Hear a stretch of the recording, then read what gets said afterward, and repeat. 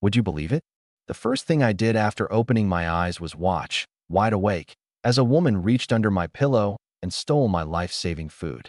And a few minutes later, the guy this whole compound called the undefeated god of war got jabbed by a single one of my fingers and dropped straight to his knees on the ground. Hold on, let me start from the beginning. In my past life, my name was Lin Yang. I was a top-notch general practitioner at a first-class hospital in the 21st century, the kind who fought for every second on the operating table. But guess how I died? Some senseless hospital brawl and one cold blade. When I came to again, blood was gurgling out of the back of my head, thick, warm, sticky, and my skull throbbed like it was about to split open. I wasn't lying on a soft hospital bed. I was on the hard, splintery edge of a wooden Kong. The stench of blood mixed with mildew shot straight up my nose. I strained to lift my eyelids. Above me was a low ceiling, blackened with soot, and a dim yellow light filtered in through a window pasted over with old newspaper. This place was Old Beijing, in the year 1965, the Red Star Courtyard compound. And I had become another Lin Yang, a soon-to-be doctor at the steel mill's medical office. The fragments of memory in my head told me that the original owner of this body had refused to lend his life-saving grain to a woman named Qin Huairu. For that, her hard-headed, one-track-minded neighbor, He Yuzhu, had shoved him, and he'd cracked the back of his head against the iron corner of the stove. Man, the poor guy wasn't even cold yet. Out of the corner of my eye, I could see that woman in the floral cotton jacket, maybe in her early 20s, half kneeling by the edge of the Kong. One hand held a dirty handkerchief pressed to her eyes, her shoulders heaving up and down in a fake sob, while the other hand was hooked around that sack of flour under my pillow, dragging it out inch by inch. 5 pounds of white flour. This was the last bit of grain the original owner had scrimped and saved. In an era where people were starving, this was his lifeline. Oh, brother Lin Yang. Big sis knows you've got a kind heart, she muttered while pretending to wipe away tears. You're gone now, and this flour would just go to waste sitting here. Let Big Sis keep it for you. And every holiday, Big Sis will burn some paper money for you. Burn paper money? I'm still warm, and you're already eyeing my sack of flour? The splitting pain of the memories fusing, plus all the pent-up rage the original owner had swallowed, made me let out a low grunt. And my own temper? It flared up in a flash. I moved. My right hand shot out like a leopard, all 5 fingers clamping down like an iron cuff, seizing that wrist of hers that was stealing my flour. Ah, Qin Huairu was scared out of her wits. That single scream shattered the quiet of the whole compound in the middle of the afternoon. The place immediately exploded. What's going on? What's going on? It came from Lin Yang's room. The chaotic sound of footsteps grew closer. The first one to poke her head in was Annie Zhang, not a single hair out of place, the intelligence center of this compound, with 3 or 4 other residents behind her, all craning their necks to see inside. With one hand clamped on her wrist and the other braced against the edge of the Kong, I slowly sat up. Blood was still trickling down the back of my head, staining half my shoulder red. My appearance, paired with the cold look in my eyes, must have been pretty terrifying. Her wrist aching from my grip. Qin Huairu was really crying now, out of genuine fear. Lin Yang, you're okay? Let go of me. You're hurting me. And right at that moment, Lin Yang, what the hell are you doing to Sister Qin? A furious roar, like a thunderclap, and the crowd was shoved aside. A broad-shouldered, thick-waisted young man with a face full of hard, mean flesh, wearing blue work overalls, came charging in like a raging bull. This guy was the god of war of the Courtyard compound, He Yuzhu, better known by his nickname, Silly Zhu. The second he came in, he saw me gripping Qin Huairu's hand, then saw the puddle of blood on the ground, and that single track in his brain just snapped. Without asking what had happened, he wound up a fist the size of a clay pot and slammed it right at my face, howling through the air. If that punch had landed, my nose would have been finished on the spot. Outside the door, Auntie Zhang and the others sucked in sharp breaths. The fist swelled rapidly in my vision. And in that split second of life and death, my mind frantically activated that warm, cool jade gourd hanging against my chest. It was a treasure passed down through generations of the Lin family, and it had crossed over with me. After crossing over, it had somehow become a strange space of its own. In that instant, A stream of energy, cool beyond belief, brimming with life, surged out of the gourd and flooded through my entire body in a heartbeat. The gut-wrenching pain in the back of my head receded like an ebbing tide, and the wound healed with a tingling, itching sensation. A power I had never experienced before exploded from deep within my body. My eyes, my ears, my reaction speed, all of it suddenly maxed out. I tilted my head slightly to the left. Just a hair, just enough. Silly Zhu's crushing, heavy punch whistled past my ear, the wind of it stinging my cheek. His fist hit nothing, and the sheer force of it made him lurch forward, exposing the wide-open gap beneath his armpit in a flash. Now, keeping her left hand pinned motionless, I pressed my right index and middle fingers together, and like a viper that had been coiled and waiting, I struck at a tricky, precise angle, lightning fast, jabbing right below his right armpit. The Jichuan pressure point. The instant my fingertips touched flesh, I could feel the tendons quivering beneath them, clear as day. I released a soft burst of hidden force. Gah! Silly Zhu let out a scream that didn't even sound human. His whole body went rigid, like every bone had been yanked out of him. He'd later tell people that in that one instant, his entire right arm went numb from the shoulder all the way to his fingertips. It didn't feel like his own anymore. And then a piercing, agonizing pain shot straight up to the crown of his head. Thud! This god of war dropped straight to his knees in front of my Kong, clutching his arm and rolling around on the floor as cold sweat burst out all over him. The whole compound fell dead silent. Auntie Zhang's mouth was open wide enough to fit an egg. Everyone else was dumbstruck too. Silly Zhu? That Silly Zhu, the one who'd never come out on the losing end of a fight, dropped to his knees by this frail-looking little doctor with a single finger? I slowly drew my fingers back, cool as a cucumber, not even bothering to glance at him rolling on the floor. My gaze settled back on Qin Huairu, whose face had gone deathly pale. Qin Huairu, I said, my voice a little hoarse from blood loss, but carrying a calm that sent a chill down the spine. I was gravely injured and unconscious, and you broke into my home to steal my life-saving grain. I shot a glance at Silly Zhu. He Zhu, deliberate assault, attempted murder. I let go of her hand, pointed at the back of my head that was still oozing blood, then pointed at that glaring puddle of blood on the floor. The evidence is airtight. With that, I braced myself against the edge of the Kong and slowly stood up. My legs were still a little wobbly, but I straightened my spine ramrod straight.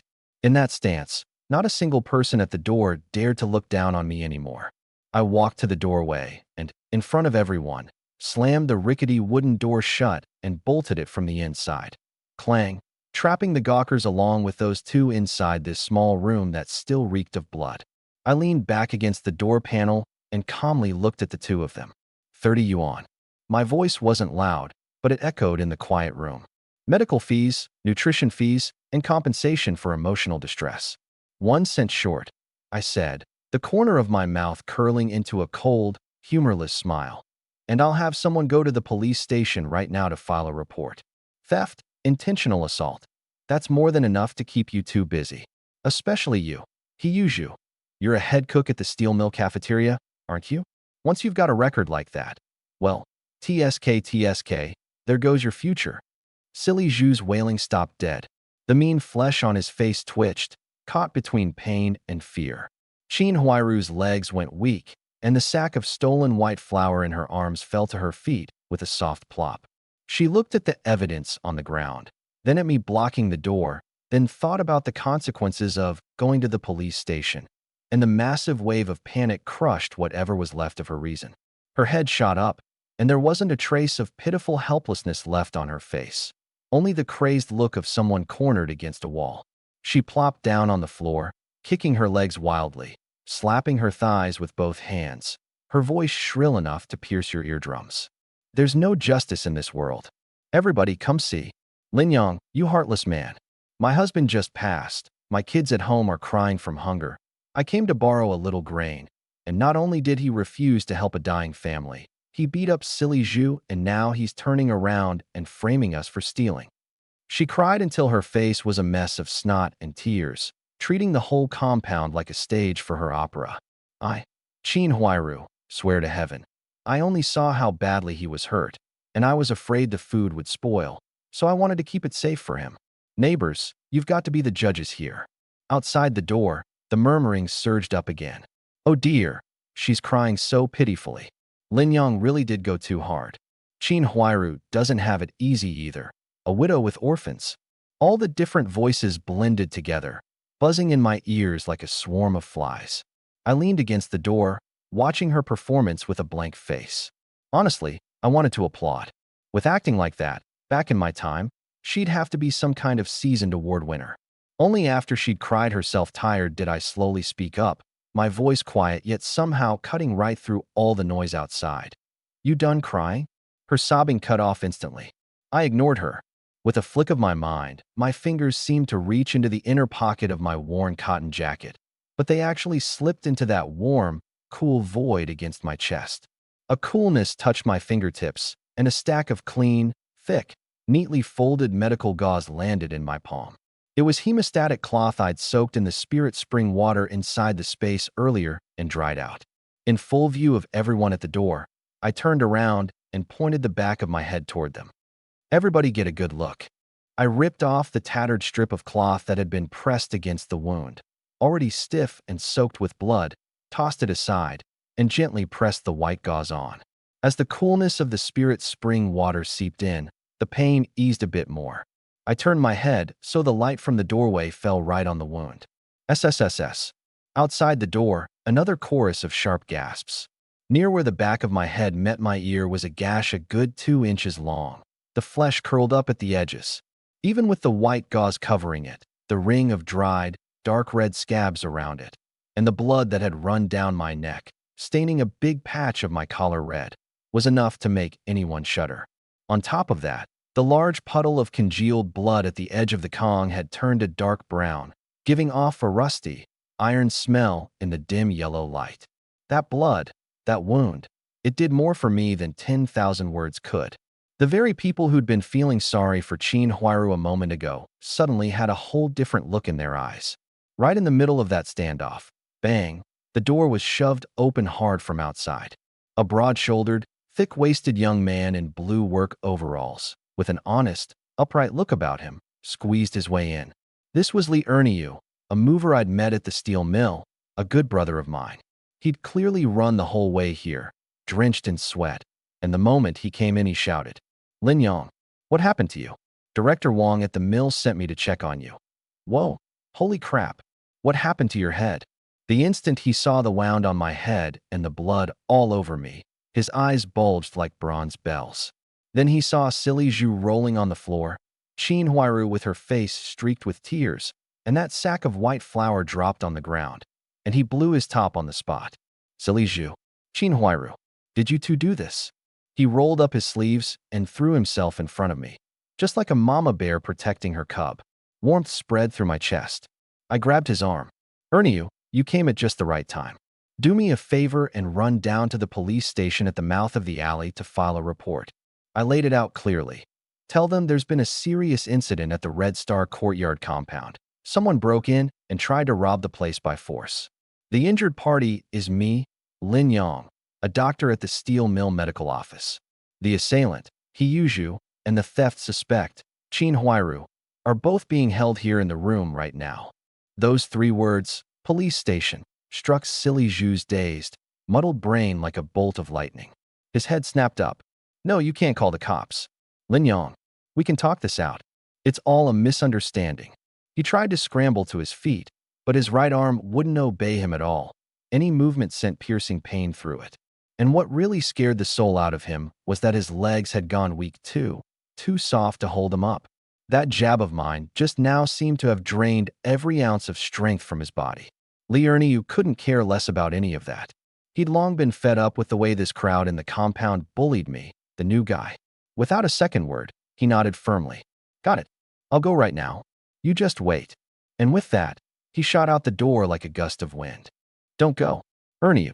Qin Huairu panicked, shrieking as she tried to stop him, but he was already gone. After that, time dragged by, second by second, in that dead silent, suffocating dread. Silly Zhu's face was ashen. Qin Huairu's wailing had faded into hopeless whimpering. The neighbors didn't dare make a sound, afraid of getting mixed up in trouble, yet unwilling to leave. Maybe 15 minutes later, footsteps sounded again, this time steady and firm. A stern-faced middle-aged man in a white uniform and a wide-brimmed cap walked in first, followed by two young officers in crisp uniforms. This was Station Chief Wong, who was in charge of this district. His gaze swept over the grim scene in the room and finally landed on me. Who filed the report? What happened here? I stepped forward, neither humble nor arrogant. Comrade officer, I filed it. My name is Lin Yang. I pointed at the back of my head. This afternoon, I wasn't feeling well and was resting at home. Chin Huairu came in under the pretext of borrowing grain, and while I was unconscious, she tried to steal the 5 pounds of white flour I'd hidden under my pillow. I pointed at that sack of flour.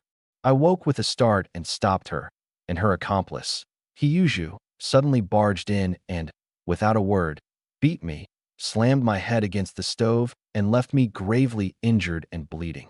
I went on. That sack of flour is one I patched and sewed myself out of an old flour bag. On the inside of the bag's opening, I stitched the character Lin in red thread as a mark. Check it if you don't believe me. Time, place, people, sequence of events, evidence. I left nothing out. Station Chief Wong's eye sharpened. Little Lou, check the flour bag. The young officer picked up the sack and carefully examined the inside of the opening. Sure enough, among the rough stitches, a few strands of bright red thread crookedly formed the character Lin. Chief, there really is a mark. The other officer crouched down and rubbed at the blackened bloodstain by the iron corner of the stove. Chief, there's blood here, quite a bit of it. The chain of evidence was crystal clear. Station Chief Wong's face darkened. Hiyuju, Chin Huairu, come back to the station with us to assist with the investigation. No, I won't go, Silly Zhu screamed, breaking down. If he ended up at the police station with a record, his job at the steel mill cafeteria was as good as gone, and his mother was counting on him to earn money for her old age. Chin Huairu was even more terrified out of her mind. If she went to the police station, her reputation would be ruined for life. Comrade officer, it's a misunderstanding. It really is a misunderstanding. She threw herself down in front of Station Chief Wong. We just lost our heads for a moment. We'll pay. We'll pay compensation. Brother Lin Yang, don't call the police. I'm begging you. Huh. That was exactly the line I'd been waiting for. I sighed and put on a look of great reluctance. Chief Wong, you see, since they're willing to pay, and their attitude about admitting fault is… Station Chief Wong looked at the wound on my head, then at those two crumpled heaps on the floor, and understood the situation well enough. A neighborhood dispute, and the injured party was willing to settle. That saved them a headache too. Compensation is fine, but you'd better learn your lesson deeply. Injured party, what's your opinion? I mulled it over for a moment. The wound on the back of my head is serious. It'll need long-term care. Lost wages, medical fees, nutrition fees, and emotional distress. I held up 3 fingers. 30 yuan. 1 cent short, and we handle this by the book. 30. Chin Huairu shrieked. That was nearly everything she had to her name. Silly Zhu sucked in pain breaths too. How much did he even make in a month? Not willing. I raised an eyebrow and looked toward Station Chief Wong. Then I suppose we'd better. We're willing. We're willing. Chin Huairu screamed, cutting me off, tears streaming down again. This time out of the heartbreak of losing her money.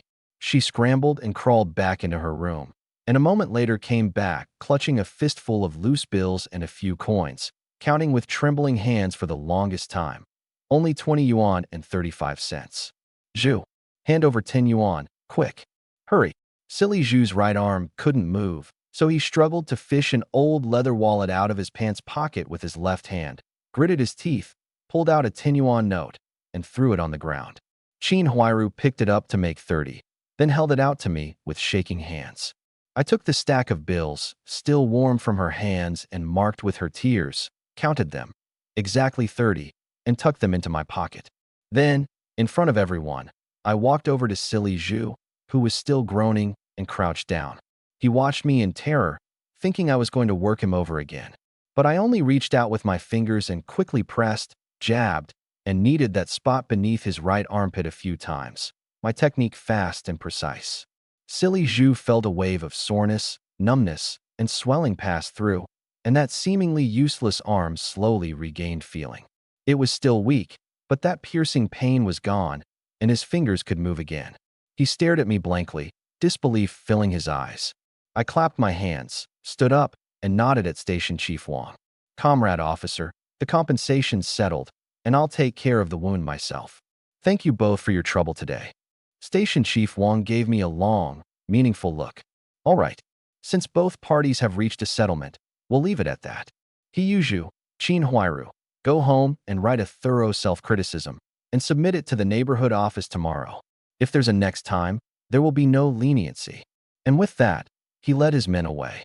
Seeing there was no more drama to watch, the neighbors sheepishly dispersed too, though the way they looked at me now carried a trace of something like fear they couldn't quite explain. Chin Huiru slumped on the floor with her face in her hands, whimpering over the money she'd lost. Silly Zhu was helped up by two neighbors and, disheveled and limping, shuffled off toward the middle courtyard, not even daring to spit out a single threat. I walked to the doorway, and under Chin Huiru's resentful, fearful gaze, slammed the door shut with a clang and bolted it tight. The world was finally quiet. I leaned back against the door panel, let out a long breath, and pressed my fingers against that warm, smooth jade gourd on my chest. 30 yuan was no small sum in this era, but what I was really thinking about was that fleeting glimpse I'd caught when my consciousness sank into the gourd earlier. I walked over and sat down on the edge of the Kong, closed my eyes, and slowly let my whole mind sink into that cool, smooth warmth against my chest. It was time to take a good look at this family fortune that had crossed over with me. The instant my consciousness fully sank in, all the noise, blood, and scheming outside receded like a tide, clean and gone. My awareness suddenly opened up. It was a strange space about half an acre in size, its boundaries wrapped in a hazy white mist. Beneath my feet was soil so black it gleamed, so rich it looked like you could squeeze oil out of it. Unbelievably soft and loose. The most eye-catching thing was the plot in the middle, about 1/10 of an acre, divided by some invisible force into neat squares. In every square grew lush, thriving medicinal herbs, ginseng, lingji, huangjing, all of stunning quality, yet their age seemed to have been compressed to the seedling stage. There were others too, giving off unfamiliar fragrances, faint light flowing through the veins of their leaves. But the most miraculous thing about this herb field was time. I could feel it clearly. Here, in the span of a single breeze brushing across the grass, one breath from the outside world seemed to stretch out a full 10 times longer. A 10-to-1 flow rate. In other words, 10 days growing in here was only 1 day passing outside. My heart gave a sudden jolt. To one side of the herb field, a spring bubbled up, crystal clear to the bottom, radiating a life force even richer than the entire herb field. Just brushing my consciousness against it eased away another bit of the lingering dull ache in the back of my head. A spirit spring. In another direction stood a row of simple, old-fashioned wooden shelves, various things arranged on them by category, like a storeroom frozen in time. And what really made my pupils contract was in the corner over there, carefully wrapped in oil paper and dry straw, its surface coated in white frost. Half a hog, frozen rock solid. Beside it sat a tightly sealed clay jar, a faded red paper label pasted on its side, and I could just make out the 3 characters for rapeseed oil. A fragment of memory surfaced right then. This was the family fortune left behind by the original owner's long-deceased parents, both of whom had been traditional Chinese medicine doctors, preserved by some method I couldn't fathom, hidden away deep. I never would have guessed it was all inside this jade gourd. Well, would you look at that? Just when you're nodding off, someone hands you a pillow. The moment I withdrew from the space, I couldn't keep the corners of my mouth from curling up. In an era where you needed ration coupons to buy meat and cooking oil was precious, this half a hog and this jar of oil were a mountain of gold, a mountain of silver. I didn't rush to touch that half a hog. Instead, I sank back in. With a flick of my mind, a phantom blade shape took form and precisely sliced off about 2 pounds of meat, a good mix of lean and fat, from the rump. The instant the meat left the hog, the time-freezing effect vanished. The frost on its surface melted away and it turned soft and fresh. The phantom blade then dissolved into a fine web of light and cut the meat into slices of just the right thickness. A few short, spicy scented herbs in the field caught my attention. Those were the spleen-rousing grass and fragrance-returning leaf. The space had grown on its own, naturally the finest of seasonings. I pinched off a few tender leaves. My awareness returned to reality. The room still carried a faint smell of blood, but that would soon be overpowered by another scent entirely. I dug out the original owner's grimy little iron stove, found the few remaining coal briquettes, and took a few pieces of dry firewood from the space to get it going. Before long, orange-red flames were dancing in the stove's belly. Once the iron pot was hot, I scooped a spoonful of clear, bright rapeseed oil out of the clay jar and poured it in. SSSS. The moment the oil hit the heat, a rich, mellow plant oil aroma burst out, immediately overpowering the stale smell in the room. Then the meat slices went in. Sizzle, crackle. The sound alone was mouth-watering. The meat slices curled up fast, their edges browning, the fatty parts turning translucent as all the grease rendered out. A meaty aroma so thick you could almost touch it, mixed with the scent of oil, exploded through the little room like an invisible bomb, then went rushing out through every crack in the door and window, surging into the cold air outside as if racing to escape.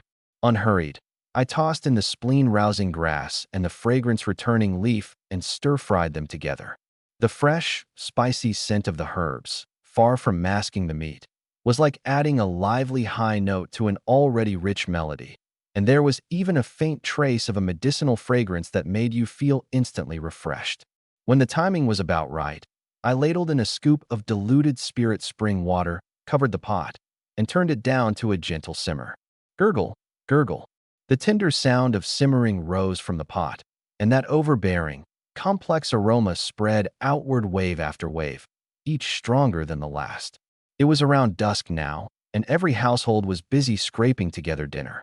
At this hour, what most families had in their pots was thin gruel so watery you could see your own reflection in it, or coarse cornbread buns that scraped your throat going down. Meat? That was a luxury they wouldn't dare dream of even at New Year's. So when the smell of my meat drifted out, the whole courtyard compound was like someone had hit the pause button on it, and then, in an instant, it erupted. In the front courtyard, Yin Bugue pushed up his glasses, his Adam's apple bobbing up and down, and even his hands, breaking apart a cornbread bun, went still. Third, Annie sniffed hard. Whose place is that? So wasteful. That's got to be a ton of oil and meat. Meanwhile, in the middle courtyard, the mood at the Jia household had chilled to freezing. Qin Huairu's eyes were red and swollen. Old Mrs. Jia sat on the edge of the Kong, her face dark enough to drip water, viciously jabbing her chopsticks at the two black cornbread buns in her bowl. The 30 yuan they'd paid out felt like a chunk gouged straight out of her heart.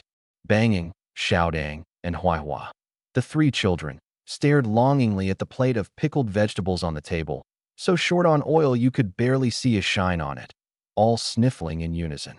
And right then, that thick, intoxicating meaty smell wafted brazenly into the Jia household. Gulp. Banging swallowed hard. Grandma, meat. Meat that smells so good. Xiaodang couldn't help but cry out. Old Mrs. Jia's chopsticks slapped down on the table with a smack, her cloudy eyes glaring toward my room. She'd already had a belly full of foul rage with nowhere to vent it, and this meaty smell was like a lit fuse on a stick of dynamite. Eat, eat, eat. All you know how to do is eat. Which heartless son of a bitch is hogging all the food? She shot to her feet, planted her hands on her hips, charged to the doorway, and began cursing at my room at the top of her voice, shrill and cutting. Oh, everybody, come listen, come smell this. What kind of no-good, no-descendants trash is this? Just swindled 30 yuan of our life-saving money, and now he's holed up in his room feasting on meat and fish. Aren't you afraid your guts will rot? Here we are, a widow and her orphans, gnawing on cornbread, and heaven above, why don't you send down a thunderbolt to strike this heartless bastard dead? Her cursing came out with a full head of steam, as if she wanted to summon the whole compound to judge the matter for her, even though she didn't have a leg to stand on. Inside the room, I listened to the cursing and couldn't even be bothered to lift an eyelid. Leisurely, I lifted the lid and tasted for seasoning. The meat had already simmered until it was fall-apart tender, the sauce reduced thick and rich, a tempting reddish brown. The meat slices, having soaked up all the juices and herbal fragrance, quivered, their aroma pouring out twice as strong. Over on the other side, Banging couldn't sit still any longer. That smell was like a bunch of little hands, scratching at his heart, his liver, his lungs. While old Mrs. Jia was busy cursing at the doorway, and Qin Huairu had her head down and wasn't paying attention, he slipped out of the house without a sound, like a nimble little mouse. He knew the way well and crept up under my back window. This window was old, its latch loose. He'd pried it open with a razor blade before and stolen things from the original owner. Today's meaty smell was worth risking it one more time. He picked up a thin strip of metal, stood on his tiptoes, and carefully worked at the latch, his eyes fixed hard on the crack in the window, drool streaming down. Just as the metal strip was about to touch the latch, whip, an extremely faint, almost inaudible sound of something slicing through the air. Banging felt the back of his right hand get bitten hard, like a mosquito, a sharp little sting. And then, an indescribable, bone-deep, maddening itch exploded outward from that bitten spot. His hand jerked, and the metal strip clattered to the ground. That itch came on with terrifying ferocity, spreading in a flash from the back of his hand up his whole arm, then to his shoulder, his neck, his back, as if countless ants were frantically crawling and gnawing beneath his skin and in the cracks of his bones. It itches. It itches so bad. Banging completely forgot about stealing meat. Both hands clawed and scratched madly all over his body, his head, his face, tearing bloody streaks into his skin in an instant. Yet the itch didn't ease at all. If anything, it got worse. He was like a man thrown into a pot of boiling oil, rolling on the ground right there beneath my window, howling in a shriek that didn't sound human. This sudden scene left old Mrs. Jia, cursing at the doorway, and Qin Huairu, inside the room, both stunned. Banging. My precious grandson. What's wrong with you? Old Mrs. Jia came scrambling and crawling over. Qin Huairu rushed out too. Banging. Everyone in the compound was drawn out by the commotion, crowding around the doorway, staring in shock at Banging rolling and wailing on the ground. And right in the middle of that chaos, creak, my tightly shut door was pulled open from the inside. An even thicker meaty aroma, almost thick enough to take solid form, surged out like a king making his entrance, sweeping across the entire courtyard in one wave. Every pair of eyes was drawn helplessly toward the doorway. I walked out at an unhurried pace, holding a big coarse porcelain bowl. Inside was a small mountain of braised meat, glistening and red, quivering, the reddish-brown sauce thick and rich, garnished on top with a few emerald green herb leaves. Steaming hot, its fragrance hitting you square in the nose. I glanced at the wretched Banging on the ground, then looked at the windowsill. There, a wire as thin as a hair, almost invisible, was still trembling faintly, its other end connected to a delicate little bamboo launching mechanism. The fine needle that had been latched onto it, soaked in spirit spring water and itching powder, was gone. This little contraption was something I'd set up ahead of time, guarding against anyone eyeing my pot of meat. Sure enough, it had caught someone right off the bat. A cold smirk curled at the corner of my mouth. Holding the bowl, I strolled to a spot a few steps from Banging and tipped my wrist ever so slightly. A ladle's worth of scalding, greasy, fragrant meat broth splashed, splat, right onto the ground next to Banging's hand, the one that had just been reaching for the window and was now scratching frantically. The broth spattered, and a few morsels of fall-apart tender braised meat dropped into the dirt, their rich aroma nearly enough to hook the soul right out of a person. Qin Huairu, I said, my voice not loud, yet it carried clearly to everyone's ears, laced with undisguised mockery. If you really can't teach your kid right, I don't mind teaching him for you. This first lesson, reach out your hand and you'll get caught. The tuition's on me. Consider this ladle of meat broth an after-class snack. Puffed. Old Mrs. Jia looked at the dirt fouled by the broth, breathed in the meaty aroma that was right in front of her yet utterly out of reach, and heard my heart-piercing words, and the breath caught in her throat. Her eyes rolled up, and she toppled straight over backward. Mom, Grandma. The Jia household instantly descended into another round of frantic, chaotic crying and shouting. But I didn't look at them anymore. I turned and walked back inside, and with a clang, shut the door again, sealing all the chaos, the wailing, and that nearly tangible venom and jealousy outside. I sat back down at the table, picked up a piece of braised meat, a good mix of lean and fat, and put it in my mouth. The meat was fall-apart tender, melting on the tongue, the rich meaty flavor and the fresh scent of the herb leaves exploding across my taste buds. That warm, gentle essence of the spirit spring water slid down my throat, nourishing this injured body of mine bit by bit. The uproar in the courtyard made the perfect background music to go with this feast. Only, I had a vague feeling that in the spot where old Mrs. Jia had collapsed, and in Chin Huiru's crying, there was, along with the panic, something else mixed in. And Bonging's gut-wrenching itch howls kept ringing out, one after another, with no end in sight. Outside, Banging was still rolling on the ground, howling from the itch, and I was just thinking that I could finally enjoy this meal in peace. But I'd forgotten. The one thing this compound never ran short of was people whose hides were thicker than the city wall. Old Mrs. Jia's wailing suddenly cut off, snap, like a chicken with its throat grabbed. She watched, wide-eyed, as her precious grandson clawed at himself on the ground, his fingernails raking bloody welts into his skin, his screams of "it itches, help," cutting into her heart like a dull knife, one cry after another. Heartache mixed with fury shot straight to her head, and that string in her brain called reason snapped clean through with a twang. "You little beast, I'll take you down with me." Before I could even react, this 100-and-some-pound frame suddenly burst forward with astonishing speed. Head down, exactly like a raging wild boar, she charged straight at my open doorway. Her target was me. The way she was coming, she clearly meant to knock me flat on the ground, and then climb on top to claw off this face of mine that infuriated her just to look at. The neighbors watching at the door let out a chorus of alarmed cries. Me? I couldn't be bothered to lift an eyelid any further. At the very instant that mass of quivering flab, wrapped in the rush of wind, was about to slam into me, I made a light shift of my footing and drifted to the side like a willow leaf. At the same time, my right foot stuck out forward, looking casual as could be, and my toe hooked precisely around her staggering ankle. Whoa! Unable to stop her momentum, old Mrs. Jia was tripped and went pitching forward even harder, like a giant meatball spinning out of control. And in the direction she was pitching, at some point, someone had come to stand, brows furrowed, wearing the air of every trivial little thing in this compound requires my say-so. It was none other than Yi Zhonghai, known to all as the First Elder. Wham! A muffled thud, accompanied by a startled grunt from Yi Zhonghai, caught completely off guard.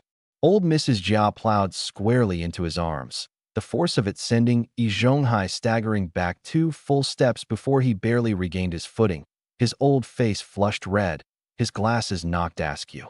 Old Mrs. Jia herself was left dizzy and disoriented from the crash. She plopped down on her rear and started up her tantrum again, slapping her thighs. "Ow, you're gonna be the death of me. First Elder, you've got to stand up for us, a widow and her orphans. This little beast is trying to kill someone." Yi Zhonghai straightened his glasses, his face darkening. He first glanced at Banging still clawing at himself on the ground, then at old Mrs. Jia whining and clinging to his arm, and finally those shrewd eyes of his fixed sternly on me. "Lin Yang." His tone was the kind an elder uses, one that brooks no argument. "Just look at how you're behaving. A kid doesn't know any better. He pries at your window, and you use this kind of dirty, underhanded hidden weapon to hurt him? Everyone living in this compound has been neighbors for decades. What matters here is harmony. Your parents were such reasonable, understanding people back in the day. How did it come to you being this ruthless, this cold-blooded, with no regard for neighborly bonds?" Well, would you look at that? Slapping the big label of no regard for neighborly bonds on me, and paired with his status as First Elder, it actually carried some weight. Several neighbors who'd thought the Jia family had it coming now started exchanging glances, wondering whether I'd gone too hard. I listened, but a strange smile slowly surfaced on my face. I turned and went back into the room, and while everyone assumed I was going to back down or start arguing with him, I came out holding a thin little booklet, its corners all worn, its cover printed with red characters. "Comrade Yi Zhonghai," I said, holding up the booklet and deliberately biting down hard on the word comrade. "You want to talk to me about bonds? Fine. Then let's first talk about the law." I opened the booklet, pointed my finger at one page, and in front of the whole compound, read out word by word.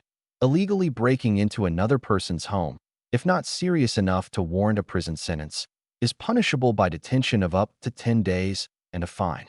Instigating, coercing, or deceiving another person into committing an unlawful act shall be punished according to the offense that person was instigated to commit. When I finished, I closed the booklet, calmly looked at Yi Zhonghai, whose expression had shifted slightly, then glanced at Banging wailing on the ground. I installed a burglar deterrent device inside my own windowsill, perfectly reasonable and lawful. Banging, on the other hand, tried to pry open the window and get inside. What do you call that? That's illegal breaking and entering. Even without succeeding, it's still breaking in. Yi Zhonghai, you've got such high awareness. You tell me, by these rules, should we be educating me, the victim protecting his own property, or should we be sending this kid, who at such a young age already dares to break into homes to steal, off to juvenile detention for some proper reform? Those 3 words, juvenile detention, were like a basin of ice water poured into a pot of boiling oil. Boom! The place erupted. Qin Huairu shrieked, "No, you can't send him to juvenile detention." Old Mrs. Jia forgot all about crying and came scrambling and crawling to wrap her arms around Yi Zhonghai's legs. "First Elder, you can't. Banging's still just a child." Yi Zhonghai was roasting over the fire, his face going from green to white and back again. He stared at that regulations booklet in my hand, and he knew perfectly well in his heart, this kid had come prepared. If this really blew up to the police station and got tangled up with breaking and entering to steal, Banging would come out badly. And as the first elder who'd taken one side and failed to mediate, he wouldn't be able to save face either. He drew in a deep breath, forced down his temper, and switched directions. "All right, let's set that matter aside for now. Lin Yang, your parents passed early. Back then the mill and the neighborhood pooled together a sum for your upbringing and entrusted it to us elders to manage on your behalf, afraid you were too young and would spend it carelessly. Now that you're an adult and have a job, this money should go to you." I raised an eyebrow. Here it came, the main event. His tone shifted again, taking on an accusatory edge. "But just look at you.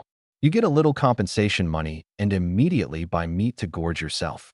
With conduct like that, do you look like someone who can manage money? That upbringing fund, I think it's still safest to keep it in my care, and when you've truly become steady and mature, then..." Yi Zhonghai. I cut him off and suddenly took a step forward, closing the distance between us in an instant. My gaze, like a scalpel, locked hard onto that spot on the left side of his neck. The maxed-out inspection diagnosis ability that came with this body of mine kicked in. I could clearly see his carotid artery pulsing abnormally, fast and erratic.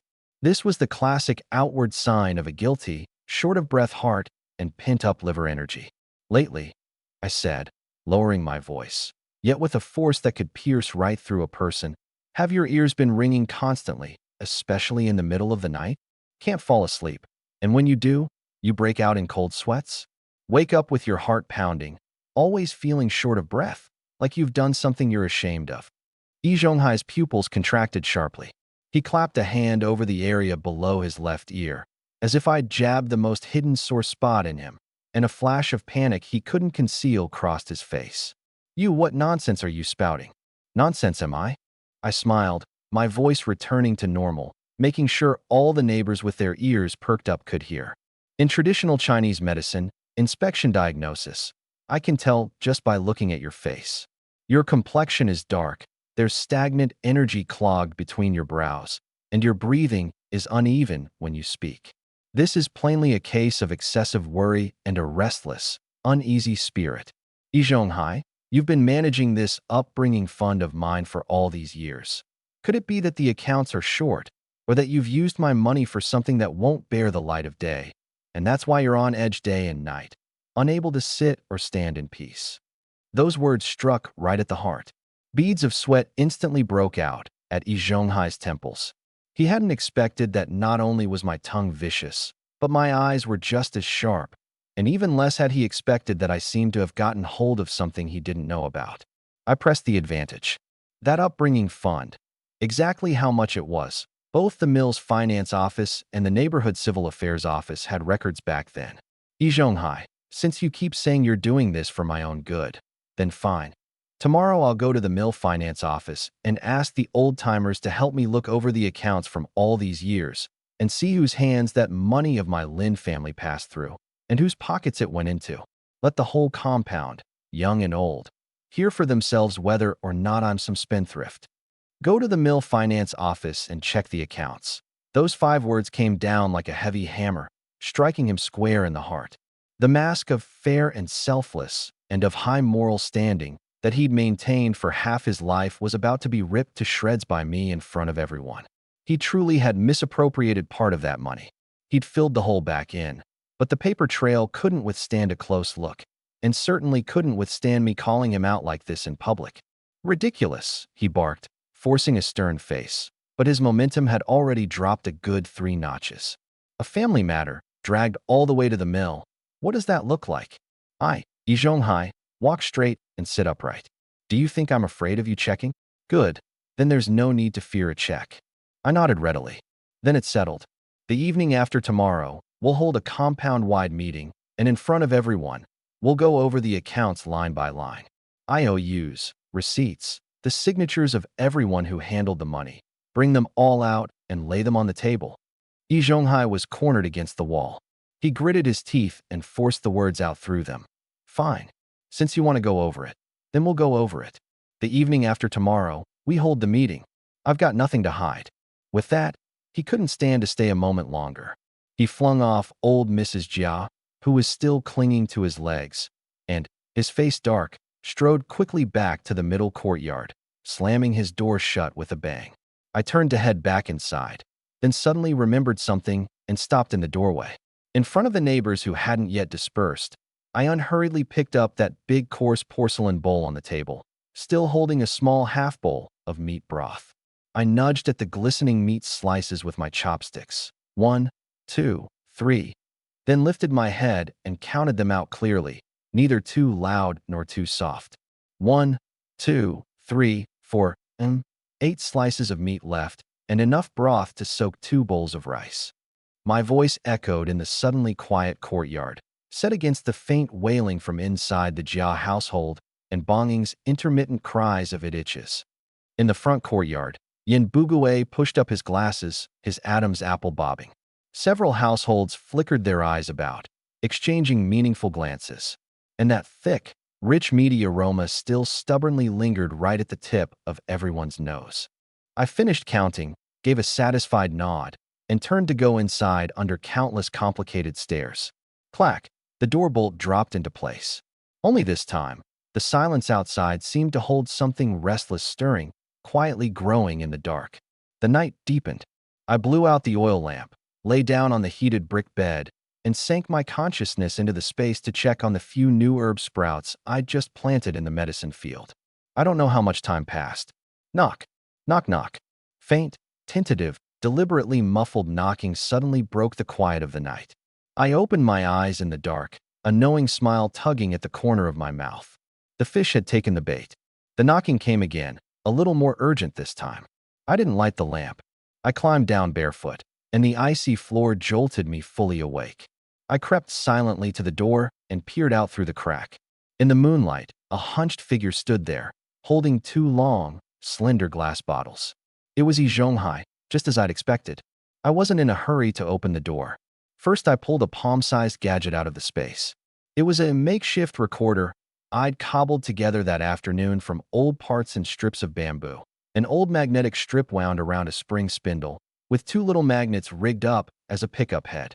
It couldn't match the quality of what they'd have in the future, but in the dead of night, when it was so quiet you could hear a pin drop, it would be more than enough to record a clear conversation. I wedged it into a gap in the wood on the inside of the door, adjusted the angle just right, and only then unhurriedly slid the bolt open. Creak! The door opened a crack. Yi Zhonghai's face appeared, his smile stiff in the moonlight, agitation lurking behind his eyes. Lin Yang still up? His voice was low, forcing an intimate tone. I figured you probably couldn't sleep either, so I came over to have a chat with you. I didn't let him in. I just leaned against the doorframe, my gaze sweeping over the liquor bottles in his hands. Well now, Uncle Yi, showing up at my door in the middle of the night with bottles of booze. Are you here to drown your sorrows or to apologize to me? His face twitched, and he let out a couple of dry laughs. You've always got a barbed tongue, kid. What happened today? I handled it too hastily. Hurt your pride. I dug up 2 bottles of homebrew that we been aging in the house for years. Thought us two could throw back a couple of drinks and clear the air. As he spoke, he moved to squeeze inside, but I didn't budge an inch. Instead, I pulled the door wide open, letting the darkness of the room and the moonlight outside form a sharp, dividing line. Uncle E, if you've got something to say, say it. It's stuffy inside. Let's talk right here, out in the open. His step faltered. He glanced at the wide-open door, and his little scheme of getting inside to work me over in private collapsed. He had no choice but to sit down on the stone step just outside the threshold, setting the liquor by his feet, striking the pose of a man settling in for a heart-to-heart. Lin Yang, he sighed, his tone earnest and heavy. Your mom and dad passed too early. All these years, several of us uncles in the courtyard have worried plenty about you. I kept that money out of selfishness. I wanted to save up a few more years for you. You're not so young anymore. It's time to think about finding a wife. It's not easy to start a family these days. A house, furniture, the bride price. What part of that doesn't cost money? I was thinking that money, plus interest, could be set aside for you to get married. But instead you show no consideration for your elders at all, insisting on blowing the whole thing wide open. Sure, you got the money now, but you'll spend it all in a moment of pleasure. And then what? Stay a bachelor forever. As he talked, he kept glancing around. Late at night, all quiet, he deliberately picked this hour, when most people were fast asleep. As long as he could talk me out of the idea of auditing the accounts at the meeting and privately paid back a portion, this whole thing could be swept under the rug. I listened, and then, out of nowhere, I let out a low laugh. The sound was jarring in the night, and something in Yi Zhonghai's chest tightened inexplicably. Uncle E, I said, stopping my laughter, my voice pitched neither too high nor too low, just enough to carry outside. This heart of yours, saving up money to get me married, it's truly moving. On behalf of that wife of mine, who I don't even know exists yet, thank you. I inched forward half a step, leaning half my body out past the doorframe, my gaze locking onto him like a searchlight. But I've got a few questions I'd like to ask you. First, my parents' death compensation. The factory paid it all in one lump sum, a total of 820 yuan. Before I started working, the neighborhood office and the factory gave me a living allowance every month, 25 yuan, which I collected for 3 years and 4 months. That comes to 600. After I started working, my wages were 28 yuan 50 cents a month, of which I paid 5 yuan for household food, and there was a little left over at the end of each year. Add it all up, and by the most conservative estimate, it's over 1,400. You saved it for me all these years. Even if you just put it in a fixed-term deposit, the interest should be at least dozens, maybe over 100 yuan, right? You just said you did odd jobs to earn interest. What kind of odd jobs earns that kind of money? Yi Zhonghai's face changed slightly. He hadn't expected me to have the numbers down so precisely. He said frantically, "You're talking nonsense. I was just holding it for you." Fine, let's say you were just holding it. I conceded readily. Second, you say I'll end up a bachelor after blowing all the money. But that couple pounds of meat and that spoonful of oil I stewed today? I dug those out of the old things my dad left behind. Didn't spend a single cent of the compensation. But you and Auntie, you don't have any children, and you've been managing my wife money all these years. Over all that time, haven't you sometimes looked at that money and thought to yourself, if this person named Lin Yang didn't exist, wouldn't that money just rightfully become yours? You're slandering me. Yi Zhonghai jumped to his feet like a cat that had had its tail stepped on, his voice going shrill. Those words had struck the deepest thought in his heart, the one he'd never dared to say out loud. His agitated reaction was more damning than any excuse could ever be. I stopped looking at him. I turned to face the pitch-black courtyard, took a deep breath, and with all the air in my lungs, shouted out loud and clear, "Neighbors, everybody wake up. Come out and be the judge of this." That shout landed like a thunderclap, exploding over the silent courtyard. One after another, the windows of every household in the front and back courtyards lit up with dim yellow light.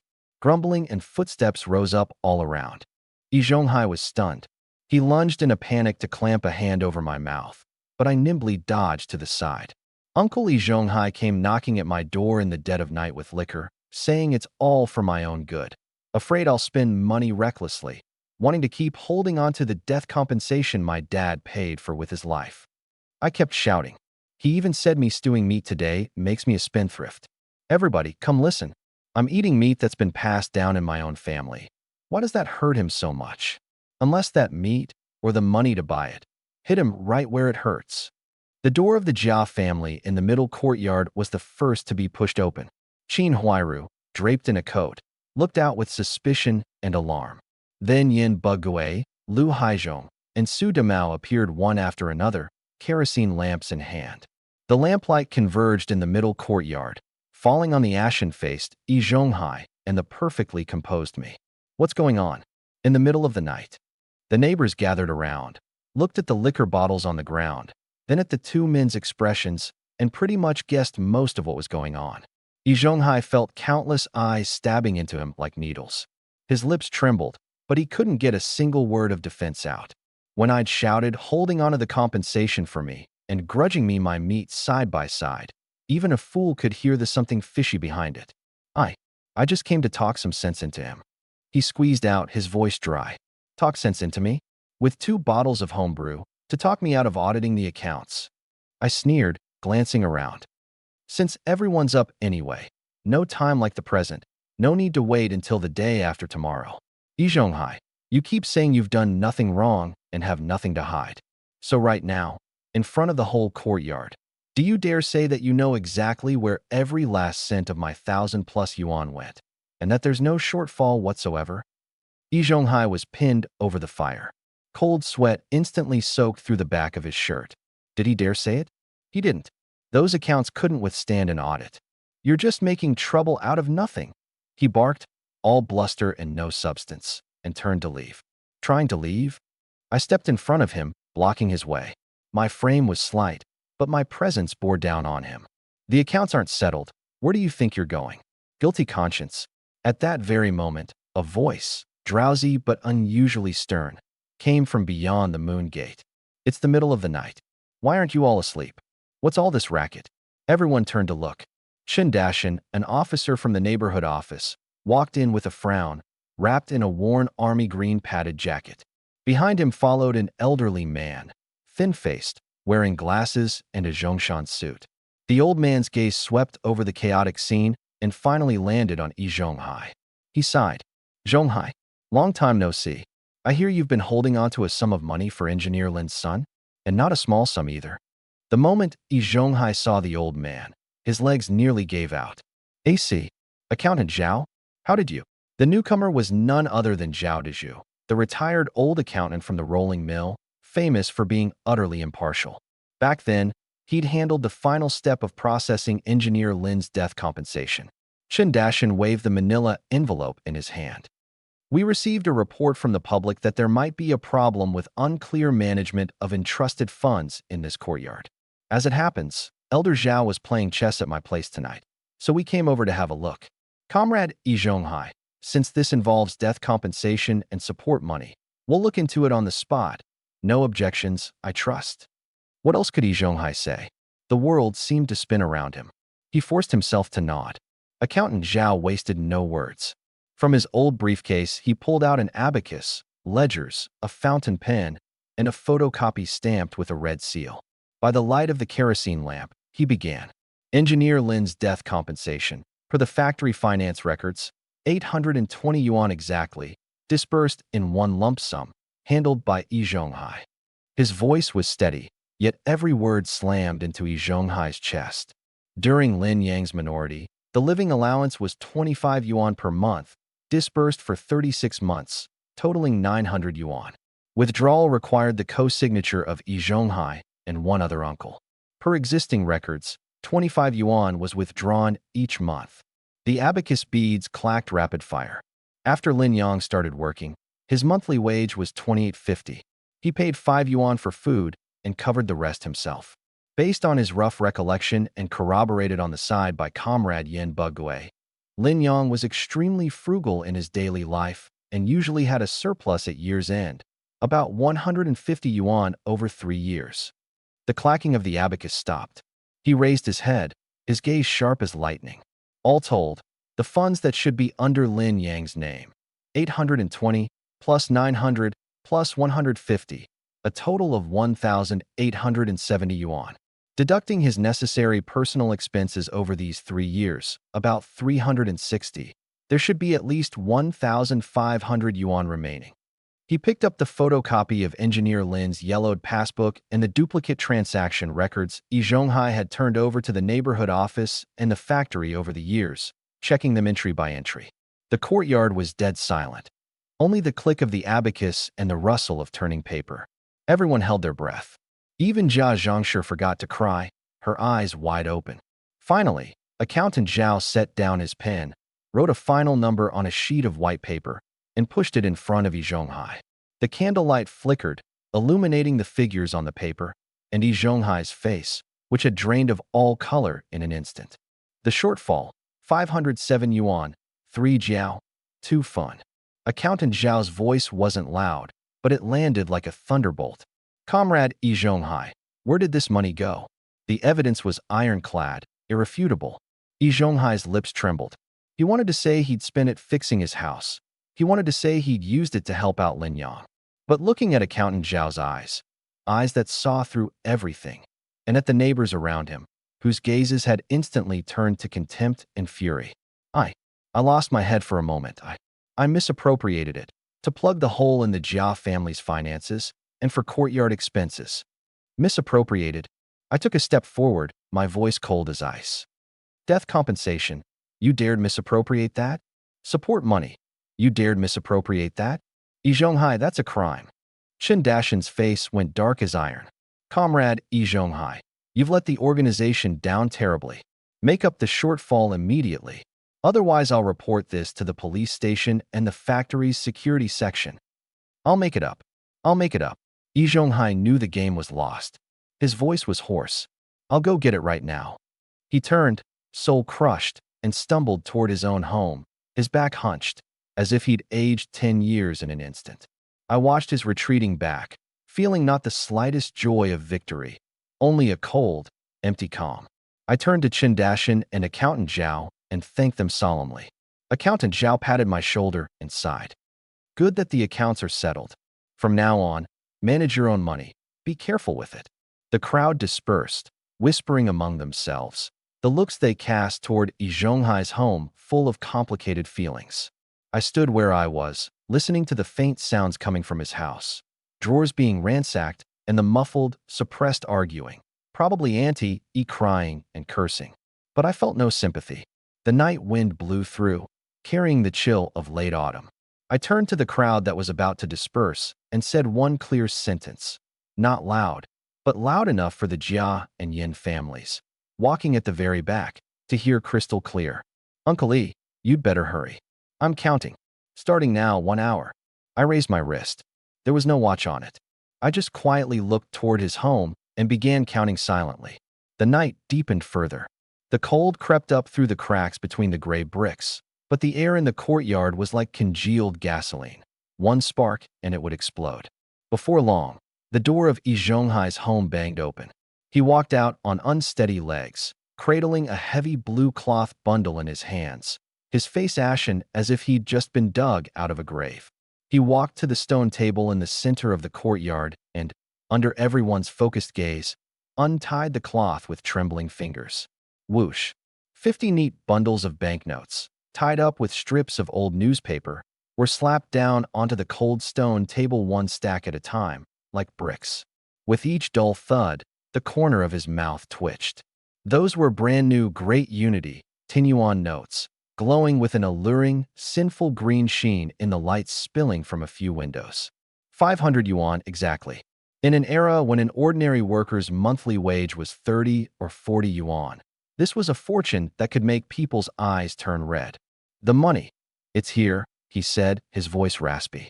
Not a cent short. 500 yuan. Chen Dashan nodded to Lu Erlung, an eager volunteer who'd tagged along. Erlung, you've got steady hands. You count it. Let everyone watch. Lu Erlung was a big, burly fellow, but his fingers were nimble. He washed his hands, picked up the top bundle, untied the newspaper strip, and fanned it open, rubbing the bills between his fingertips, and the banknotes made a crisp rustle. 10, 20, 30. In the quiet courtyard, there was only his clear counting. Every neighbor held their breath, eyes wide as saucers, staring at the growing little mountain of banknotes. That solid, ink-scented money drew out the most primal things from deep in people's hearts. Envy, jealousy, and utter contempt for the sanctimonious hypocrite Yi Zhonghai. Jia Zhongshi clung to the crack in her door, her eyes as green as a starving wolf's. Qin Huairu bit down hard on her lip, her nails digging into her palms. Su Damao narrowed his eyes, wearing a cold, gloating smirk, the kind that hopes the trouble only gets bigger. I don't know how long it took, but Lu Erling finished counting the last bill and announced loudly. Officer Chun, Accountant Zhao, neighbors, the money's been counted. 50 bundles, 100 each, 500 yuan total, not a cent off. Good. Chen Dashin looked at me. Comrade Lin Yang, count it and write a receipt. But I didn't touch the money first. I picked up one bundle, flipped through it, and looked at the watermarks, my movements unhurried, yet carrying an unquestionable air of control. Then I took out paper and pen, quickly wrote out a receipt, signed it, pressed my thumbprint, and handed it to Chen Dashin. The moment he took the receipt, I did something that left everyone stunned. From that stack of money, I counted out 5 brand new Great Unity notes and held them out to Chen Dashin with both hands. Officer Chun, Elder Zhao, thank you both for the trouble of coming out in the middle of the night to see justice done. These 50 yuan aren't a bribe. They're a small token of my personal gratitude. Call it a Tian labor fee for the neighborhood office and Elder Zhao.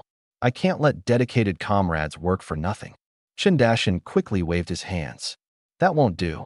We serve the people. How could we take your money? I insisted. Officer Chen, hear me out. This money comes out of the losses I personally recovered. It's perfectly reasonable. If the neighborhood office hadn't stepped in promptly today, and Elder Zhao hadn't seen through everything so clearly, whether I'd ever get this money back would still be an open question. This didn't just help me.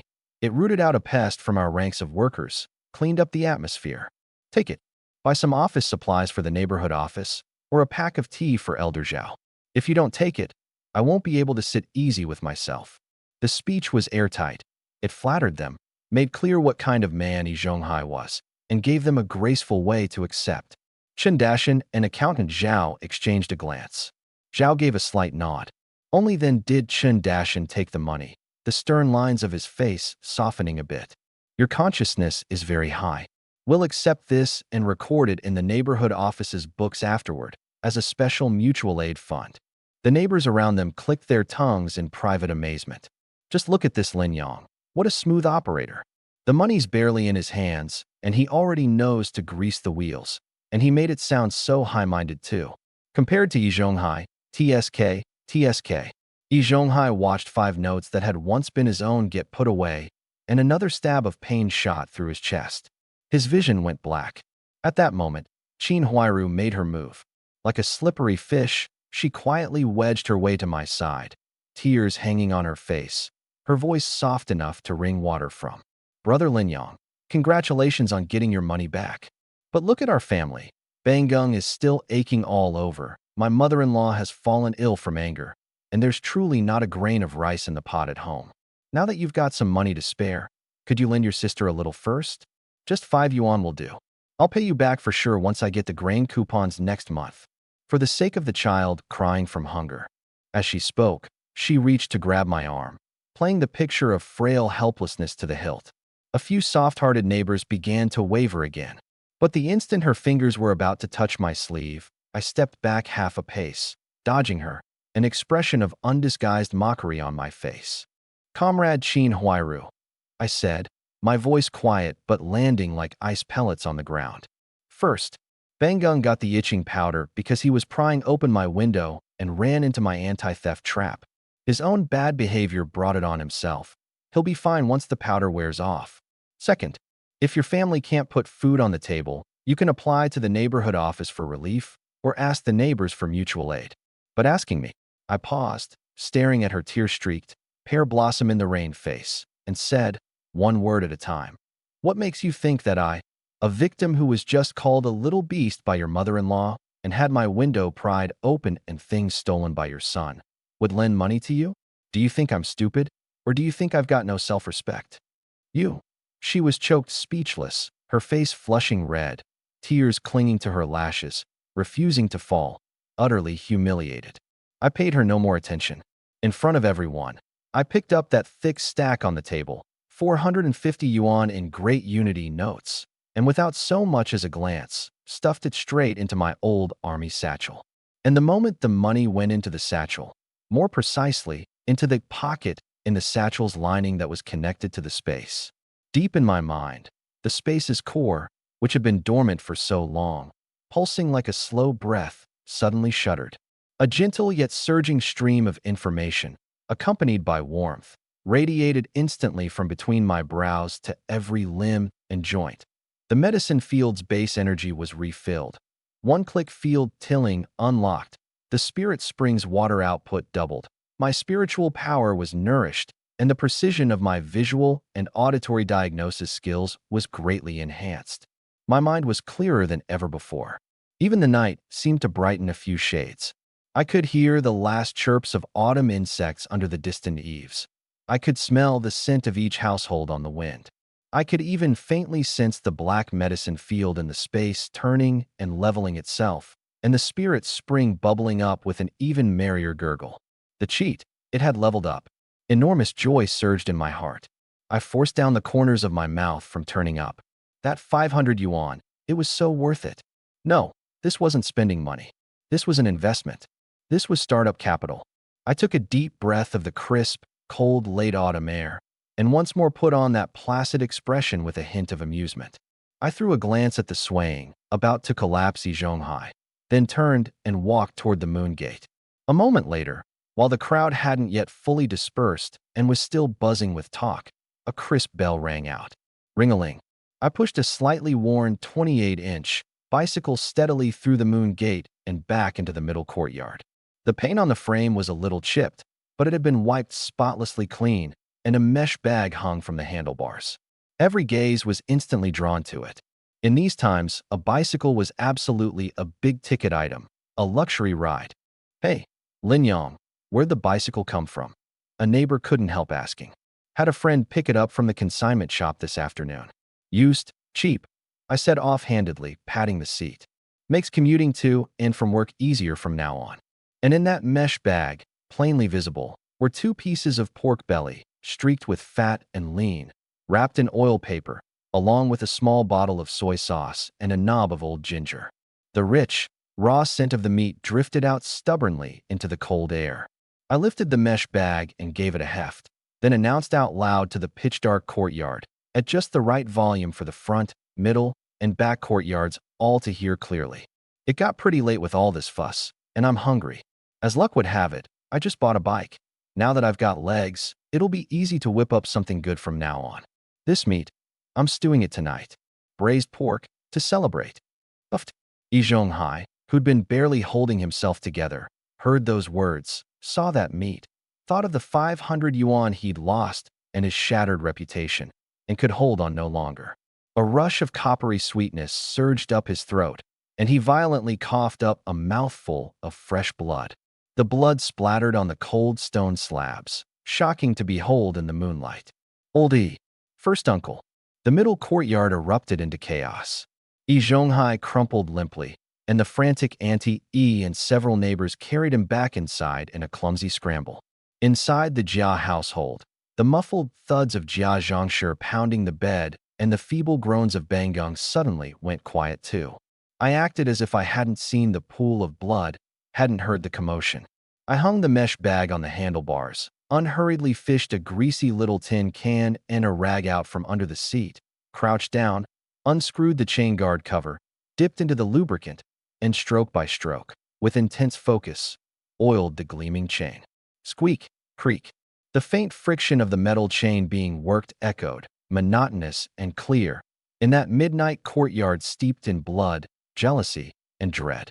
That sound went on for a good dozen strokes or more, until every link of the chain was wrapped in a thin, glistening film of oil. Only then did I screw the cover back on with satisfaction and carefully wipe the grease off my hands with the rag. In the courtyard, apart from the suppressed commotion from the Jia household and Auntie Yi's faint sobbing, no one dared to speak loudly anymore.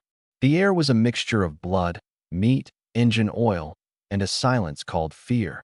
At that moment, the Jia family's window was suddenly shoved open a crack from the inside, and Jia Zhongshi's twisted face squeezed out.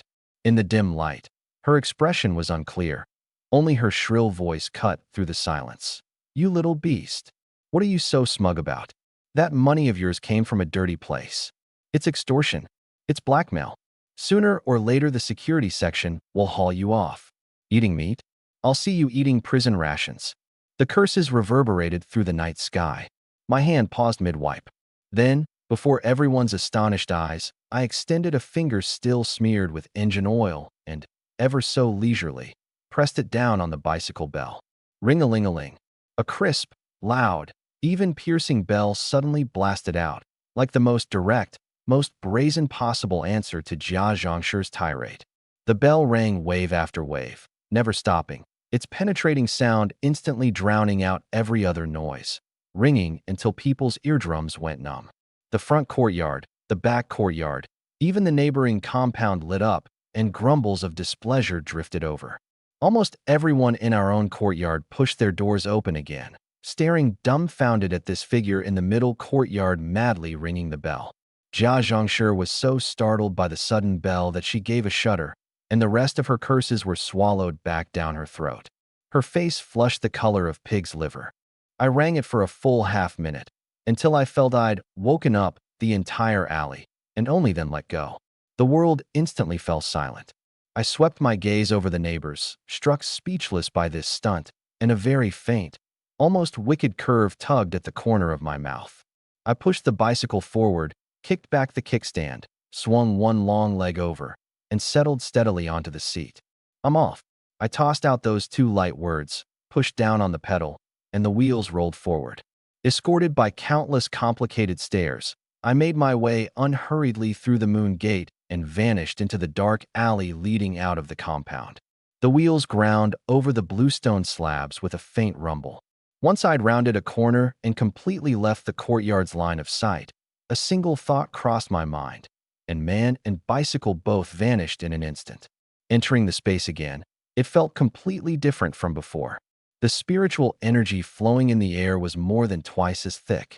Breathing it into my lungs, it carried a cool, clean sweetness that swept away all my fatigue. The most striking sight was the black medicine field. It now looked as if some invisible plow and harrow had turned it over, level and soft to an unbelievable degree, faintly glowing with a fine light. Beside it, the spirit spring bubbled up merrily, gurgle-gurgle, its water output visibly larger. But what really made my eyes light up was a new area sprouting up at the edge of the medicine field. Out of nowhere, more than a dozen beehives had appeared there, lined up in neat rows. Several bees, crystal clear and glowing with a faint golden light, buzzed about, coming and going, busy without pause. A stream of information flashed through my mind. The beekeeping zone of the automatic processing workshop was unlocked. The 100-flower honey produced from the myriad blossoms watered by the spirit spring had trace body tempering and mind-calming effects. I was thrilled inside. This was good stuff. I walked over to a hive. The spirit bees showed no aggression toward me at all. Instead, they circled around me a couple of times, affectionately. I opened the specially made honey extraction port and used a small jade bottle I prepared in the space to collect about 2 ounces of honey, golden in color, as clear and bright as amber, giving off a rich, unusual fragrance. The moment I capped the bottle, the aroma was sealed in, yet held in my hand. The bottle still felt warm and smooth. I carefully tucked this bottle of 100-flower honey into the outer pocket of my army satchel. This thing was the perfect calling card for building connections and greasing the wheels, far more refined and rare than gifts of money, cigarettes, or liquor. I washed my face with spirit spring water and stepped out of the space feeling refreshed and clear-headed. I rode straight for the Wangfujing department store. By now the sky was already growing faintly light. The city was waking from its slumber, and there were more and more pedestrians on the streets. mostly workers hurrying to the early shift. The clanging of the trolleys and the rising and falling of bicycle bells wove together into a morning tune all its own. I parked and locked the bike at the bicycle parking area outside the department store, straightened my clothes, and strode into this magnificent building, one of the grandest in the whole city. There were already plenty of people inside, the air a mixture of scents, fabric, soap, pastries, metal. My goal was clear. I headed straight for the watch counter. Behind it, a shrewd-looking salesman in his 40s, wearing a blue clothwork uniform, was bent over wiping down the counter. I rapped my knuckles lightly twice on the glass top. "Morning, Brother Wu." Old Wu raised his head. At first, he didn't recognize me under my cap, but the moment he made out who it was, his face broke into an ultra-enthusiastic smile, and his back even bent slightly without his realizing it. "Io, it's Dr. Lin. What wind blew you in here? It's been quite a while." His attitude was far more obsequious than a month ago, when I'd come to buy discounted flawed goods. The 500 yuan fortune uproar in the courtyard had already spread through various channels. A well-informed man like Old Wu naturally knew about it, and had a whole new appreciation for my clout. "Come to look at a watch?" I said, cutting to the chase. "You got it. Look here, the new Shanghai brand just came in. All steel, shockproof, 17 jewels. Old Wu deftly laid out several gleaming watches on the felt cloth. "I'm not bragging. This batch has been flying off the shelves.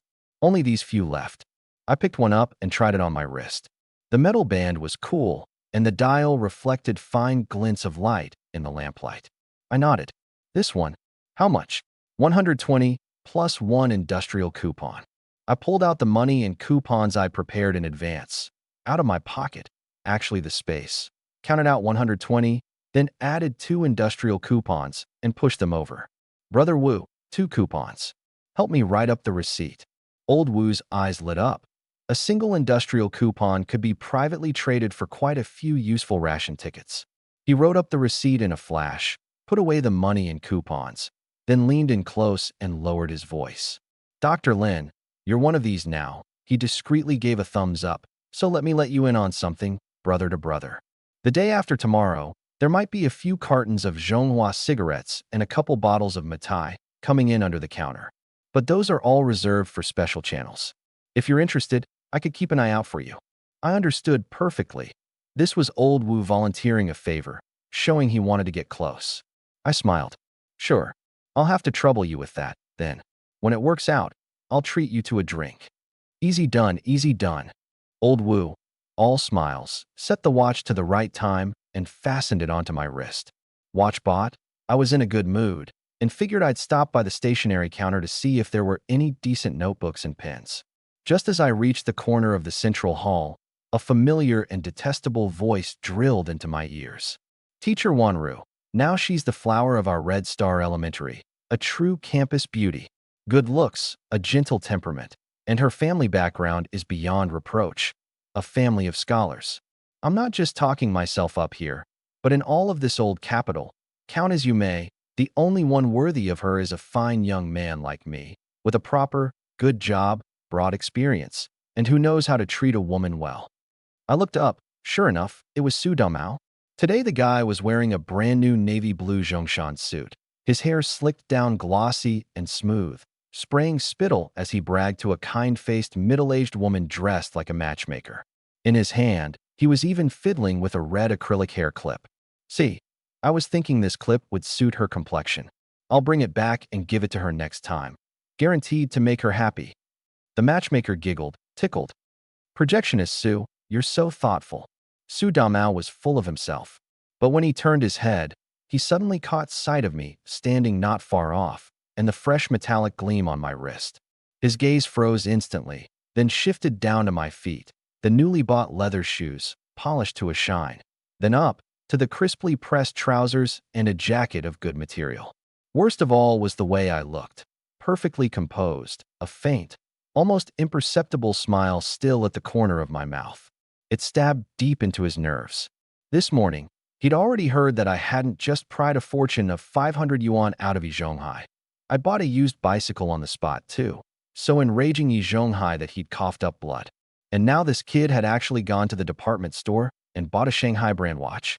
That watch, Su Damao had been saving money and industrial coupons for the better part of a year and still hadn't brought himself to buy one. A surge of ill temper, mixed with intense jealousy, shot straight up to his forehead. He couldn't be bothered to keep sweet-talking the matchmaker any longer.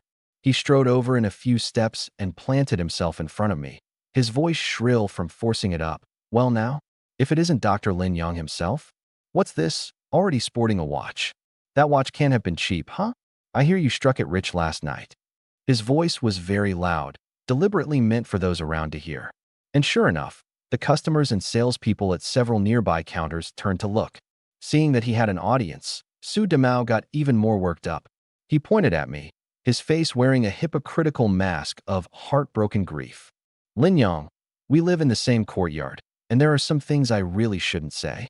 But as a neighbor, I've got to give you a word of advice. A person's got to have a conscience. Sure, Uncle E was in the wrong, but he's still your elder. He worked so hard holding on to that money for you all these years. Even if there's no credit in it, there's still the toil, right?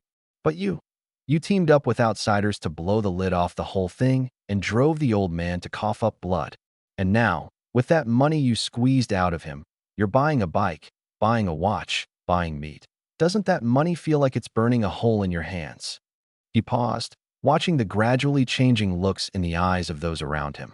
Especially when he noticed two patrol guards wearing red armbands seem to pass by the entrance, his nerve grew, and he raised his voice another notch. Everybody, come be the judge. He's a young fellow who's only been working a few years. Where'd he get all this money to buy this and that? If you ask me, that money's got a shady origin. Who knows what underhanded means he used? Extorting and blackmailing a lonely old man. Comrade guards, there's someone here acting suspicious, splurging a fortune. Su Damao shouted, making as if to wave toward the patrol guards at the entrance. I'd been watching his performance coldly the whole time. Only now did I slowly raise my wrist, gently blow on the smooth dial, and wipe away a bit of non-existent dust with my sleeve, my movements elegant and unhurried, as if his hysterical accusations were nothing but background noise. I lifted my head, looked at Su Damao's face, flushed red with agitation, and was just about to speak. At that moment, the heavy cotton curtain hanging at the entrance was lifted from outside, letting in a gust of cool morning air. A young woman in a light gray linen suit, her jet black, glossy hair braided into two thick plaits, walked in slowly, supporting an elderly woman with graying hair, gold-rimmed glasses, and a refined, gentle air. The young woman had fair skin, features like a painting, a delicate nose bridge, and lips of a natural cherry pink. Even in heavy winter clothing, she couldn't hide her elegant, ethereal beauty, like a narcissus quietly in bloom, and she instantly drew the eyes of many people in the hall. Su Damao, about to press his attack, froze as if someone had hit pause. The malice and agitation on his face vanished without a trace in an instant, replaced by a nearly rigid, forced expression of gentleness. Even his back unconsciously straightened a few degrees. My gaze, too, moved off Su Damao's face and landed on the young woman who'd walked in. The jet-black braids swayed gently with her steps, their ends brushing the shoulders of her light gray linen suit, leaving behind ripples almost too faint to see. Her skin, under the overhead lights, was so pale it was nearly translucent. Her lashes were long, her eyes like obsidian soaked in clear water, carrying a natural, unguarded purity when they looked at someone. The elderly woman she supported, though advanced in years, held her back ramrod straight. The gaze behind the gold-rimmed glasses swept over the hall, carrying the kind of subtle scrutiny one uses to spot typos on a page. That carefully rehearsed expression of Su Damao's, a blend of delight and tenderness, snapped into place in an instant.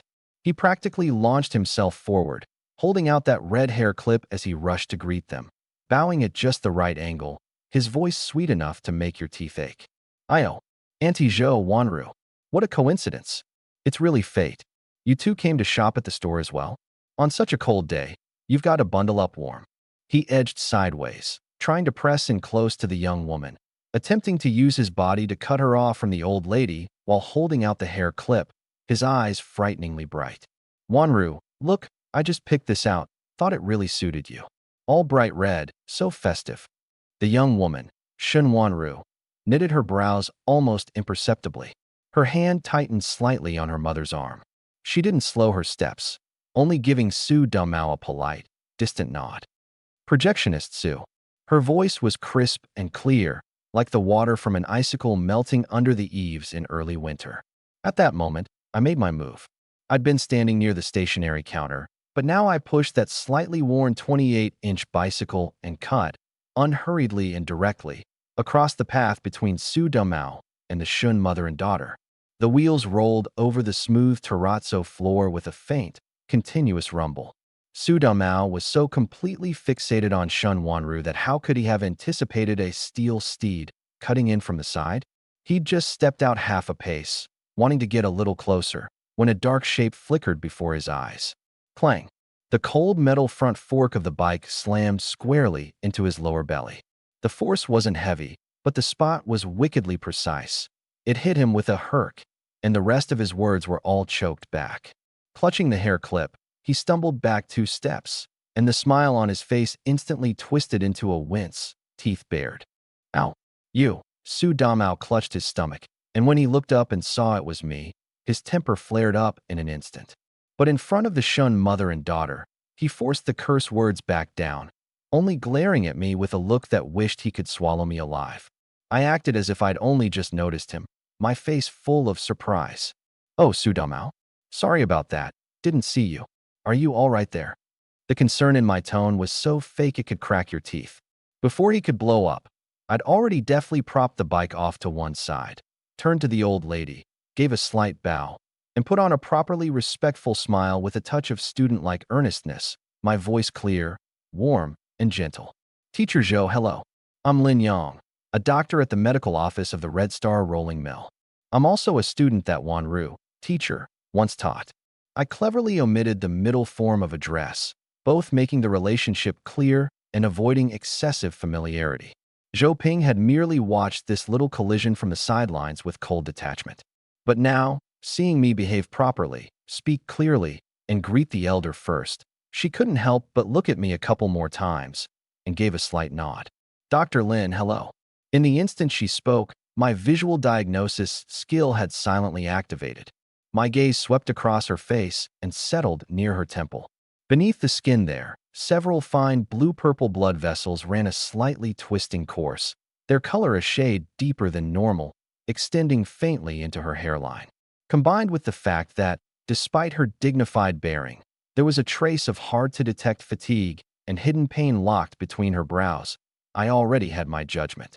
My tone stayed calm and even, like I was just making small talk. Ms. Zhou, haven't you been sleeping well lately? Especially in the early morning or after you've been working hard, doesn't the left side of your head, maybe about an inch behind your temple, throb and tighten in waves, like there's a tendon in there pulling tight? The composure Zhou Ping always carried shattered in an instant. She reached up and adjusted her gold-rimmed glasses. She had never described the exact location and nature of that pain in such detail to anyone but her own daughter. I gave a little smile and explained in plain, easy-to-follow terms. Just looking at you, you seem a bit worn out. When you walked in just now, I noticed that the small blood vessels under the skin near your left temple had an unusual color and pattern. In Chinese medicine we say, where there's no flow, there's pain. On top of that, you unconsciously pressed that spot with your fingertip. Quick as it was, I caught it.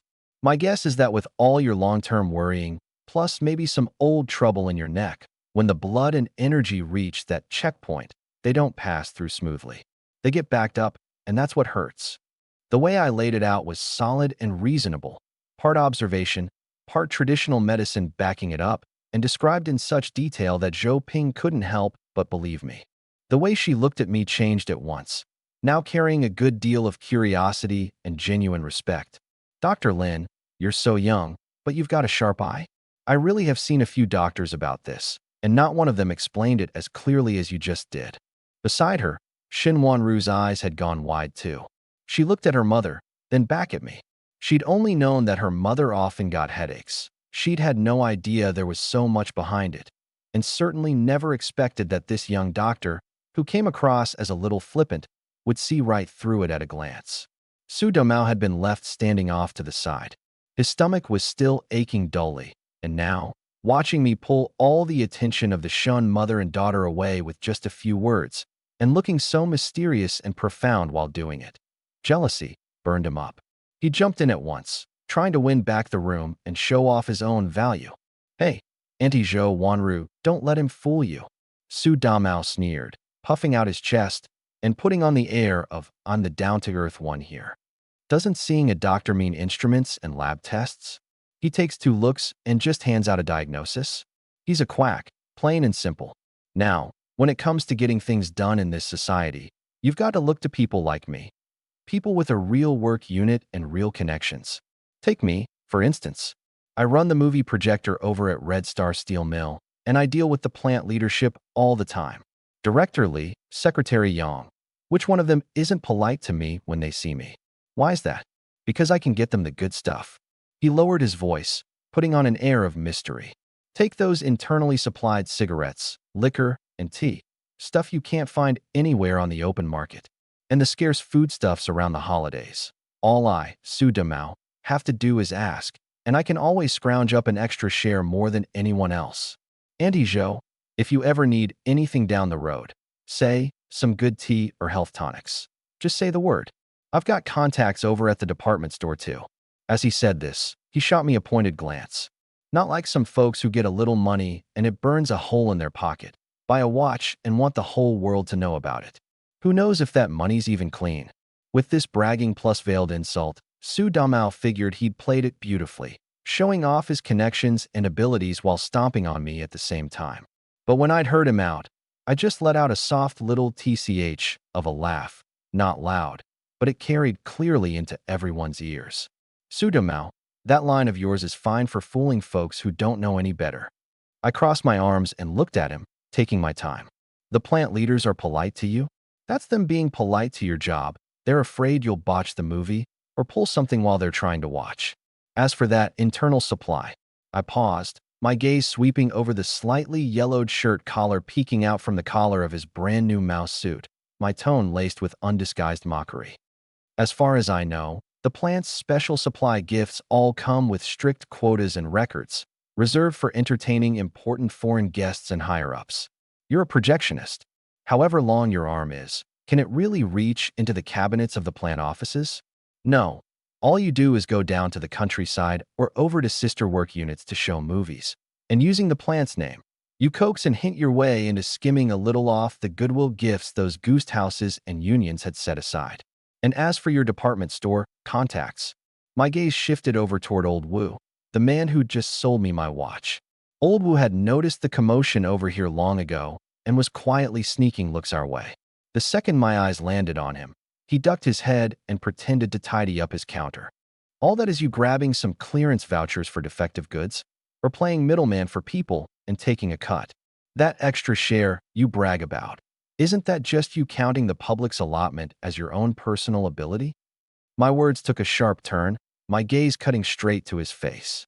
And another thing, you just said my money came from somewhere shady?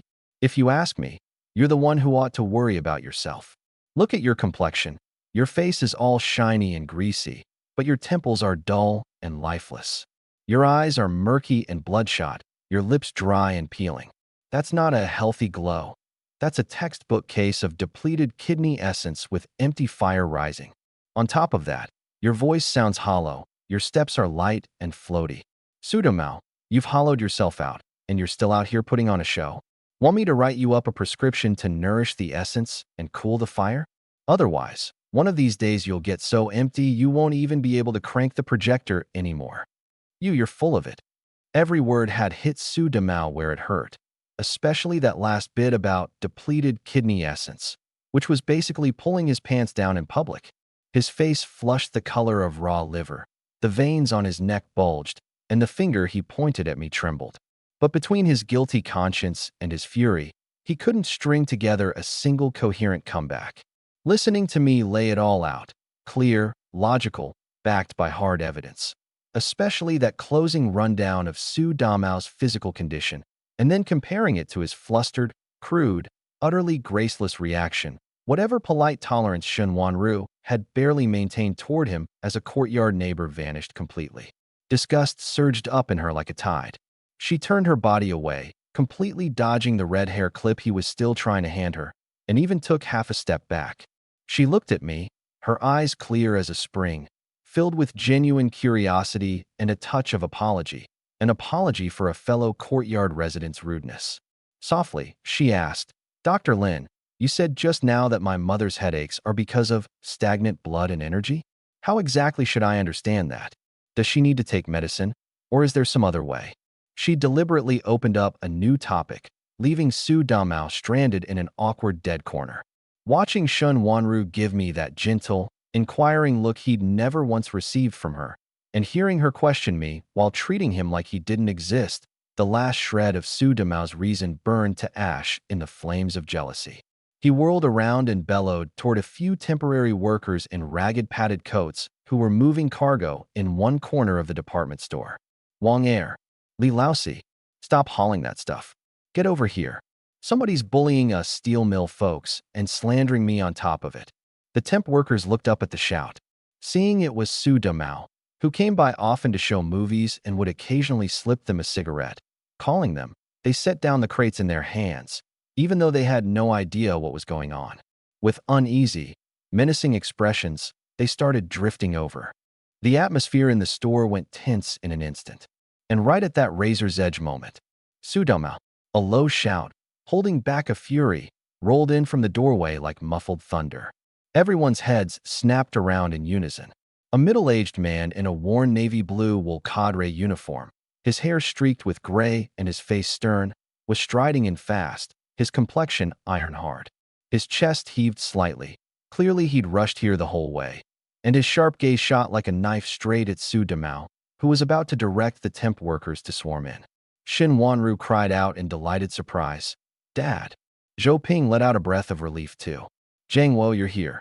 The newcomer was none other than Shun Wanru's father, Shin Zhangwo.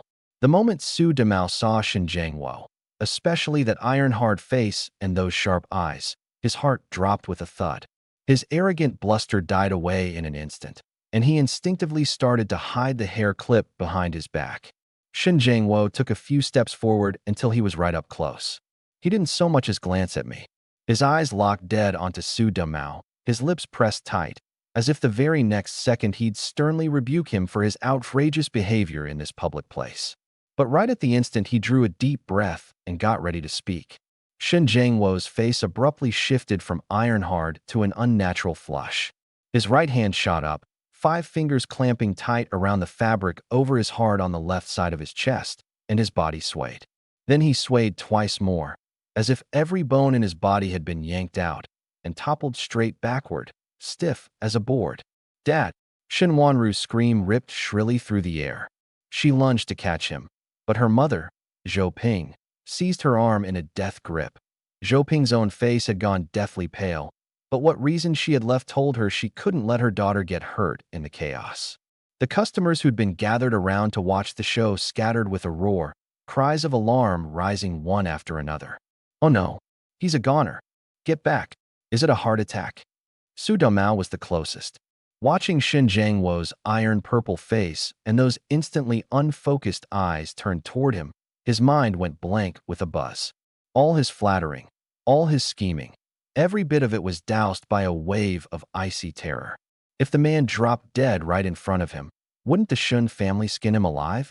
Medical bills, blame, a lifetime of accusations. Without a second thought, he spun around and dove toward the cluster of temp workers behind him, trying to squeeze into the crowd and slip away. But he'd barely taken half a step when an irresistible force seized him by the back of his collar. Gah!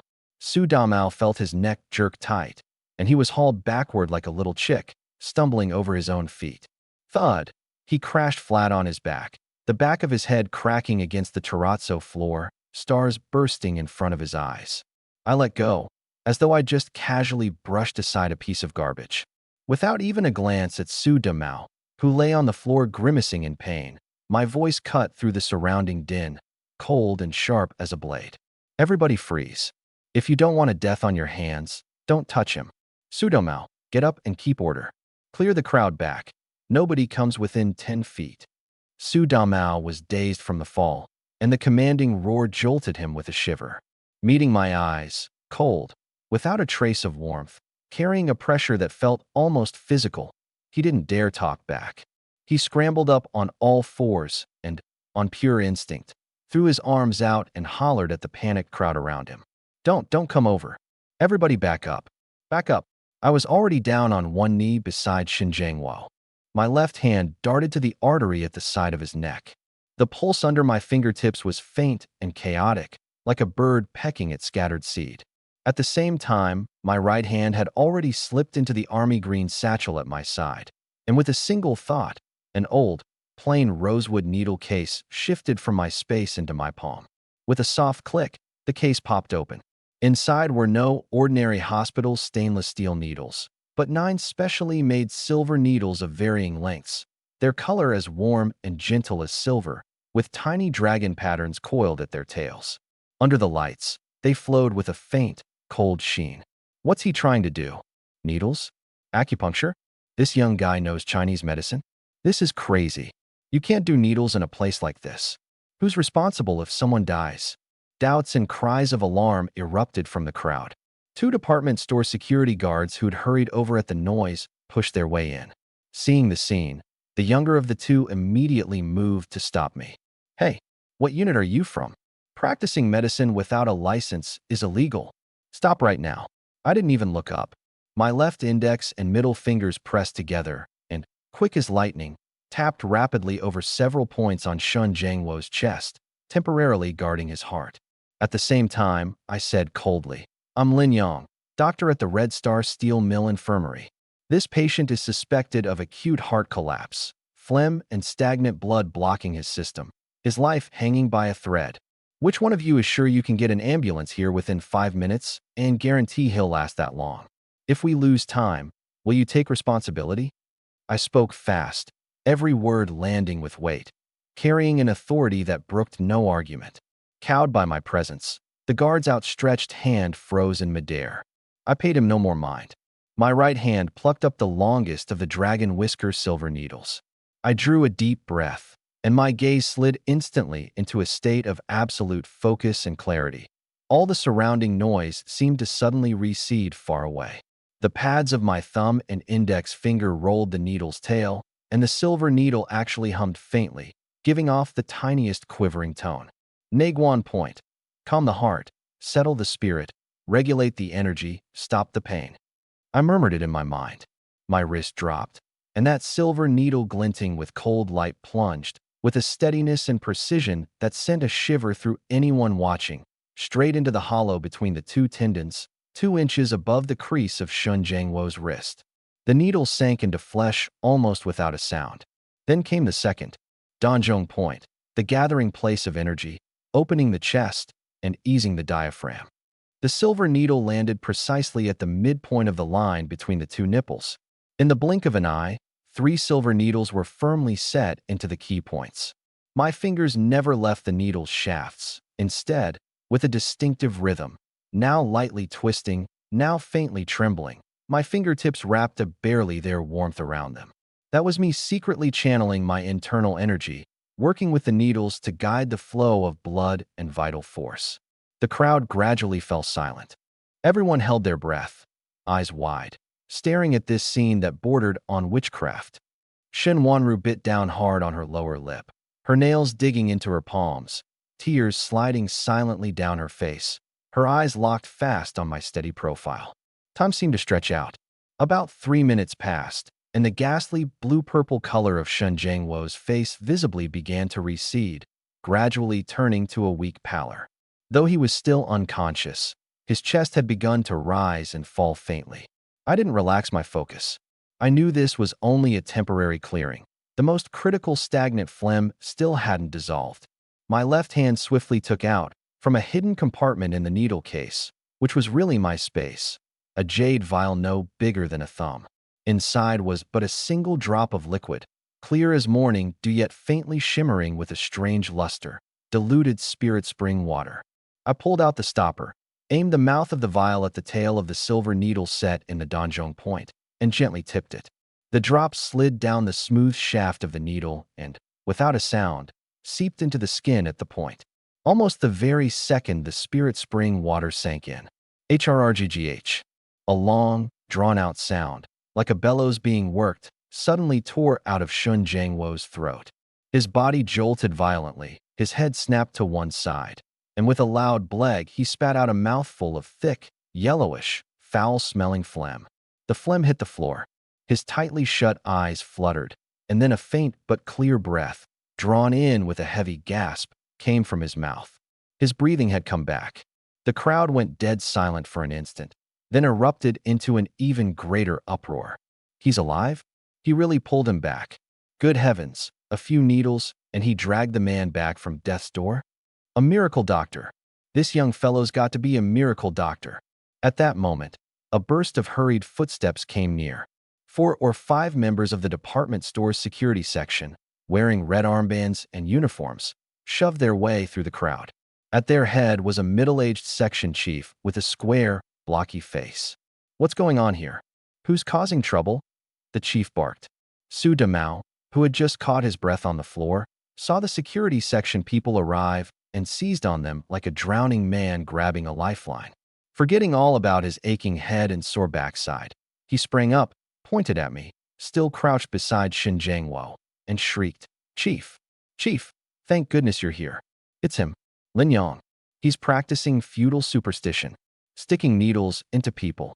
He nearly killed Mr. Shun. Look at the needles in his hand. Those are murder weapons. This is attempted murder." The security chief's gaze immediately shot sharp toward me, and toward that strange set of dragon whisker silver needles in my hand. His brow knitted tight. "Comrade, I need you to stop what you're doing at once and come with us."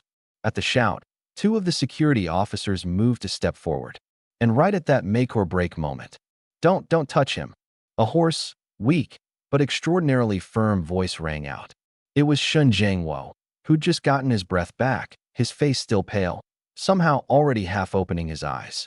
His left hand rose, trembling, but instead of clutching his still aching chest, he used all his strength to grab hold of my wrist just as I was about to withdraw the needles. His hand was ice cold, but its grip was extraordinarily strong. Then, slowly and with tremendous effort, he turned his head. His eyes, murky before but now clear again, looked towards Su Damao, who was standing nearby squeezing out a look of concern and trying to edge in. Shin Jangwo's lips moved slightly. No sound came out, but that gaze, as if recoiling from something utterly filthy, carried undisguised disgust and cold contempt.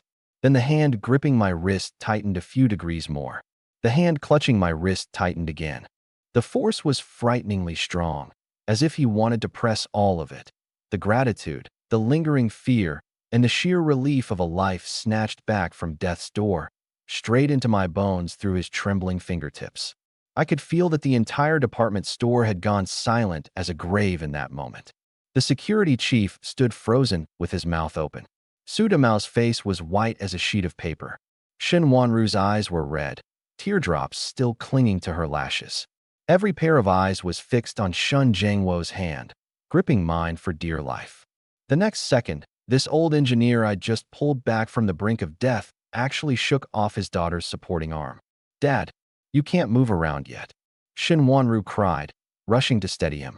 He ignored her, his jaw clenched tight, cold sweat beating up on his forehead one drop after another. With one hand braced on me and the other on the ground, his whole body shook as if with the chills. Wanru and her mother, Zhou Ping, tried to prop him up from either side, but that stubborn, "Don't stop me" look in his eyes drove them back. And then, in front of the whole store, this man, so weak he couldn't even stand steady, slowly, bit by bit, bent forward at the waist toward me. A deep bow, almost 90 degrees. In that moment, I understood perfectly well. This bow wasn't just bending his back. It was to publicly overturn the murder charge that had almost been pinned on me a moment ago. Dr. Lin." He lifted his head, his pale face flushing an unnatural red from the effort, his voice hoarse, but every word landing clearly in that silent hall. "For saving my life. I, Shin Jangwo, will never forget it as long as I live." That single sentence was like a resounding slap across Su Damao's face. And it snapped the security chief, who'd just been thrown off course by Su Damao, wide awake in an instant. Shen Jiangwo wobbled upright, but his eyes had already gone sharp as knives. He turned to the chief. His voice was weak, but he forced out the words one by one. Comrade Chief, this Dr. Lin is the benefactor of our entire family. If he hadn't acted decisively just now and used his ancestral needle techniques to save me, this old life of mine would have ended right here today.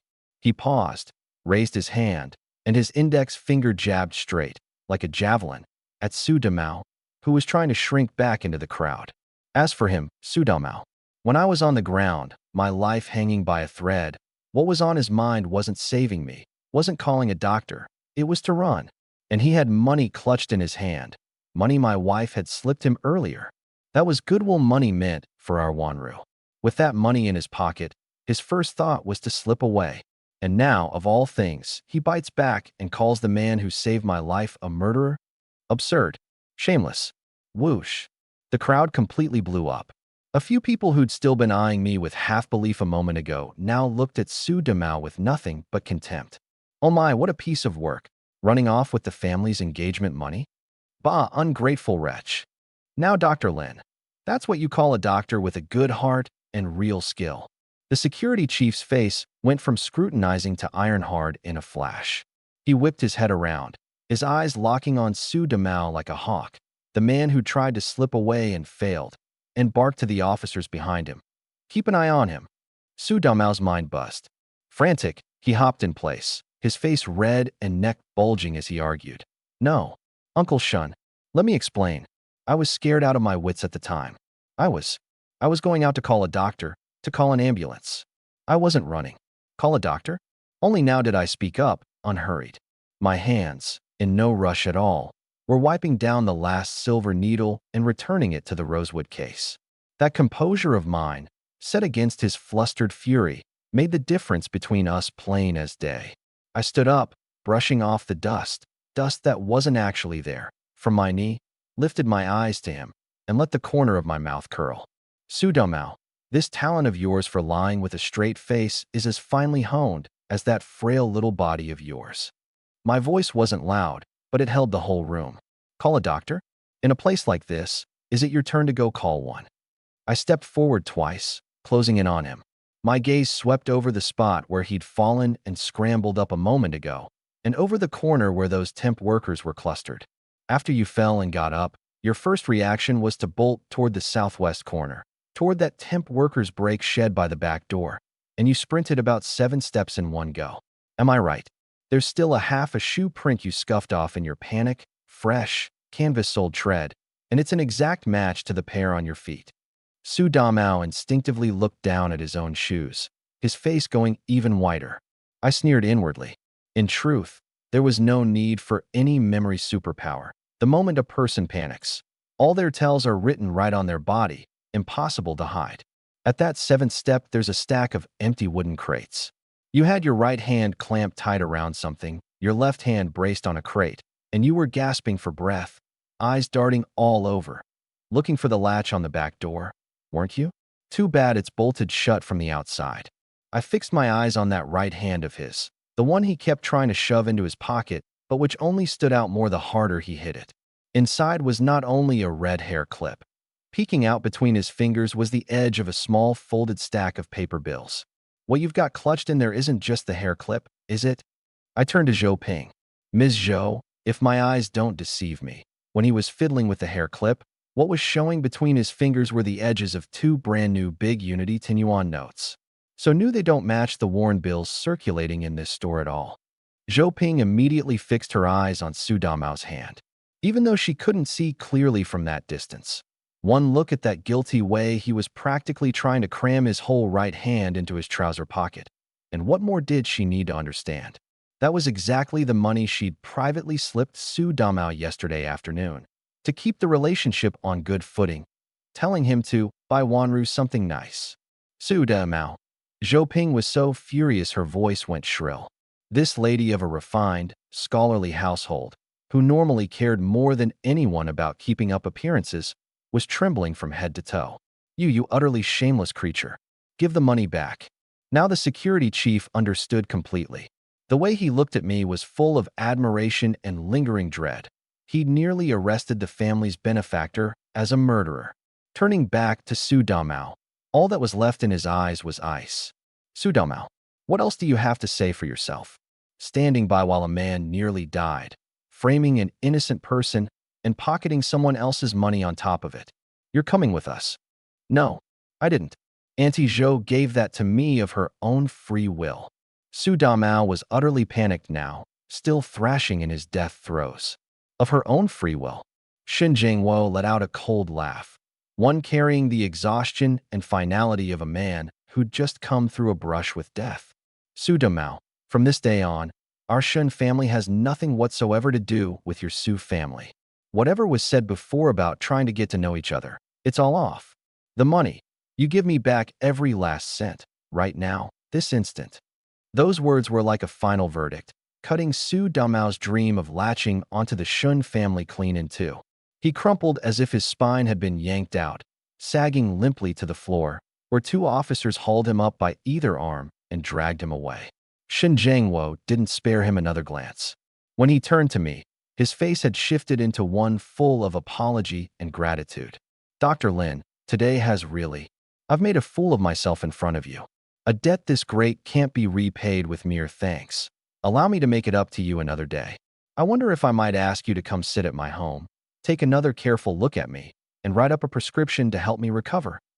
Even the way he addressed me had changed, from the casual, young Lin, to a respectful Dr. Lin. I smiled and shook my head. Honestly, saving people is just my duty, but trading on a favor to angle for something in return, that's something I've never done. The more a moment like this calls for it, the cleaner you have to bow out. Play it just right, and folks will only think the more of you. Engineer Shun, no need for formality. Healing is simply a doctor's duty. The most important thing for you right now is rest and quiet. Don't get worked up. I'll write up the prescription later and have Ms. Wanru bring it to you. No need for a house visit. I've got to hurry back to the plant." I turned him down flatly, without a trace of hedging. The appreciation in Shun Jiangwo's and Zhou Ping's eyes only grew stronger. I fished a palm-sized notepad out of my satchel, its cover printed with Red Star Steel Mill Infirmary, scribbled a few lines, tore off the sheet, and handed it to Shun Wanru, who'd been standing beside her father all along, watching me with a complicated look.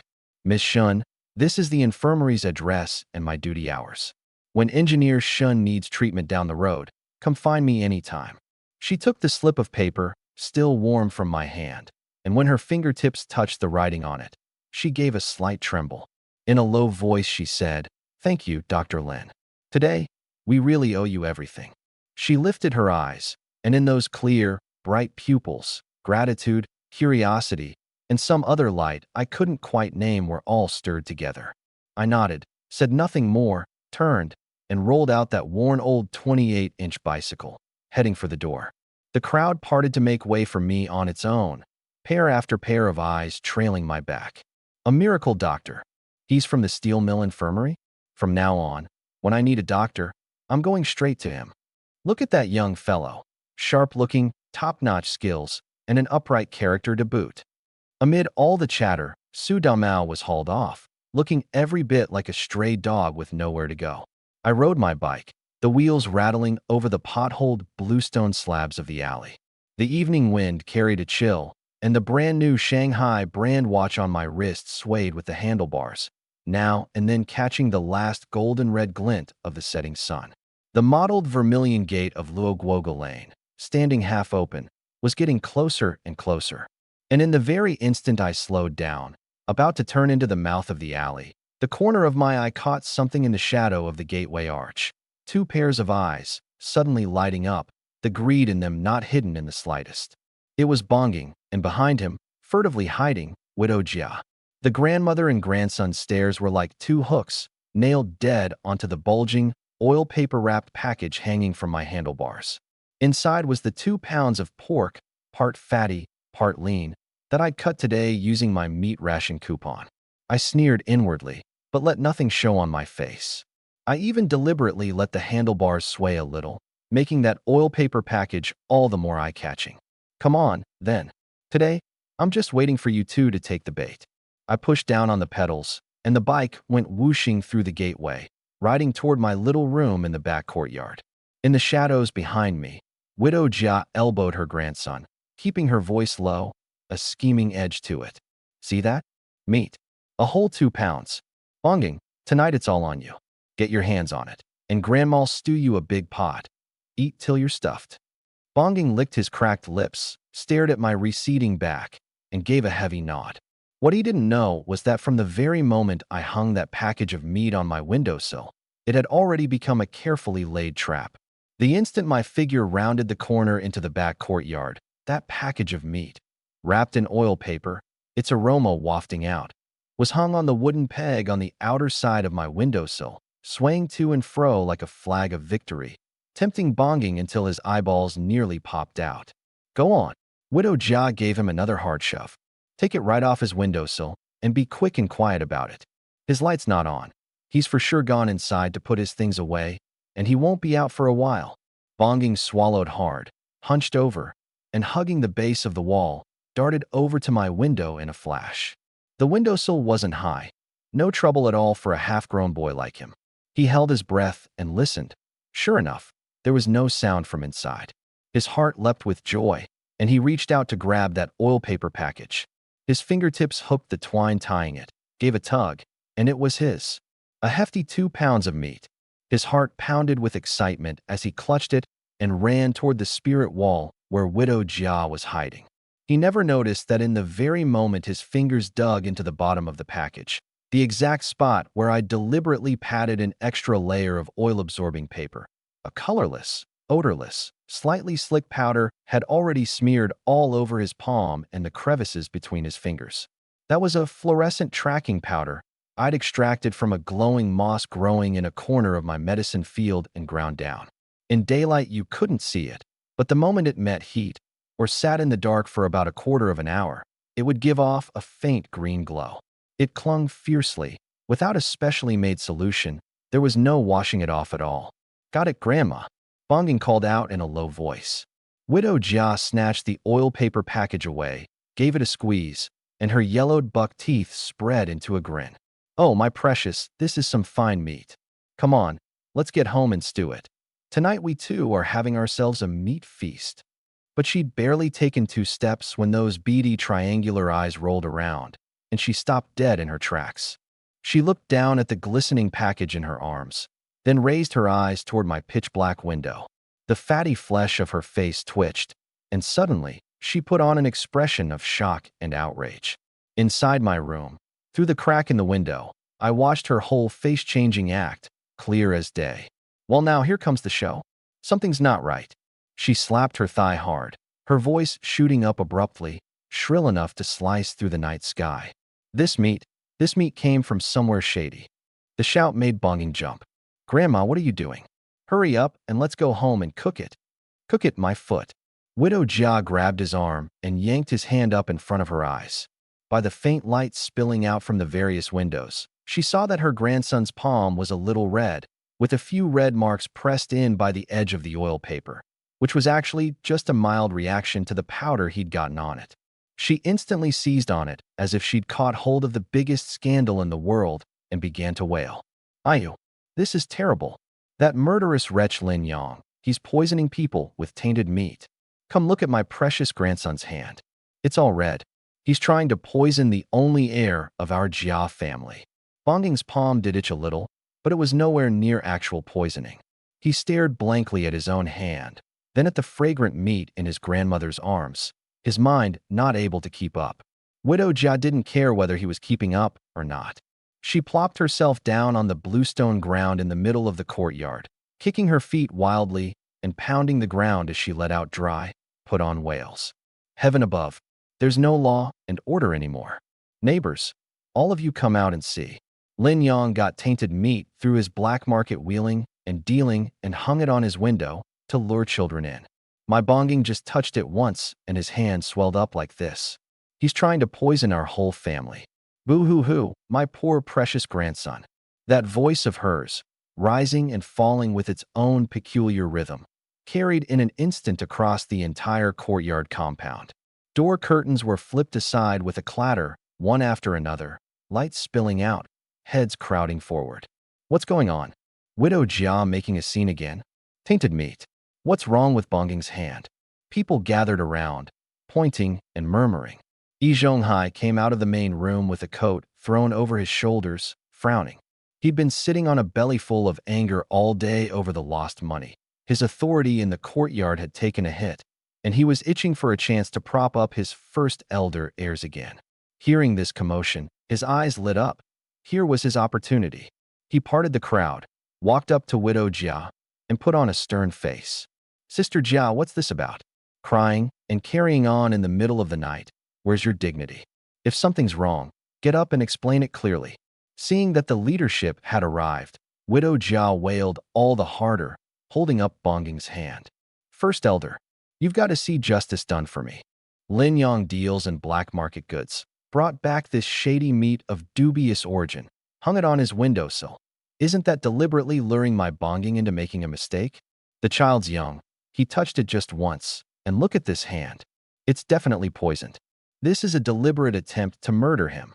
Yi Zhonghai sneered inwardly, but his face grew all the more grave. He looked at Bongging's slight redness and swelling, then at that package of meat, then thought about how disrespectful Lin Yang had been to him earlier that day and about the retirement savings he'd very likely lost, and a surge of wicked anger rushed straight to his head. He turned to face the crowd, cleared his throat, and assumed his first elder bearing. Everyone heard that. This is no small matter. Lin Yang, as a doctor at the Red Star Steel Mill Infirmary, doesn't properly serve the people. Instead, he's up to these crooked, underhanded schemes, getting meat of unknown origin, and possibly even harming a child of our neighborhood. This is a serious problem. He paused, his gaze landing on my darkened room. I propose we hold a full courtyard meeting right away. First order of business, criticize and educate Comrade Lin Yang. Second, to get to the bottom of where this meat came from and whether it's poisoned, we need to search his home. We can't let our courtyard become a den of filth and vice that poisons the masses. The moment these words were out, a stir ran through the crowd. Search someone's home? That was a big deal. But Yi Zhonghai's accumulated authority still held, and with Widow Jia throwing her fit and the poisoned meat hook, most people were uneasy in their hearts, but nobody dared speak up in opposition. Right? Search it. Seeing that she had backing, Widow Jia sprang up off the ground. There's bound to be other stolen goods in his place. Judging the moment ripe, Yi Zhonghai turned and headed for the length of rail track hanging under the old scholar tree that served as the courtyard's gong, snatching up an iron rod to strike it. Just then, a burst of hurried footsteps came from the mouth of the alley, along with the exasperated voice of a young man. Ma'am, quit pulling on me. I really am just passing by on my way home from work. Comrade officer, you've got to see justice done for us. Widow Jia had sharp ears. Clutching the meat package, she charged like a cannonball to the courtyard gate and clamped down hard on the trouser leg of young Officer Liu from the police station, who'd tried and failed to dodge her. Officer Liu had finished his last case for the day and, hungry, was hoping to head home, only to get ambushed while passing through Loguogo Lane. Looking at this old woman in front of him, hair disheveled, snot and tears flying, gripping his trouser leg for dear life, he felt a splitting headache coming on. Ma'am, let go first, and let's talk this over properly. I can't let go. The second I do, you'll leave. Widow Jia had shockingly strong grip. With her other hand, she pointed into the courtyard, her voice thick with tears. Comrade officer, someone's poisoning people to death. Right here in this courtyard. The evidence is ironclad.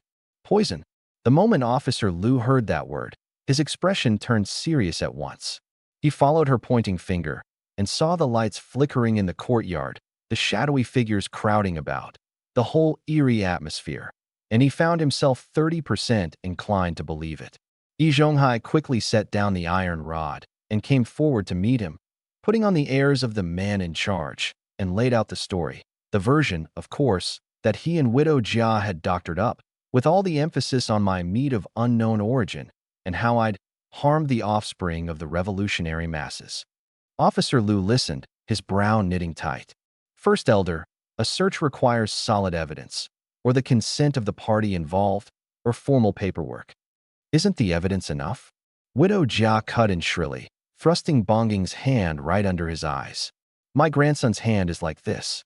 This meat is the ironclad proof. If you don't investigate, you're covering for him. Several people around them chimed in to back her up. Pinned in place, caught between advancing and retreating, Officer Liu sighed. Fine, let's look into it first. Where's the party involved? Comrade Lin Yang. He's in his room. Guilty conscience. Doesn't dare come out. Widow Jia immediately hollered. Who says I've got a guilty conscience? Only now did I push open the door and stroll slowly out from the back courtyard. I wasn't holding the meat or anything else, just had my hands casually tucked in my trouser pockets. Under the dim light, there was even a faint, elusive smile on my face, entirely out of place amid the courtyard full of anger, suspicion, and gawking. I walked straight to the middle of the courtyard, first nodding at Officer Liu. Officer Liu, sorry for the trouble, dragged into this even after your shift's over. Only then did I look toward Widow Jia and Yi Zhonghai, my smile deepening. You're saying I poisoned someone, poisoned Bongum? And that I deal in black market goods on top of it? Provoked to anger by my calm, Yi Zhonghai took a step forward. Lin Yang, we've got witnesses and physical evidence, all right here. Is this meat yours or not? Did Bonging's hand end up like this because he touched your meat or not? Do you dare let everyone go into your place and take a look? The meat, I said, glancing at the oil paper package. Yes, that I did cut today at the grocery store, using the meat ration coupon issued by the plant. The coupon stub's still in my drawer. As for Bonging's hand, I suddenly turned toward the package of meat in Widow Jia's arms, and, as if I'd only just noticed, let out an huh of surprise. Auntie Jia, you've been holding that meat for a good while now. Your hand. It's fine, is it? Widow Jia froze and instinctively looked down at the hand holding the meat. In the dimness, it seemed, nothing felt wrong? No. Wait, did it feel a little itchy? Her heart gave a lurch. I didn't wait for her to look closer. I slapped my forehead and pulled out from inside my jacket a palm-sized old booklet with a blue cover, a few song typeface characters on the front, Civilian Anti-Theft Techniques Handbook. I gave it a shake and said with a smile to Officer Liu, Comrade Liu, you asked me just now what I was doing in my room. The truth is, I was conducting a scientific experiment, an anti-theft experiment. An anti-theft experiment. The whole courtyard was stunned. That's right. Haven't there been a few break-ins in our alley lately? The factory's security section has been urging everyone to beef up their defenses too. I've got an interest in these new techniques, so I got hold of this manual to study. It mentions one method, smearing a special powder on your own valuables, harmless to people and animals, but it leaves a mark. The moment a thief touches it, the powder gets on their hands and can't be washed off for a while, which makes tracking them and gathering evidence easy. My gaze swept across Bangung's hands, then landed on Grandma Jia's hands, and finally returned to Yi Zhonghai's face. I smiled, and it was a smile loaded with meaning. I just got my hands on some of this powder today, so I figured I'd test it out at home. Smeared a layer on the meat I bought, hung it on the windowsill, treated it like bait, just to see if it might catch the eye of certain people, and to check whether the powder actually works while I was at it. The air in the courtyard froze in an instant. Everyone's eyes snapped to that package of meat, and to Grandma Jia's and Bangung's hands. The rolls of fat on Grandma Jia's face began to twitch beyond her control. She suddenly remembered that faint itch when she'd held the meat earlier and the unnatural redness on Bangung's hands. I took in every bit of their reaction, then looked away and turned to Officer Liu. Comrade Liu, since we've come this far, for the sake of gathering evidence and clearing my name, could I trouble you to switch off the courtyard street lamp first? Though Liu didn't understand what I was after, his professional sharpness kept him from asking questions. He walked over to the old, worn-out electrical switch by the courtyard gate. With a click, the dim yellow lamp on the old scholar tree went dark, and the whole courtyard was swallowed by blackness in an instant. Hey, why'd you turn off the light? A wave of grumbling rose from the crowd. Everyone stay calm. The experiment needs darkness. Before I'd even finished speaking, my fingers struck a match. The dancing flame lit up half my face. Then I fished a finger-length sprig of dried grass out of my pocket, dark purple all over, and brought it to the flame to light it. There was no ordinary crackle of burning plants. The moment that purple grass caught fire, it gave off wisps of extremely faint purple smoke, and a crisp, clean plant fragrance quickly spread out. Breathing it in gave the mind a sudden jolt of clarity. Cover your nose and mouth. Don't breathe it in directly, I reminded them. Holding that sprig of revealing grass, trailing purple smoke, I walked, unhurried, straight up to Bangung first. Hands. Hold them out.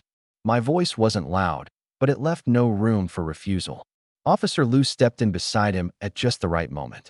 Bangung looked to his grandma for help, but at this moment Grandma Jia was staring dead-on at that strange wisp of smoke. Every drop of color drained from her face. Under everyone's watching eyes, Bangung trembled as he opened both hands. I moved the burning grass to about a foot above his palms, letting the purple smoke waft evenly over them. That's the exact moment the astonishing sight happened. The instant the purple smoke touched his palms, the skin that had only been faintly red before suddenly lit up with a clear, glaring patch of purple fluorescence. Against the pitch-black backdrop, it looked like he was cradling two balls of eerie ghost fire, the lines of his palms glowing purple too. SSSS, good heavens, it really lit up. Purple. In the darkness, gasps of shock rose one after another. That purple glow was so undeniable that it shattered the poisoned and swollen lie to pieces in one blow. This was no poison. This was clearly the mark left behind by stealing. I pulled the grass away, but the purple glow stubbornly clung to Bangung's hands and refused to fade. I turned around and shot my gaze at the nearly collapsing Grandma Jia. Auntie Jia, you held it so tightly. Would you like to take a look at your hands too? She flinched as if bitten by a snake and suddenly moved to throw down the oil paper package, but it was too late. I flipped my wrist, and the purple smoke swept over her wrist, the back of her hand, and that old apron of hers.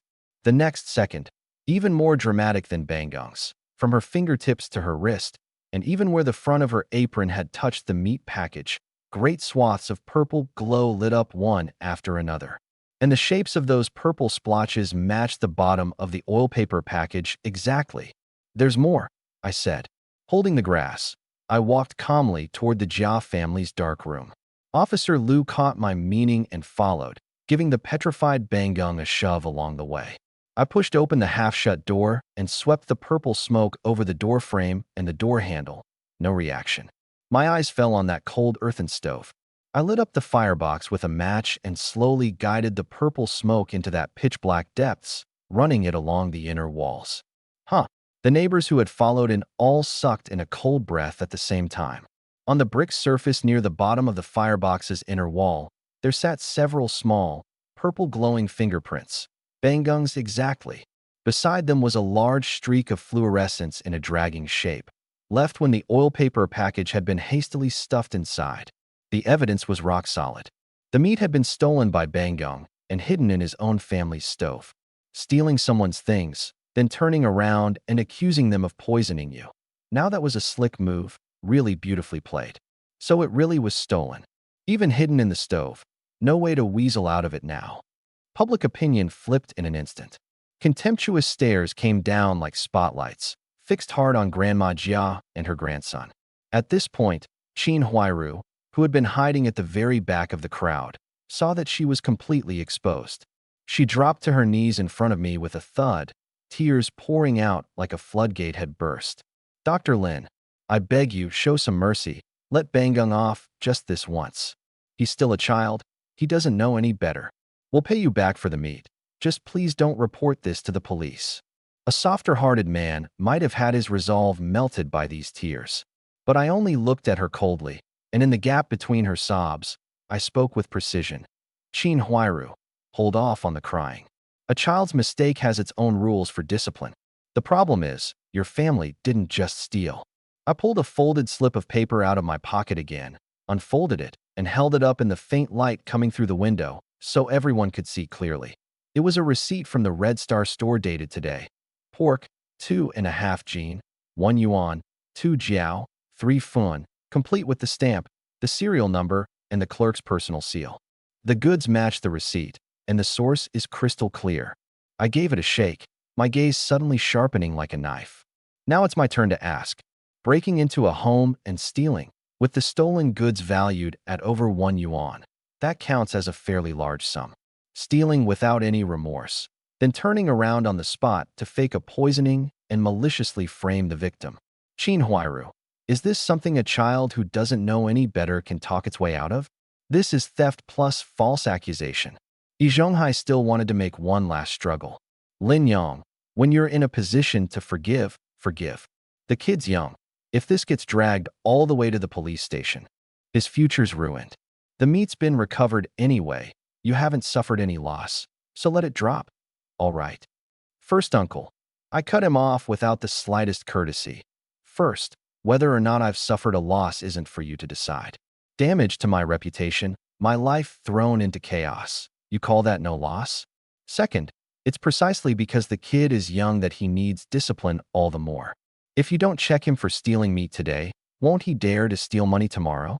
And third, I abruptly shifted my tone and raised my voice toward a certain direction in the crowd. Master Zhang, you're from the factory security department. You give us your judgment. Can this matter just be dropped? The crowd parted, and a middle-aged man in a worn blue work uniform, his face stern, walked out with a grim expression.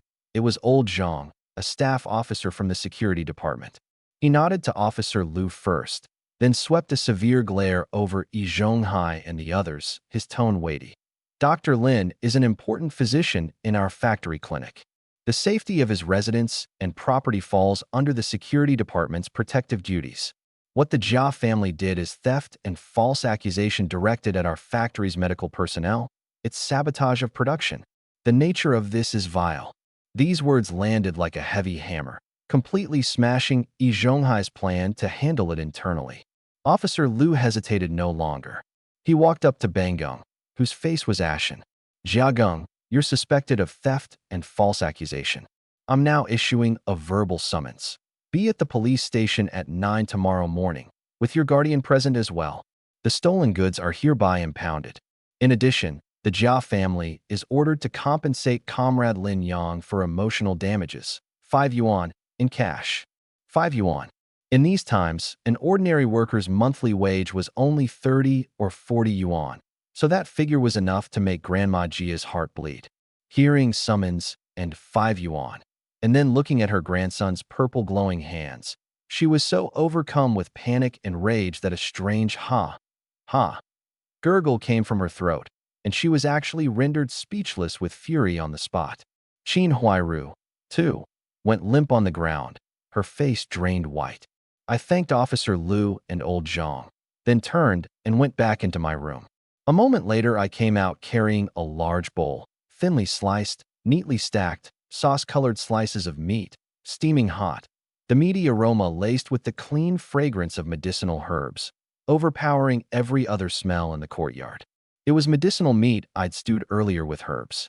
I picked up a slice with my chopsticks and, smiling, handed it to a neighbor nearby who was usually upright and honest. Uncle Wang, have a taste. It replenishes the spleen and boosts your energy. Then I handed pieces to Auntie Li and Grandpa Zhao. The ones I gave to were all people who hadn't joined in the earlier commotion, the ones with clear eyes. The fragrance drifted through the cold air, and the neighbors thanked me, sighing with satisfaction. Meanwhile, the 3 members of the Jia family, so close by, could only slump on the cold ground, smelling that meaty aroma that would never be theirs, bearing the surrounding gazes of either sympathy or mockery. In this moment, that fragrance had become the cruelest punishment of all. I washed my hands and slowly strolled over to Bangung, whose wrist was being held by Officer Liu. I bent down slightly, looked at those hands of his glowing eerily purple in the night, and in a voice only the 2 of us could hear, softly said, "This color looks nice, doesn't it? It won't wash off for at least 3 days. When you go to the station tomorrow, remember to hold them out for the police officer, so he can get a good look." Bangung was nailed in place by those words of mine, light as a feather, yet heavy as a stone. He lowered his head and looked at his own hands, still glowing faintly purple in the dimness, and terror washed over him like ice water, shooting up from the soles of his feet all the way to the crown of his head. His teeth chattered, and he even forgot to cry.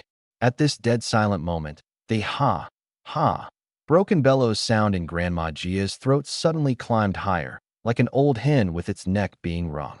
Seeing her grandson's wrist gripped by Officer Liu, those glaring purple hands looking as if they'd be cuffed the very next second, a rush of wicked fury mixed with despair broke through the last shred of her reason. "My precious grandson.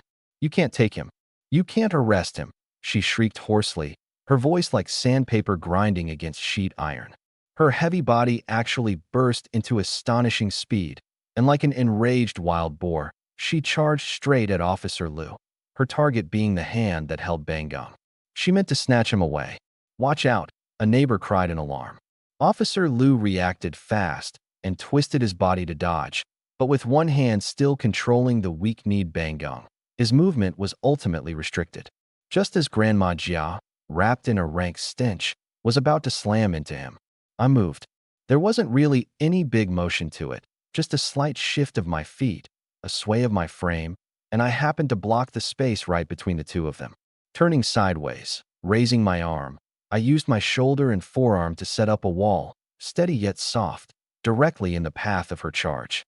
With a muffled thud, she slammed squarely into my arm. The scene I'd imagined, of being knocked flying, never happened. Instead, it was she who, like hitting a wall wrapped in cotton cloth, took a rebounding force straight to the chest that left her breathless. Her vision went black, and she staggered back 2 steps before plopping down hard on the cold ground again. Worse still, this charge and collision made her gasp violently, sucking in a good deal more of the revealing grasses, purple smoke that hadn't yet dispersed in the air. The slight itch and soreness in her throat suddenly intensified, as if an invisible hand were clamping down on it hard. "Ha ha, Erk." She opened her mouth wide, her face flushed purple from holding her breath, veins bulging, her hands clawing uselessly at her neck. Yet she could only produce more urgent, more hoarse gasps. Even the tuneless dry wailing from before was gone now. Her eyeballs bulged out, bloodshot, filled entirely with terror. She really couldn't speak anymore. I looked down at her from above, not a ripple in my gaze, as though I'd just brushed away a speck of dust.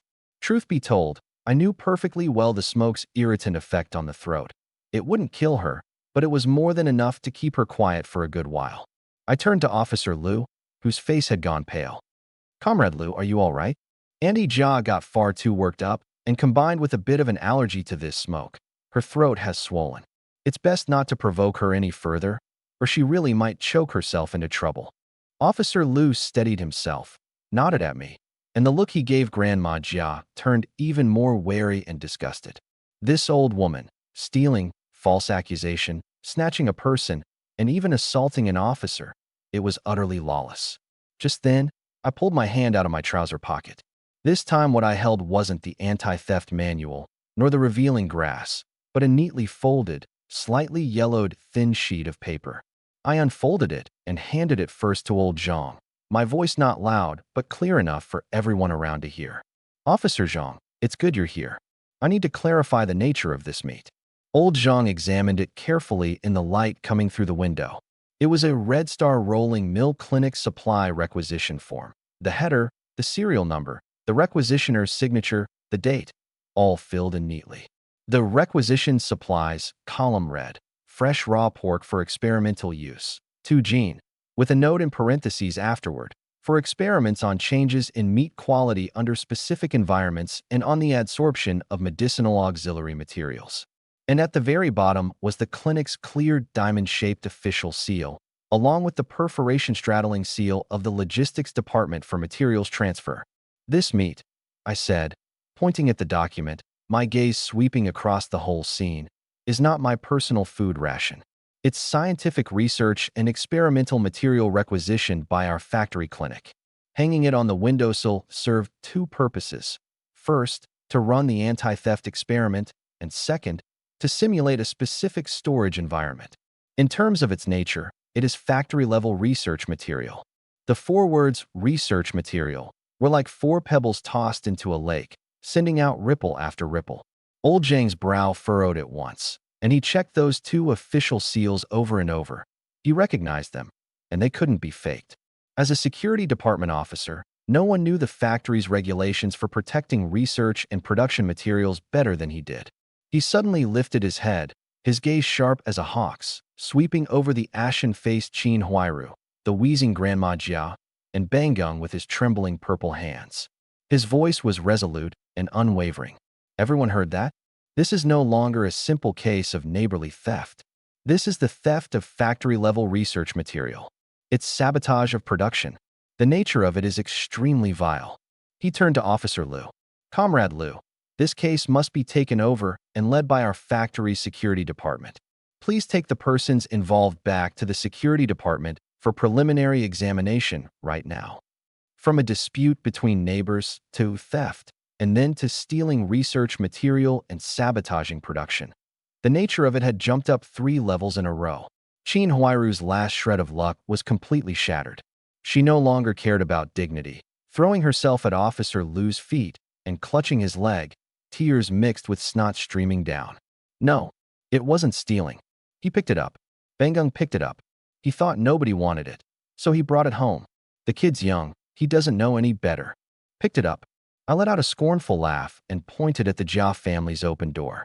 Qin Huairu, you can pick up things off someone else's windowsill? And something you picked up, do you need to frantically hide it in your own stove?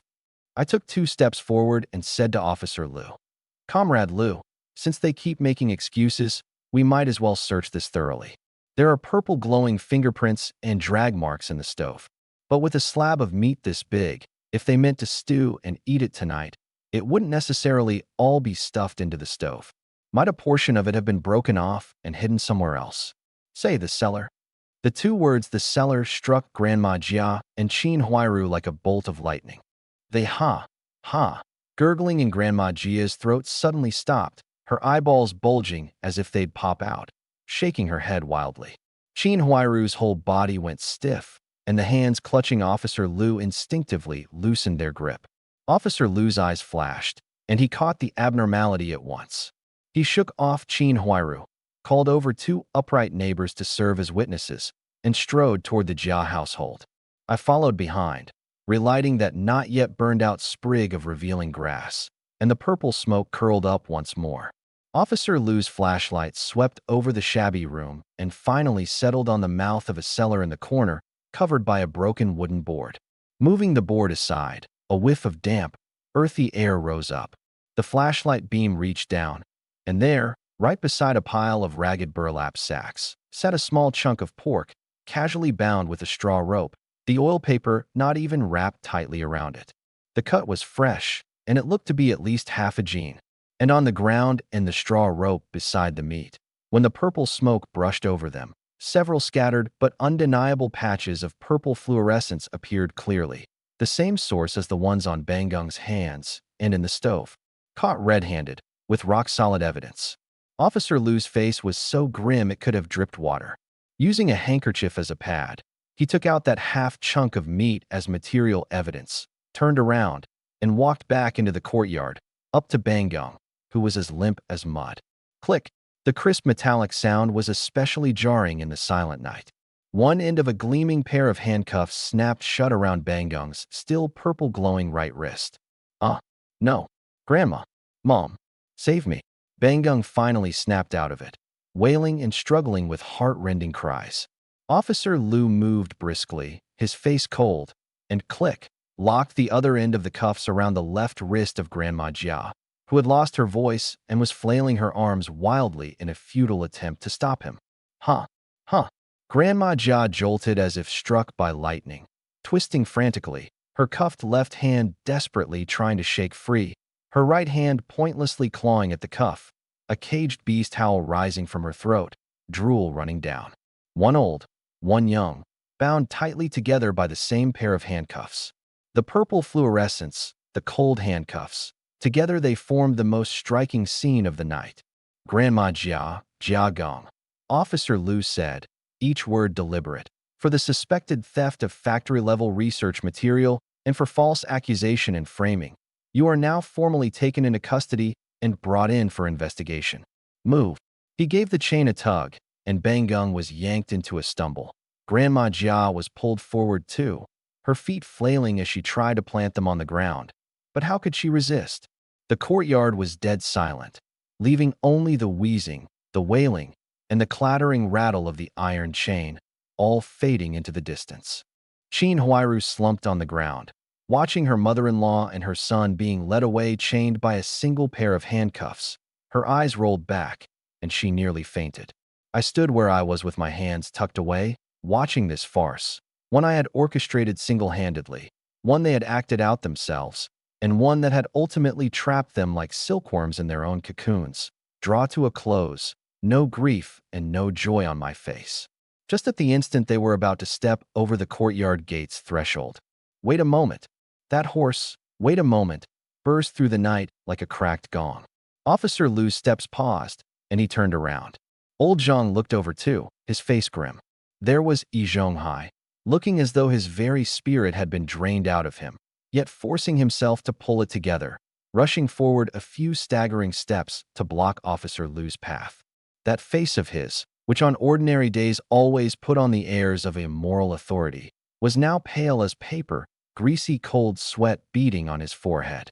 He didn't dare look at Officer Lu or old Zhang.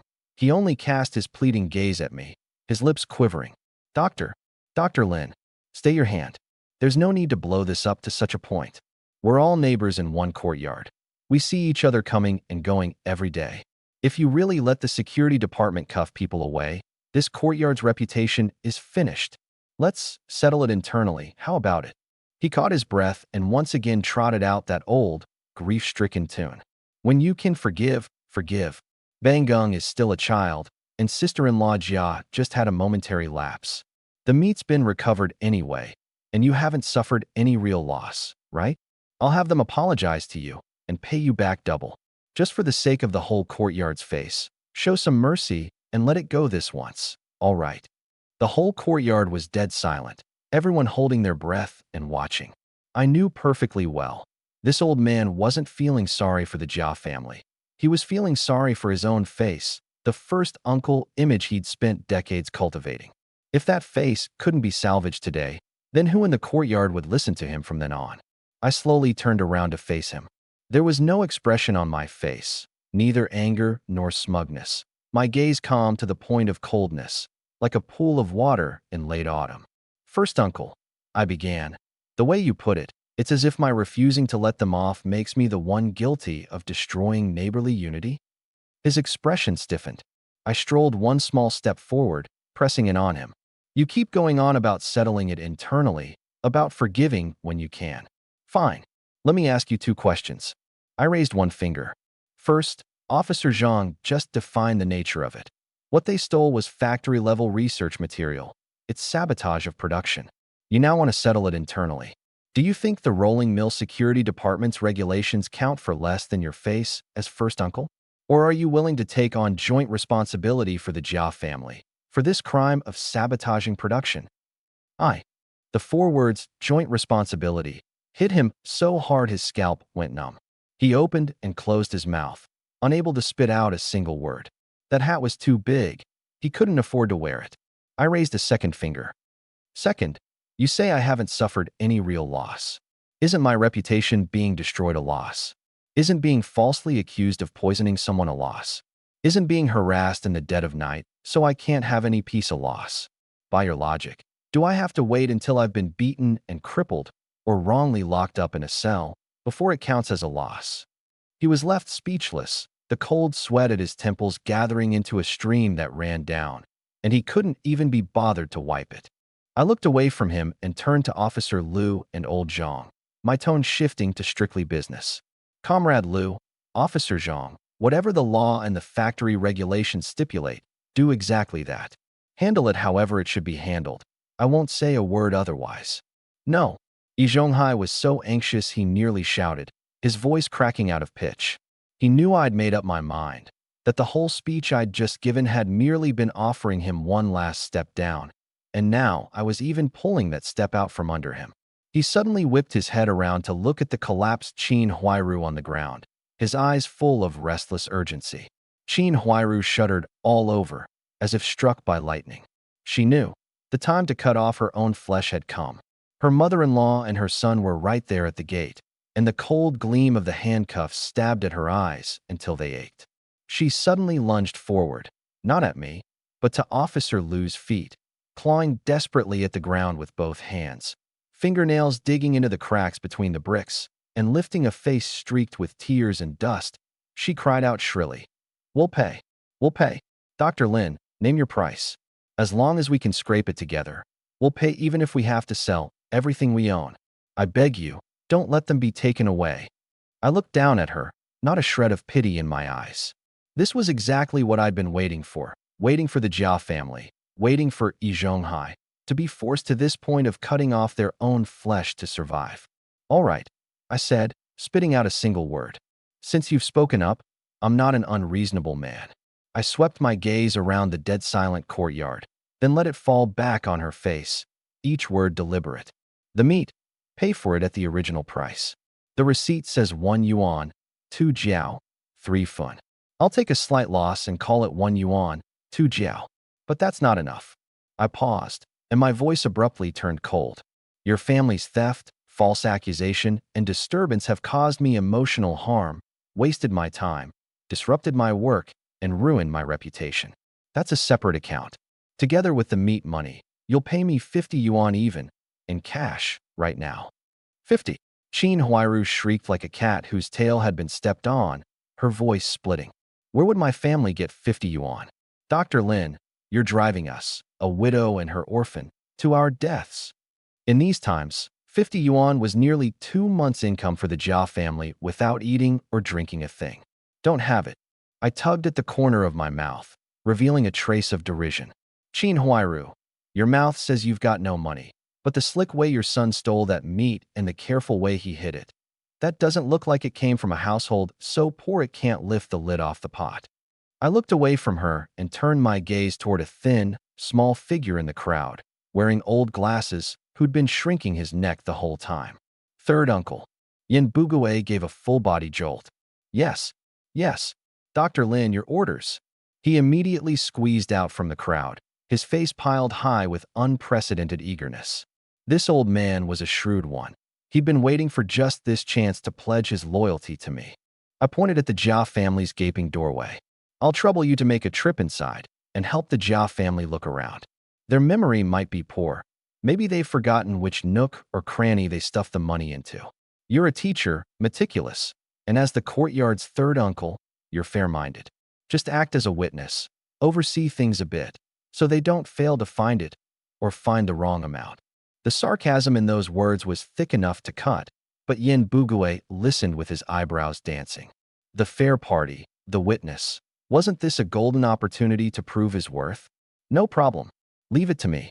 He thumped his bony chest and even straightened the collar of his old Zhongshan tunic, then clasped his hands behind his back and, with a stride he fancied was very fair-minded, walked into that mildew-scented room of the Jia household. Qin Huairu tried to stop him. She'd barely opened her mouth when my icy stare nailed her in place, and she could only watch helplessly as he entered her own home like an imperial commissioner. The courtyard was left with only suppressed breathing, Grandma Jia's wheezing, Bangung's whimpering, and the rustling sounds of Yin Bugue rummaging inside. Every second was torment for Qin Huairu and Yi Zhonghai. Suddenly, from inside the room came Yin Bugue's raised voice, carrying the excitement of having spotted his prey. "Uh-huh, here it is, in the crack of the bed. Well, hidden really tight."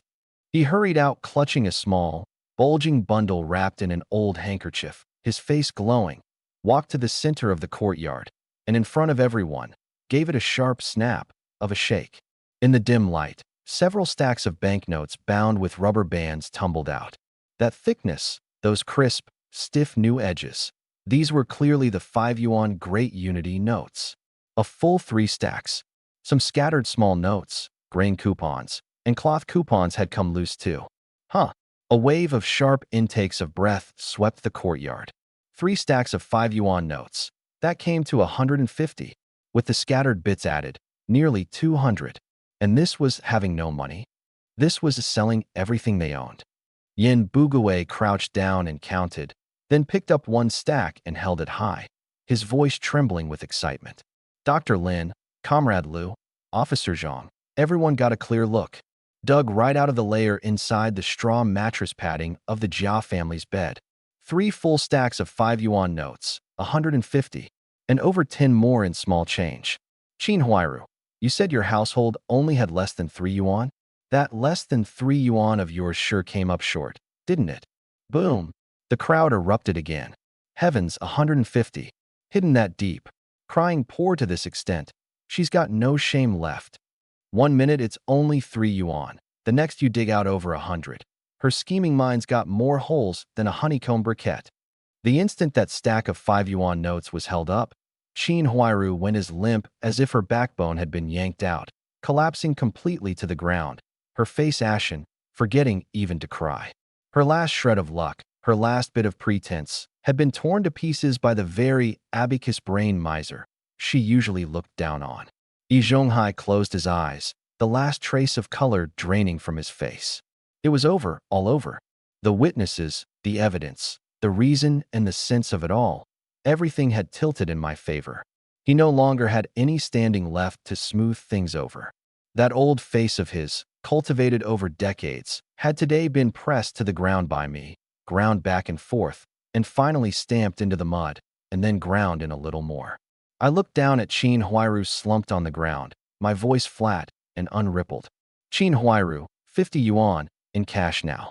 Or would you rather Comrade Liu and Officer Zhang take them away this very instant?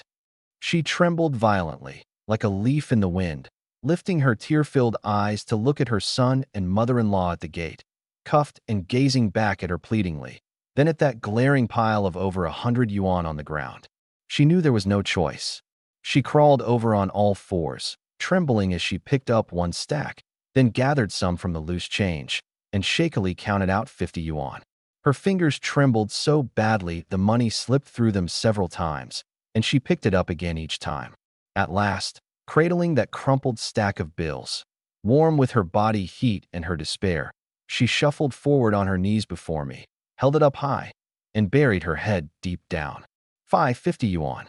Dr. Lin, for you. She was choked with sobs. I took it and, in front of everyone, counted it carefully. Exactly 50. I put the money away and looked toward Officer Liu.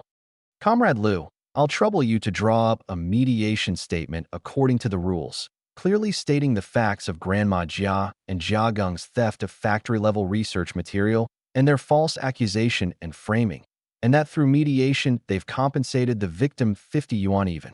Both parties sign. The Courtyard's 3 uncles sign as witnesses, and you take it back to the station for the record. I then swept my gaze over Yi Zhonghai, over Lu Haizhong shrinking behind him, and over Yin Bugui, who had just rendered meritorious service. 3 uncles, no objections? Yi Zhonghai nodded numbly. Lu Haizhong hurried to chime in. No objections. It's only right. Yin Bugui straightened his back. Rest assured, Dr. Lin, I'll oversee it properly. From the side, old Zhang added coldly, write it clearly in the mediation statement. If there's any repeat offense or any retaliation against Comrade Lin Yang, the factory security department will handle it strictly, severely, and to the maximum extent, with no leniency whatsoever. The mediation statement was quickly written up. Officer Liu read it aloud. Responsibilities clearly assigned, warnings severe. Qin Huairu pressed down her trembling thumbprint, and the 3 uncles signed as witnesses. I read it over carefully, put away my own copy, and nodded at Officer Liu.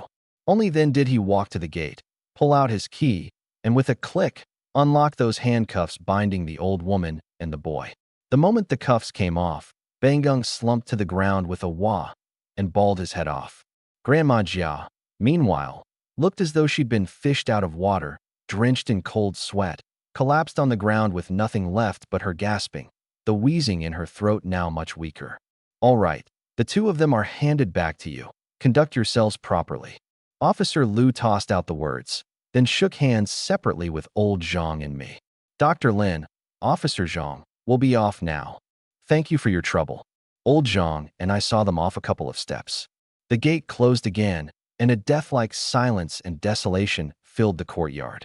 I tucked the 50 yuan and the mediation statement into my pocket and gave it a pat, as if I'd just finished some trivial little errand.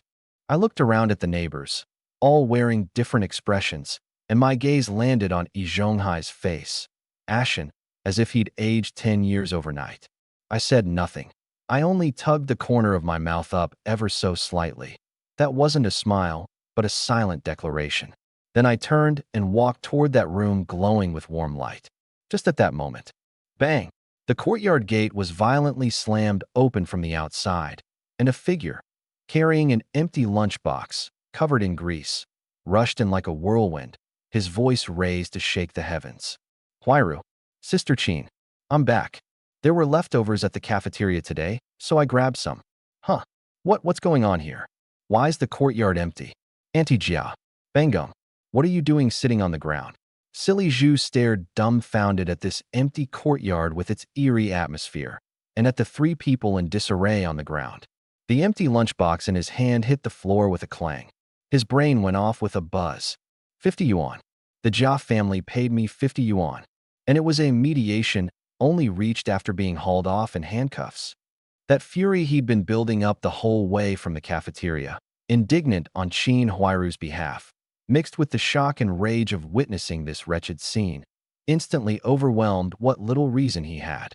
He didn't catch a word of the neighbors' chattering explanations at all. He'd only latched onto the two jarring words 50 yuan and handcuffs. Lin Yang.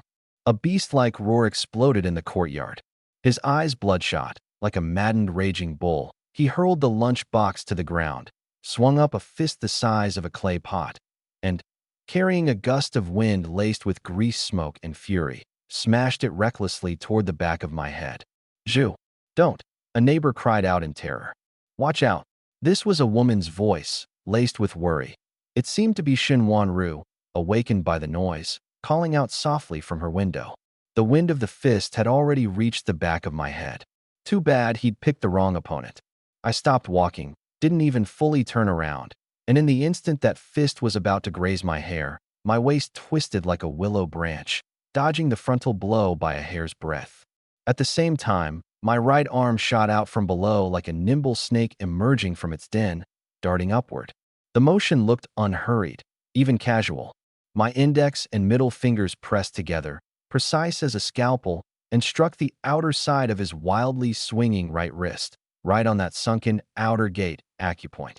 The instant my fingertips touched his skin, I released my internal force, a hidden strength like a needle piercing straight through the point. Erga! Silly Zhu's massive, charging body suddenly stiffened, and he let out a twisted cry of pain.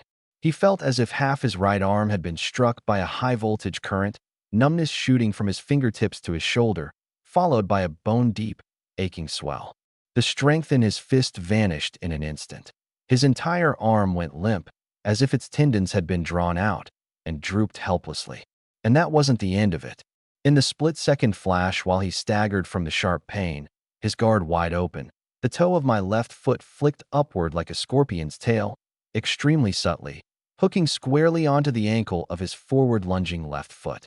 Splash, clatter. His footing lost all balance, and his solid frame of well over 150 gene fell face-first toward the ground in a textbook, dog-snatching dung, posture, landing squarely, not off by an inch, right in the puddle of dishwater Qin Huiru had just tossed inside the Jia family's threshold, vegetable leaves and grease still floating in it. Murky splashes flew everywhere, smearing his whole head and face. He struggled to prop himself up, but his right arm was numb and strengthless, while his left arm slid uselessly on the slick ground. For a moment, he was like a turtle unable to flip itself back over, floundering in the dirty water, humiliated to the extreme. The whole courtyard was dead silent, leaving only his heavy panting and the squelching of the water. Only then did I slowly and leisurely turn fully around, looking down at him from above, no expression on my face, but my gaze cold as ice. I brushed off some non-existent dust from my clothes. Silly Zhu, out of respect for the fact that you usually fix the coal stoves and unclog the drains for folks in this courtyard, this time it's a warning. Next time, this hand of yours, and your rice bowl too, I'll smash them both. I bent slightly, lowering my voice until only the few people nearby could hear it, each word deliberate. If the factory found out that Hiyuju, the master chef of the rolling mill cafeteria, has long been failing to dispose of the cafeteria's leftovers according to regulations and secretly taking them to help out the Jia family, what would that be called? Misuse of public property? Embezzlement of collective property? Is it enough to earn you an invitation from the security department for a few cups of tea? The body of silly Zhu, sprawled in the dirty water, suddenly went rigid, and his struggling stopped. He lifted his face, smeared with filthy water, and through his blurred vision, he looked into these eyes of mine, calm and unrippled, yet unfathomably deep. A chill shot straight up from his tailbone to the crown of his head, instantly dousing every last flame of his fury, leaving only dread and a trace of the terror of having been utterly seen through. He opened his mouth, dirty water trickling into the corners of his lips, salty, bitter, and rank, but he couldn't spit out a single word. In the end, he could only dejectedly lower his head, bury his face back in the water, let out a muffled humph, and dare not move again. I looked at him no longer. I turned, walked back to the front of my room, pushed the door open with a creak, went in, and shut it behind me with a backhand, shutting all the complicated stares filling the courtyard, the wretched scene, and silly Zhu's humiliation, out the door. Inside the room, the light was warm. First I washed my hands. Then, with a flick of thought, 2 thumb-sized sprigs of dried ginseng appeared out of thin air in my palm, their whiskers gnarled and tangled, faintly glowing with a jade-like sheen. These were wild mountain ginseng whiskers I'd earlier soaked and cultivated in my spirit spring within my space, then given a preliminary curing. Their medicinal properties were mild and long-lasting, perfect for gentle nourishment and guiding one's vital energy. I walked over to the small coal stove in the corner of the room. The fire hadn't gone out, and on top of it sat the half-pot of meat broth left over from the daytime, already congealed into a jelly. I lifted the lid, dropped the 2 ginseng whiskers in, poured in a little less than a bowl of clear spirit spring water, covered it back up, and stoked the fire high again. In just a few minutes, an indescribably strange fragrance came seeping out, wisp by wisp, through the gap around the lid. It wasn't the simple aroma of meat, nor the ordinary bitter fragrance of medicinal herbs. The meaty scent was rich, yet it seemed to have been washed clean of its very last trace of greasiness, extraordinarily clear and pure. The bitter sweetness of the ginseng was thoroughly awakened and transformed, blending with that vibrant, life-giving coolness of the spirit spring water to form a fragrance both domineering and gentle, one that bored straight into your mind and coaxed every one of your 5 organs and 6 bowels to reach out for it. This fragrance seemed to grow legs, penetrating the tightly shut doors and windows, spreading out with overwhelming force, and in an instant it covered half of the middle courtyard. At first, only a few nearby households caught the scent. What's that smell? So fragrant. Meat? No, that's even more enticing than meat. Is that ginseng? Good heavens, what fine ginseng that must be. Very soon, the fragrance seemed to sprout wings, drifting past the spirit wall, slipping through the ornamental gate, and even rousing the people in the front and back courtyards. Where's this fragrance coming from? Why does it smell to me like it's drifting from Dr. Lin's room? It sure is. Slurp, look at me drooling. Quite a few neighbors couldn't resist poking their heads out, and, following the scent, fixed all their eyes on that tightly shut door of mine. Some instinctively edged a few steps closer, standing on tiptoe and craning their necks to sniff hard, their faces wearing expressions of both intoxication and longing. Yin Bugue had even felt his way to right below my window, his Adam's apple bobbing up and down without pause. Inside the room, the broth in the pot had come to a rolling boil, taking on an enticing pale amber color. The ginseng whiskers had unfurled completely, their spiritual essence and medicinal power fully melted into the broth. I ladled out a bowl. The broth was clear and bright, the steam carrying an even richer aroma. I blew on it and took a small sip. The warm soup slid down my throat, and a wave of heat exploded through me at once, flooding out to every limb and driving away the chill of the deep night, along with the little bit of fatigue left over from that earlier battle of wits. Mixed into that warmth was a thread of cool vitality, quietly nourishing the meridians and blood that had been slightly drained from my cultivation and my use of concealed force. I squinted with pleasure and took another big gulp. Outside the window, those greedy sniffing sounds and hushed, rustling whispers drifted faintly through the paper pane. I set down the bowl, walked to the door, listened to the commotion outside, and the corner of my mouth curled into a faint arc, almost the smug little grin of someone who'd just pulled off a prank. Then, without hesitation, I reached out, click, and locked the door from the inside. The bolt sliding into place made a crisp sound, especially obvious in the quiet of the night. Outside the door, Yin Bugue, who had practically pressed himself against it, jumped at the noise and instinctively took half a step back. The fawning look on his face froze and dissolved into thick embarrassment and disappointment. The other neighbors who'd been craning their necks sheepishly pulled their eyes away, muttering under their breath, "Stingy, eating alone like a hog." But none of them dared raise their voice, and certainly none dared knock. "Want to eat my food? First weigh which side you've been standing on." Inside, I carried my bowl back to the stove and, savoring that soul-stirring aroma, took my time enjoying it. One bowl of soup down, and I felt comfortable all over.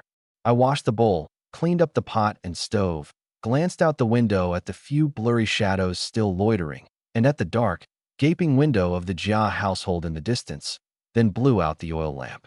Moonlight came through the lattice, casting dappled shadows on the floor. A moment later, my door opened again. I wheeled out that half-worn old bicycle, the tall frame kind, with a bulging canvas bag hanging from the handlebar. It was actually stuff I'd pulled from my space, just for show, to throw people off. It looked like I was heading out. The few pairs of prying eyes in the courtyard immediately shrank back. I didn't care. I pushed the bike out unhurriedly, the wheels rolling over the flagstones with a soft rattling sound. Just as I rounded the corner of the wall leading from the middle courtyard toward the main gate, a thin, frail figure, one that looked like it might be knocked over by the night wind at any moment, stumbled out from the heavy shadows beside the Jia household. It was Qin Huairu. Her face was as white as paper, her lips without a trace of color. She stared in the direction I'd vanished, her eyes full of despair, struggle, and a thread of last-ditch pleading.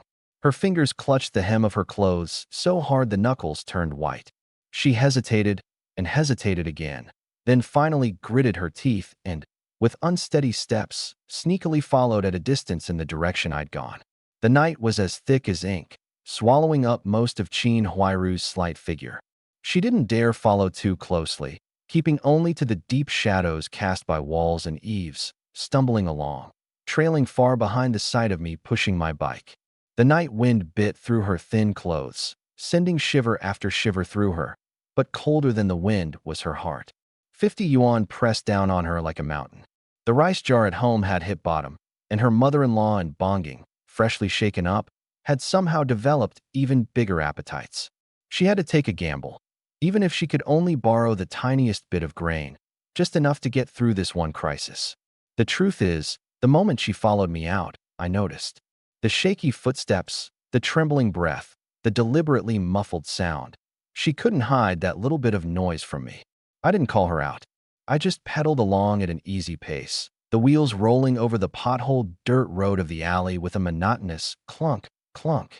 As I passed through a narrow corner piled with junk, my figure was blocked by a half-collapsed mud wall and a few broken carts. And just like that, I vanished. Her heart lurched. She scrambled to catch up, and the only decent pair of shoes she owned crunched sharply on the broken tiles beneath her feet. Panting, she poked her head around to look. Behind the corner was a straight, short alley, bathed in moonlight, completely empty. Only from the far end of the alley came the faint sound of a bicycle chain suddenly picking up speed, growing fainter and fainter, quickly disappearing into the night wind.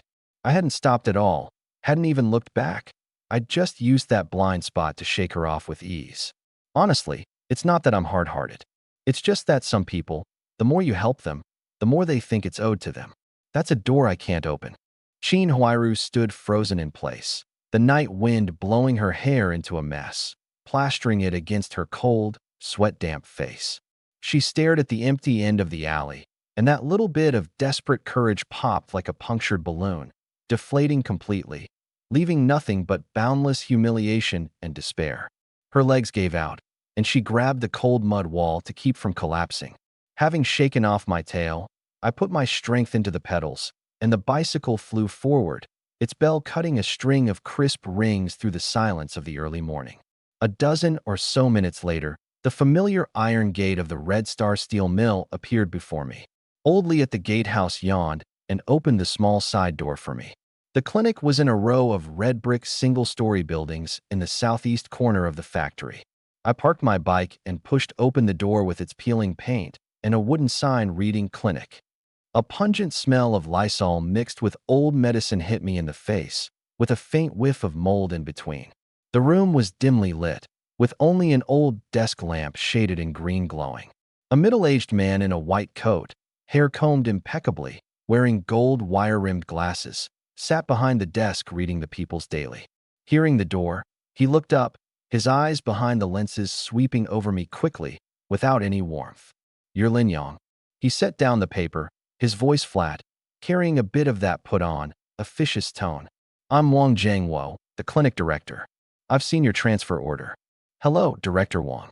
I nodded, neither servile nor arrogant.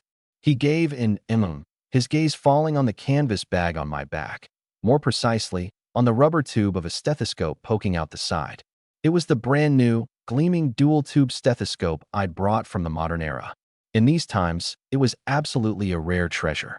"Young man, you've got quite the equipment." He tugged at the corner of his mouth, impossible to tell if it was praise or criticism. "But our clinic has rules. New comrades, when they start, have to get familiar with our traditions and what we've got on hand." He stood up, ambled over to me, and stretched out his hand. "Hand over your stethoscope. The department will hold it for now, all together. New people start from the basics. Use the clinic's shared equipment." His tone left no room for argument. I knew perfectly well what this was. The first show of dominance an old hand puts on for a newcomer. First take away your tools, then blunt your edge. I raised an eyebrow, said nothing, took the stethoscope out of my bag, and handed it over. He took it, weighed it in his hand, a flicker of barely detectable greed passing through his eyes, then casually pulled open a drawer, tossed it in with a clang, and locked it. Then he dug a stethoscope out of a paint-chipped metal cabinet by the wall and threw it on the desk. "Here, use this one." That thing. The rubber tube was old, yellowed, and sticky. The metal chest piece was rusted. And most absurd of all, the bakelite casing had a crack in it, sloppily wrapped a couple times with blackened tape. Forget listening to a heartbeat. It probably couldn't even block outside noise. This. I picked up the piece of junk. It felt cold and rough in my hand. "This what?" He clasped his hands behind his back, resuming his director's airs. "Equipment's tight. Make do. Back in our day, conditions were far worse than this. This is training for new people, understand? Solid fundamentals matter more than fancy equipment." There was a barb hidden in his words. I sneered inwardly but nodded on the surface. "Fine, whatever you say, Director." I hung that broken stethoscope around my neck, the rubber tube pressing against my skin with an uncomfortable stickiness. Just then, the door slammed open with a bang, and a slightly plump nurse with a round, feisty face came bursting in, her voice loud. "Director Wang, Lee Igwa from the steelmaking workshop is rolling on the ground in pain." His co-workers carried him over. Before she'd finished, two burly young men in greasy work clothes came stumbling in, supporting a middle-aged worker with a sallow face, hunched over and groaning. The worker's forehead was drenched in cold sweat, both hands pressed hard against his lower right abdomen, curled up like a boiled shrimp. "Oh, it hurts. Director, save me." Lee Igwa's voice came in broken gasps. Dr. Wang frowned, glanced at the patient, then shot a look at me. His eyes rolled, and suddenly he slapped his forehead. "Oh, what a memory I have. The factory office just notified me. I need to go right away to discuss the month-end sanitation review." "Nurse Sun," he turned to the nurse, his face serious. "The newly arrived Dr. Lin has solid theory. This is the perfect chance to let him handle this first case on his own. This is a sign of trust in the new man, and a test. You assist from the side and watch closely. The diagnosis and treatment plan, I'll sign off when I get back." With that, not waiting for either of us to react, he grabbed his cap and bolted. As he passed me, he gave my shoulder a meaningful pat. "Little Lin, do a good job. Whether your onboarding paperwork gets signed depends on how you do on this evaluation." The door shut, and all that was left in the room was the patient's moaning, Nurse Sun's disgruntled muttering, "So much drama," and me. I saw right through it. That old fox wasn't going to any meeting. He'd clearly sniffed out that this case was tricky, was afraid he couldn't handle it and would show his incompetence, and so he just dumped the hot potato on the new guy. If I botched it, that would confirm his line that new people can't be trusted. If I pulled it off, he'd still get to say the evaluation was well arranged, claiming a share of the credit. His little scheme was ticking away at full tilt. Nurse Sun put her hands on her hips, bit down hard on those two words, the evaluation, her eyes carrying scrutiny and a hint of disdain. A young doctor who'd just arrived. What emergency could he possibly handle? I ignored her attitude and walked over to Liaigua, gentle but firm. Masterly, don't panic. Lie down on the bed first. He was helped onto that narrow bed with its yellowed sheet, still curled up and groaning. Where does it hurt most? I asked, my fingers already lightly pressing on his abdomen. Here, here. Oh, it comes in waves, a griping, twisting pain. He pointed near McBurney's point in his lower right abdomen, his voice trembling with pain. My gaze sharpened. My left hand settled on the pulse at his right wrist. What came through my fingertips was a pulse that was taut, tight, and rapid, like a turning rope, but when I pressed deep it was weak, faintly carrying a chaotic, sluggish quality. At the same time, I brought together the index and middle fingers of my right hand, hiding a thread of gentle internal force within, and pressed very lightly around that most painful spot. Where my fingers touched, the muscle was tensed like a stone slab.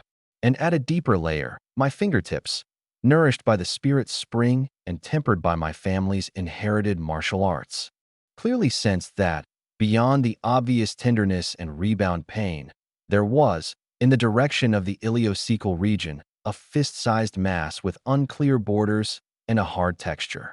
The symptoms of acute appendicitis were classic: pain that starts in the upper abdomen, then localizes to McBurney's point in the lower right. But this hard mass, combined with that chaotic, sluggish quality in the pulse, I made a judgment in an instant.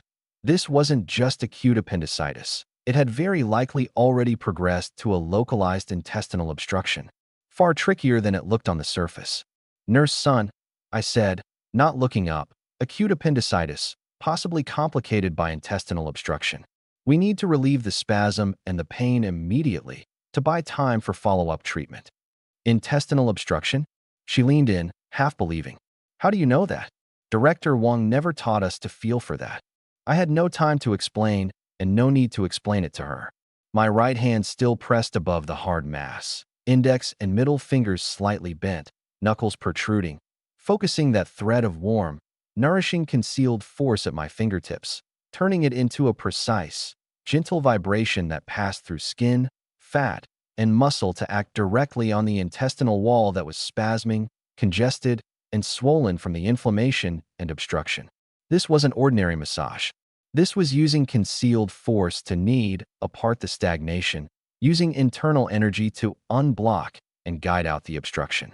The technique came from the principle of redirecting and dissolving force found in my family's martial art, the 18 cloth sticking throws, which I'd adapted for the path of medicine, specifically to treat stagnant qi and congested blood, blocked bowel qi. Nurse Sun only saw my fingers pressing and kneading on the patient's belly in a seemingly random way, the movements even a bit clumsy. She got anxious. Hey, what are you pressing around blindly for? He's in this much pain. Can you just press wherever? Quick, give him atropine to relieve the spasm. We don't have surgical facilities in this clinic. At least give him a painkiller shot first. Before she'd finished, Liaigua on the bed suddenly jolted and let out a long breath. Ah. Right after, his abdominal muscles, which had been tensed like an iron plate, visibly relaxed, and his curled-up posture slowly straightened out. The cold sweat on his forehead stopped pouring out. The pain on his sallow face eased greatly, and he even wore an expression that was both dazed and relieved. Huh? It doesn't hurt so much. In disbelief, he touched his lower right abdomen. Though it was still tender, that heart-rending, twisting pain had, incredibly, mostly subsided. Almost at the same moment, his belly gave a long gurgle, and he let out a long stream of foul gas. Nurse Sun was dumbstruck. She looked at the change in Liaigua, then at my hand, which I'd drawn back as if I'd only casually kneaded a bit. She opened her mouth, but no words came out. Just then, the door pushed open, and Dr. Wang, notebook tucked under his arm, had returned. He clearly hadn't gone far, or rather, He'd been standing outside the whole time, listening. His gaze fell first on Li Aigua, who could now lie flat. His expression eased, then swept over the shocked nurse Sun, and finally settled on my calm face as I withdrew my hand. His eyes narrowed behind the lenses, and that reserved director's air vanished in an instant. His face darkened at a visible speed, and the corner of his mouth tightened into a rigid straight line. That wasn't the relief of seeing a patient improve. It was the anger of a plan gone bust, laced with the feeling of having been challenged. He strode over to Nurse Sun and, using his body as cover, tilted his head slightly, his lips nearly touching her ear, and murmured a few hurried, cold words in a whisper only the two of them could hear. Nurse Sun listened, her eyes suddenly widening. She instinctively glanced at me, then quickly looked away, her face flitting through struggle and confusion before finally settling into a complicated, submissive silence. Their little exchange, I caught every bit of it. I sneered inwardly, but, on the surface, unbothered, picked up that cheap dip pen from the desk and began writing a preliminary diagnosis on a diagnosis slip headed Red Star Steel Mill Clinic. I wrote, acute appendicitis, complicated by intestinal obstruction. Preliminary diagnosis. Recommend immediate transfer to a higher-level hospital. Prepare for surgery. The handwriting was neat, yet carried an undeniable force. Finished, I put down the pen, picked up the slip, and gently blew on the ink that hadn't dried. Behind me, Dr. Wang's breathing seemed to grow a shade heavier. Intestinal obstruction? He finally spoke, his voice as if squeezed out through his teeth, carrying a condescending challenge. Comrade Little Lin, you can eat carelessly, but you can't diagnose carelessly. On what basis do you say it's intestinal obstruction? I turned around, met the eyes behind those gold wire-rimmed glasses, glinting with shrewdness and displeasure, and calmly handed over the diagnosis slip. Based on a pulse that's taut, tight, and rapid, sluggish and rough when pressed deep. Based on palpation finding an obvious mass in the lower right abdomen, hard in texture with unclear borders. Based on the fact that the patient earlier had classic migrating abdominal pain, and now the pain has become a persistent, severe pain with paroxysmal flares. Most importantly, just now I used my family's inherited technique to temporarily clear the localized qi and blood. Once his bowel qi opened up, he passed a stream of foul gas, and the griping pain immediately eased, which in turn proves there really is an obstruction locally, the kind that hurts precisely because it's blocked. I said it all in one breath, laying out the conclusions of my examination. Looking, listening, questioning, and pulse-taking, plain and clear. Dr. Wang was choked speechless by this string of half-classical, half-plain terminology, and his face grew even uglier. In his usual practice, headache meant a painkiller tablet, stomachache meant a couple of belladonna tablets. As far as he was concerned, a clinic just needed to make sure nobody died on the premises. My whole spiel had made him look like a total incompetent. Family inherited technique? That whole traditional Chinese medicine business. He sneered, seizing on what he thought was a loophole. Little Lin, this is a factory clinic focused on Western medicine, not some herb shop out on the street. You mess around with this feudal superstition. If something goes wrong, who takes responsibility? Director Wang, I said, my smile now carrying a hint of cold. Whether it's Chinese or Western medicine, the one that relieves the patient's suffering is good medicine. I didn't use a single needle or thread, didn't prescribe a single pill, and Master Li's symptoms eased. That's a fact. The diagnosis is also based on signs and logic. That's called science. As for responsibility, I paused, sweeping my gaze over Nurse Sun, who was standing to the side with her head down, saying nothing. It's there in black and white on the diagnosis slip. I signed my name. Naturally, I'll take responsibility. At this point, Li Aigua, who had been lying down, propped himself up on the edge of the bed and sat up. Though still weak, his spirits were clearly much better. Watching the two of us argue, he said to me gratefully, Dr. Lin, thank you. I feel much better, really. That deadly cramping is gone. Then he turned to Dr. Wang, pleading, Director Wang, I trust Dr. Lin. Please, transfer me to a hospital quickly, I'm afraid. The patient's words were the loudest slap in the face. Dr. Wang's face flushed instantly to the color of pig liver.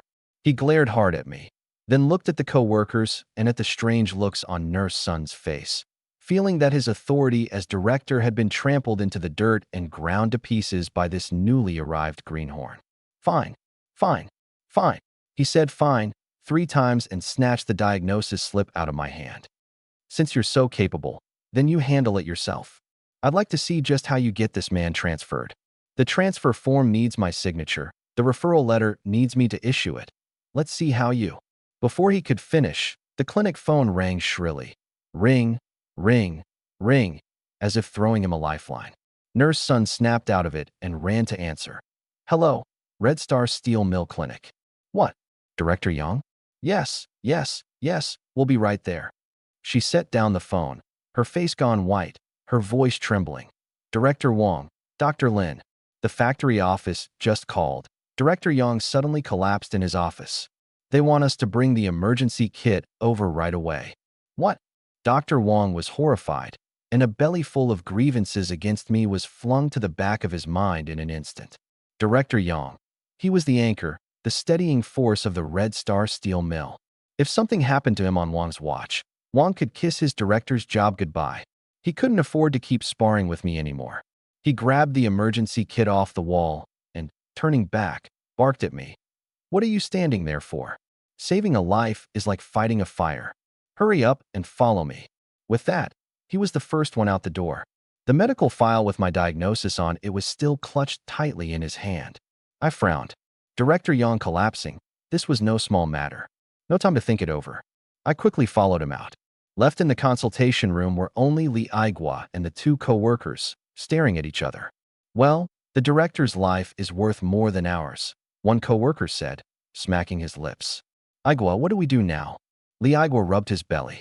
The griping pain was gone, but a dull, heavy fullness lingered, and his heart was uneasy. Let's wait for Dr. Lin to come back. I trust him. The director's office was packed with people, the factory office director, workshop leaders, every one of them anxious-faced. Dr. Wang rushed in and, listening for a heartbeat here and taking blood pressure there, fumbled about in a frantic sweat, but after a good long while couldn't come up with any explanation at all. In the end, it was still me who squeezed in. One look was all it took. Director Yang's face was flushed red, his mouth and lips crooked, his breathing heavy. I reached out and touched the carotid artery. The pulse was pounding as hard as a drumbeat. I immediately concluded this was an acute attack of hypertensive encephalopathy. In plain terms, the warning sign of a stroke. The situation was critical. Not a second to lose. Everyone move aside. I gave a low, undeniable command, and from my canvas bag, actually pulled from my space in an instant, I produced an acupuncture pack, and in front of everyone drew out several silver needles glinting with a cold light. What are you doing? Dr. Wang moved to stop me in terror. Little Lin, this is Director Yang. You dare mess around. Unless you want him to have a brain hemorrhage and end up paralyzed any moment now, shut up. My eyes flashed sharp, and my presence instantly overwhelmed him. I pinched up a silver needle, took aim at the bi-wee point at the crown of his head, twisted it, and drove it in swiftly. This move was fast, precise, and steady.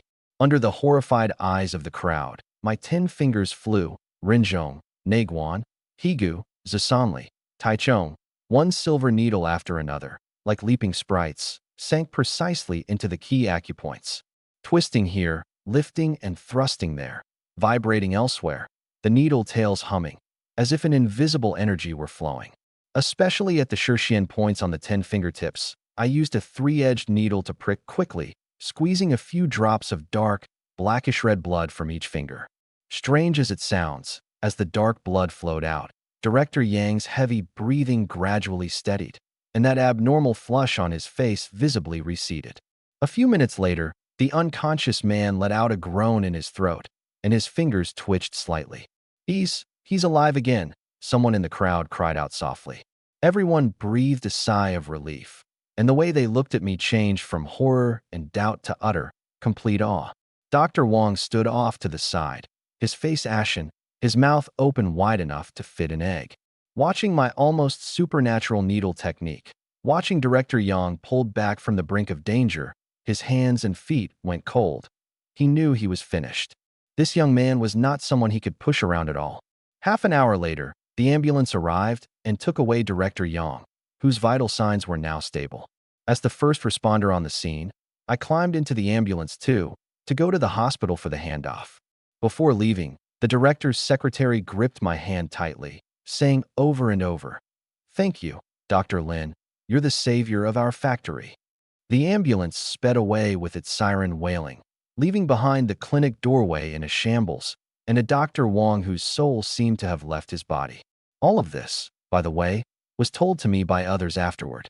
At the time, I was at the hospital and had no idea that, just after I left, that soul-shattered Dr. Wong was staring at the diagnosis slip in his hand, and a vicious, poisonous idea was taking root in his mind. They say he stood there in a daze, clutching the diagnosis slip he'd taken from Liaigua.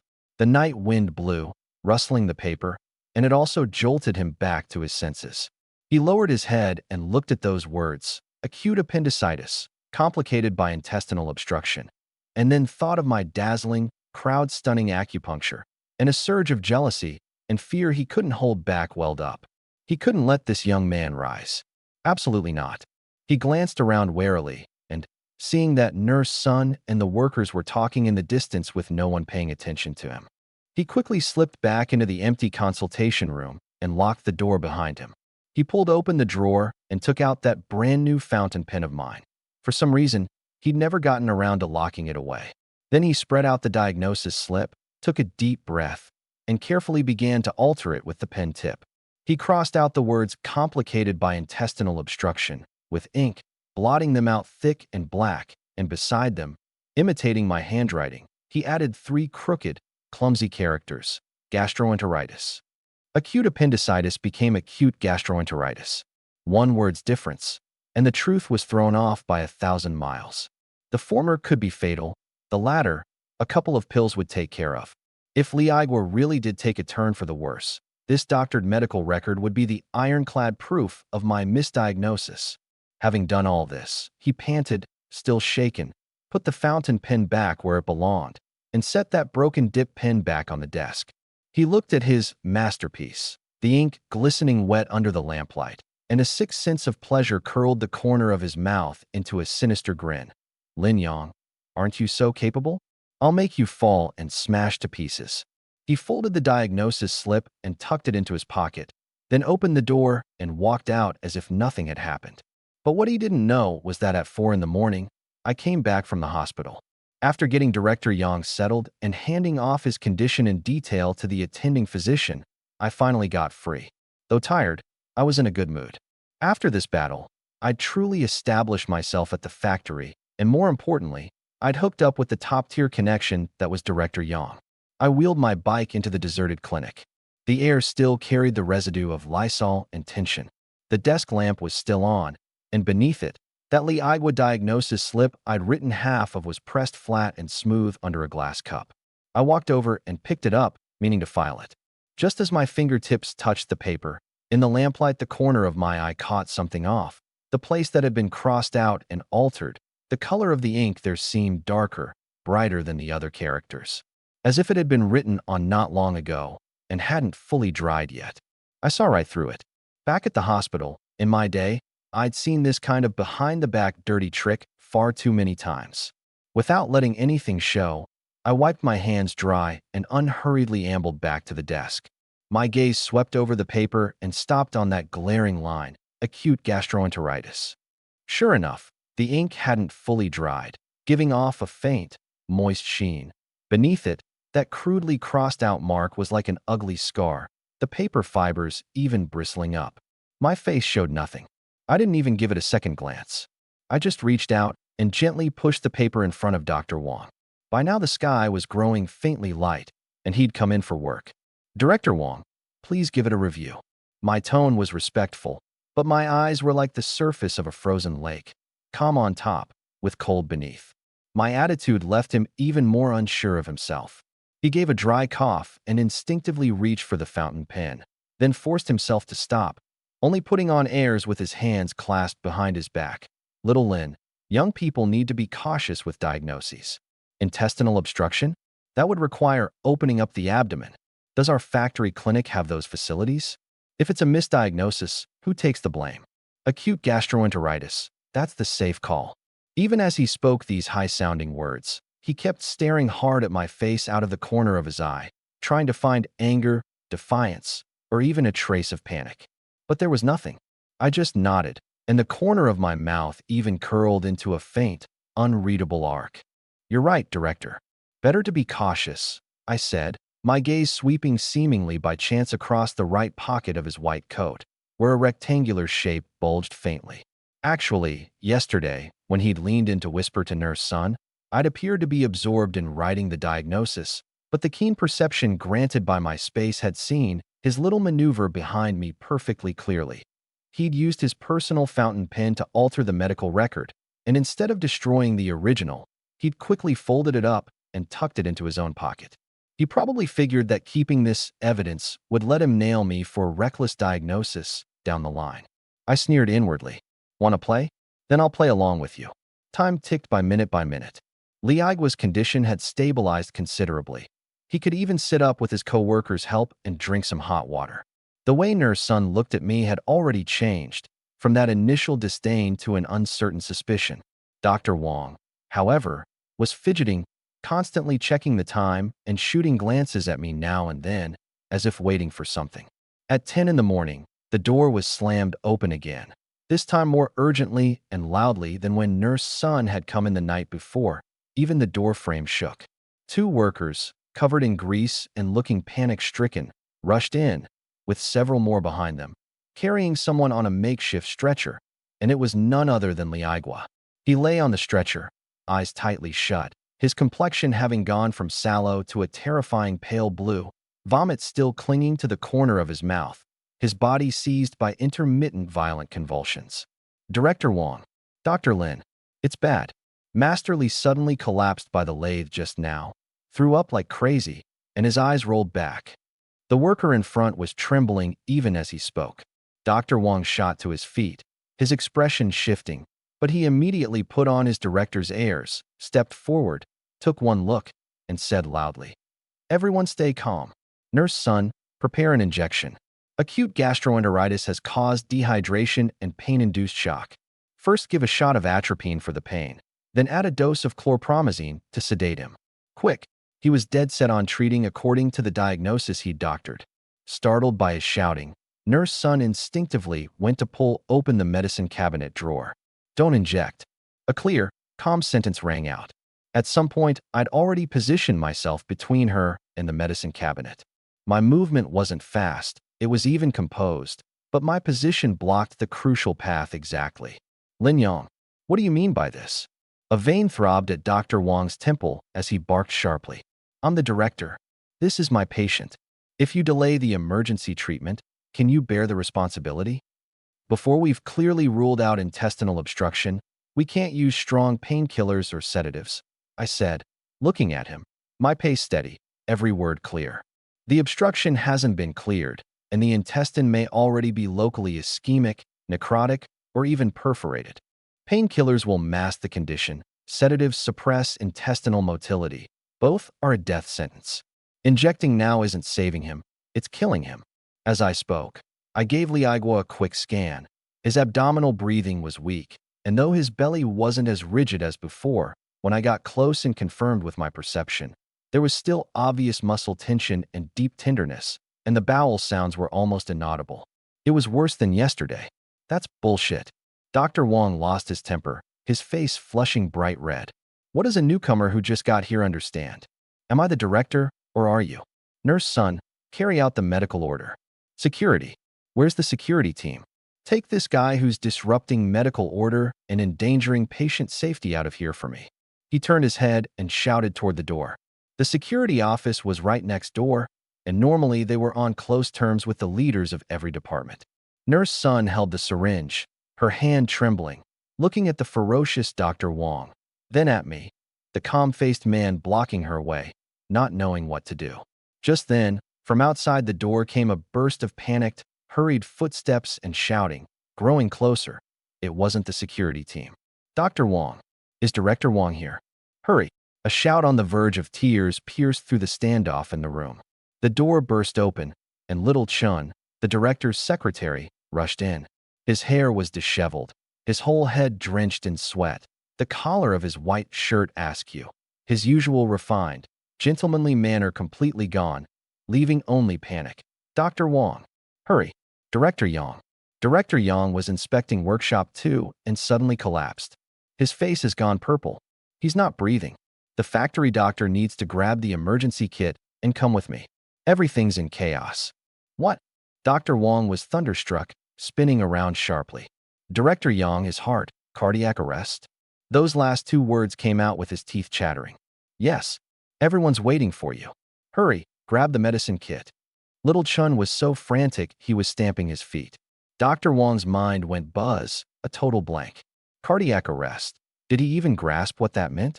He could handle a headache, a fever, or dress a wound just fine, but a true emergency, a serious case, especially cardiac arrest, how could he possibly handle that? But he couldn't show his cowardice. He was the director, and the eyes of the whole factory were on him. He shoved me aside abruptly, or rather, I dodged out of the way at just the right moment as he pushed, and fumbled to open that locked metal cabinet, taking out the white aluminum emergency kit stamped with a red cross. The kit was a bit heavy, and his wrist trembled as he lifted it. I'll go right now. He grabbed the kit and made to run, but the moment he took a step, his calf went weak and he nearly dropped to his knees. Cardiac arrest, if Director Yang died in his hands. In that very instant of shock and cold fear, a hand pressed steadily onto the right wrist that held the emergency kit. Not a grab, a press. It looked like no force at all, but he felt a sore, numbing, stabbing sensation like a faint electric current shoot from his wrist all through his arm in an instant. His 5 fingers went numb, and clang. The emergency kit slipped from his hand and fell. I bent down and lifted the emergency kit easily with one hand, the metal clasps giving a soft clink.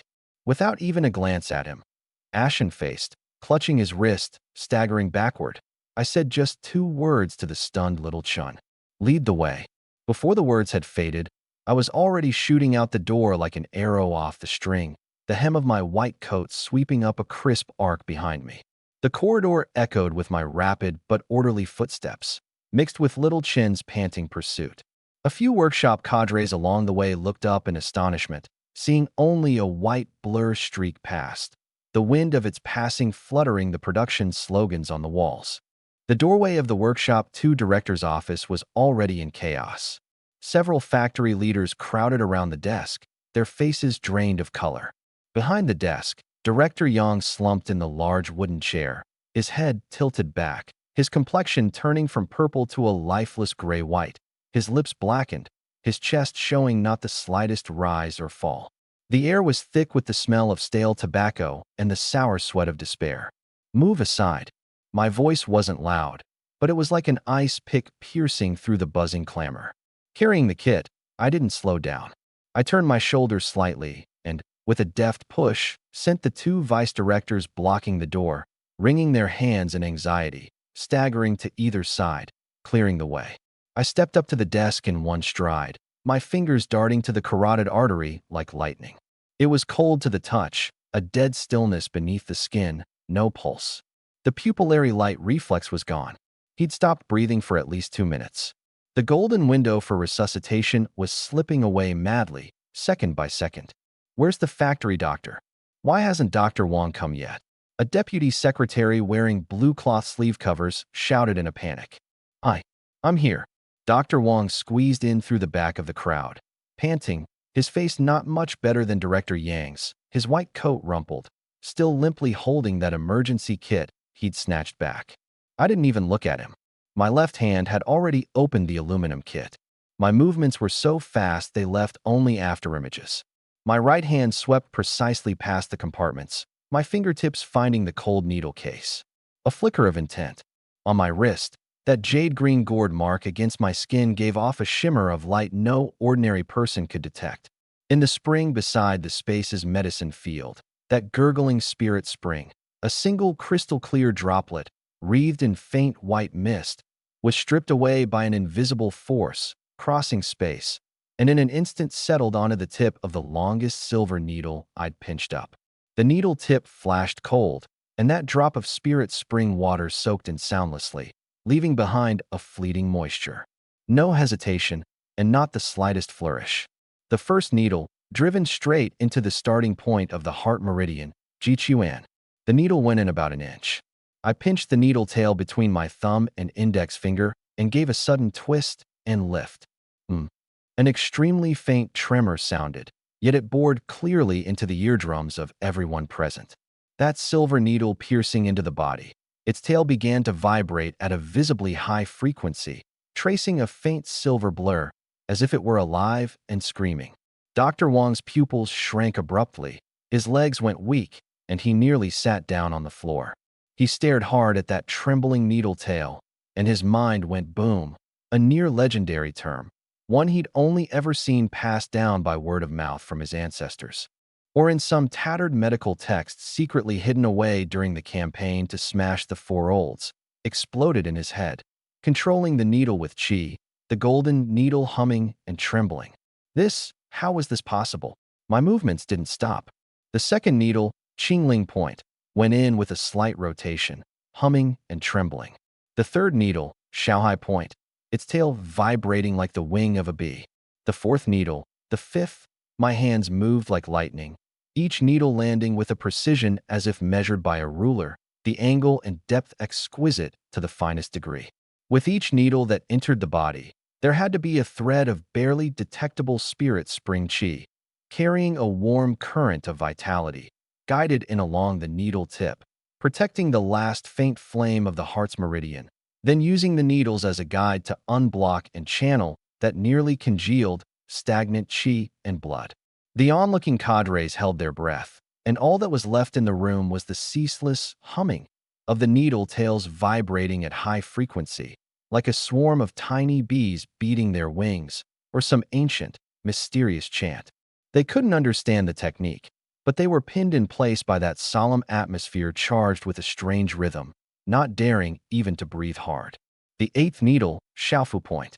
Just as I pinched up the ninth needle, aiming it at the last major point, the Shaochong Point, a sudden change occurred. Director Yang, who had been utterly silent, suddenly made a strange ha-ha sound in his throat, like a worn-out bellows being forced open. Right after, from the corner of his tightly shut mouth slowly trickled a thread of dark, blackish, sticky, glue-like blood. "Director!" someone cried out in alarm. "Don't move." I barked sharply, my voice like clanging metal, making that person shudder. The ninth needle sank steadily into Xiaochong. The humming of the trembling needle tails reached its peak in this moment, and the vibrations of the 9 silver needles seemed to produce a kind of resonance, weaving together in the air into a subtle yet shocking wave of tremors. And in that very instant, my palm pressed lightly above Director Yang's chest, and I clearly felt a bone-chilling cold, an air full of the stagnant decay of death, burst suddenly from deep within his heart meridian like ice water breaking through a dam, forced out by the tremors of the 9 needles, and, following the black blood at his mouth and nose, dispersed thread by thread into the air. Ordinary people couldn't perceive this air, but to me, possessor of the space's spirit spring, it was as obvious as a lighthouse in the dark of night. The jade-green gourd mark on my wrist grew slightly hot. That cold, deathly air, as if drawn by an invisible force, turned into a barely perceptible gray thread and, in an instant, shot toward my wrist and vanished into the jade gourd. Ding! High purity, decay, death chi detected and absorbed. Space spirit spring converting. Conversion complete. Pure life source spirit energy obtained. The core flow rate of the Shirong medicine field has increased. Current flow rate, 30 times, previously 10 times. Spirit spring activity slightly enhanced. A string of prompts only I could hear sounded in my mind. My heart settled. I knew the most crucial step had succeeded, saving a life and cultivating the space at the same time. This deal, I wasn't losing on it. Almost the moment the prompts faded. HH. Director Yang suddenly drew a long, gasping breath, the sound as forceful as a drowning man breaking the surface of the water, his chest heaving visibly and violently. The gray, lifeless color of his face receded at an astonishing speed, and though still pale, it now carried the blood flush of a living man. His eyelids fluttered a few times and slowly opened, his pupils gradually focusing from a blank stare, finally settling on my face as I bent over him, withdrawing the needles. Lin, Dr. Lin. His voice was hoarse and weak, but it was, truly and unmistakably, the voice of a living man. The room was dead silent for a second, then erupted into an enormous clamor of relief at having escaped death. He's alive. The director's come back to life. Good heavens. It's a miracle.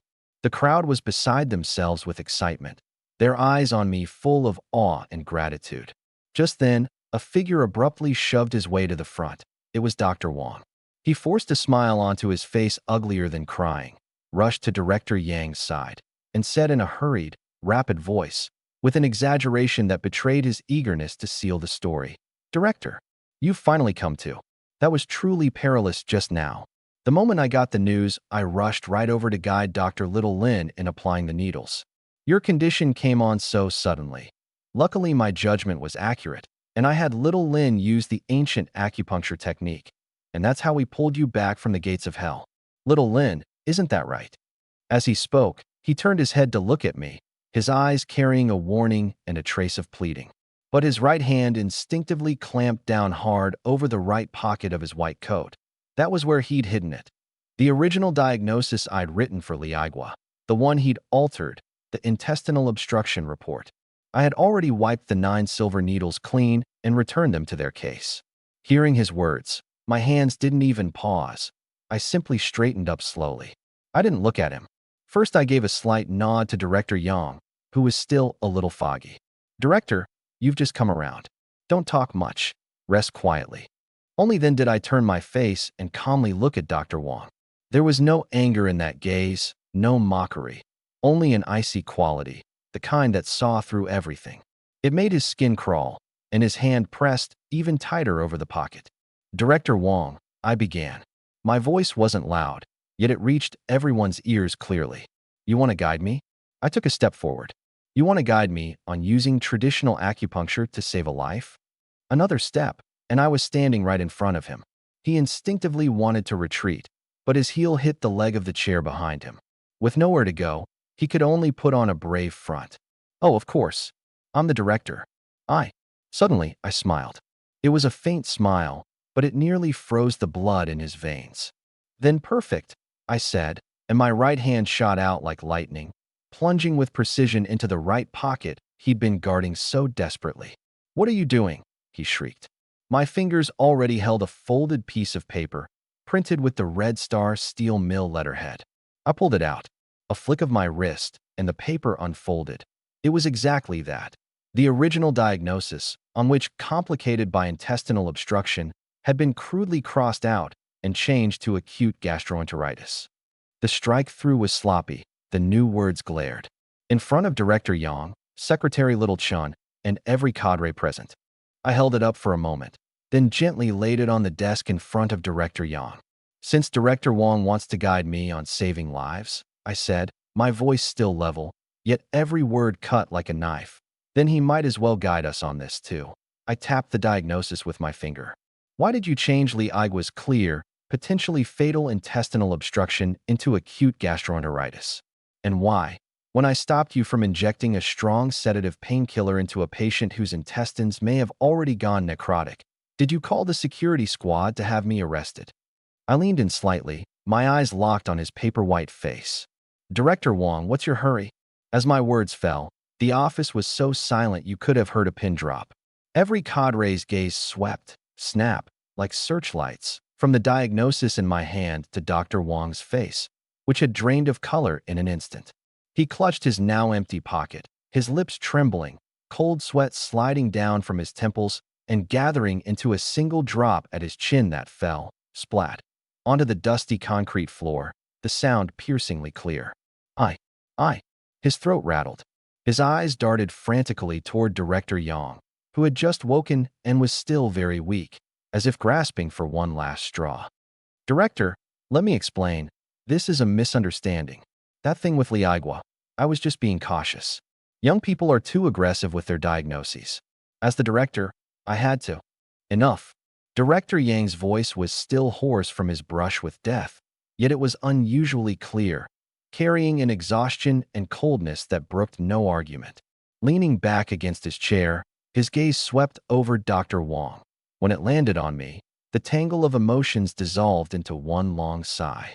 When it turned back to Dr. Wong, only cold, businesslike hardness remained. "Wong Defa," he said, using his full name directly. "Starting today, you are no longer the director of the mill's medical office. The mill office will issue the details of your handling later. For now, get out." "Director." Dr. Wong looked as if struck by lightning. He lunged forward a step, only to be instinctively blocked by two deputy directors who had come to their senses. "Director." My heart was in the right place. I've worked diligently for this mill for so many years. "Get out." Director Yang's brow furrowed, his voice suddenly stern. It pulled at his heart, and he couldn't help clutching his chest and coughing twice. Secretary Little Chun immediately stepped forward and made a "please" gesture toward Dr. Wong, his own expression equally grim. Dr. Wong opened his mouth, looked at the hard profile of Director Yang, then at the disdainful or indifferent gazes around him, and finally shot me a venomous glare, the kind that wished it could swallow me whole. But in the end, he didn't dare cause any more trouble. His shoulders slumped, as if his spine had suddenly been yanked out, and he was escorted out, disheveled and stumbling. The door closed behind him, shutting away that desperate figure. The atmosphere in the room eased somewhat, though it remained heavy. Director Yang caught a few breaths, and his gaze landed on me again, full of scrutiny, gratitude, and a fervor as if he'd discovered a rare treasure. "Comrade Lin Yang." His tone softened. "Director, I remain neither humble nor arrogant. Today I owe you." He said it with genuine sincerity, pointing at his own chest. "This life of mine, you snatched it right back from the hands of death. I, Yang Jinhua, am not a man who doesn't know gratitude." He paused, then raised his voice enough for everyone in the room to hear clearly. "I hereby announce a few things." Everyone straightened their backs. First, the position of medical office director is temporarily vacant. Daily operations will be handled by Comrade Lin Yang. The mill office will study the formal appointment as soon as possible, but until then, Comrade Lin Yang has full authority over the medical office and reports directly to me. Second, he looked at me, his eyes leaving no room for refusal. In light of Comrade Lin Yang's superb medical skills and responsible attitude, he is exceptionally hired as a specially appointed attending physician of the mill's medical office, enjoying the treatment of a deputy section-level administrator. At the same time, he paused briefly, this decision clearly beyond the norm. Comrade Lin Yang is exempted from all night shifts. Nighttime emergencies will, for now, be covered by other doctors on rotation. Special talent deserves special treatment. We can't let our life-saving bodhisattva ruin his health staying up all night. At these words, several of the deputy directors and the party secretary beside him quietly sucked in a breath. Deputy section-level treatment. An exemption from night shifts. At the Red Star Steel Mill, this was unheard of.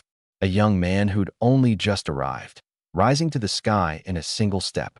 But looking at Director Yang's unwavering expression and remembering the harrowing scene from moments ago, no one could bring themselves to object. For saving a life, no treatment was too generous to justify.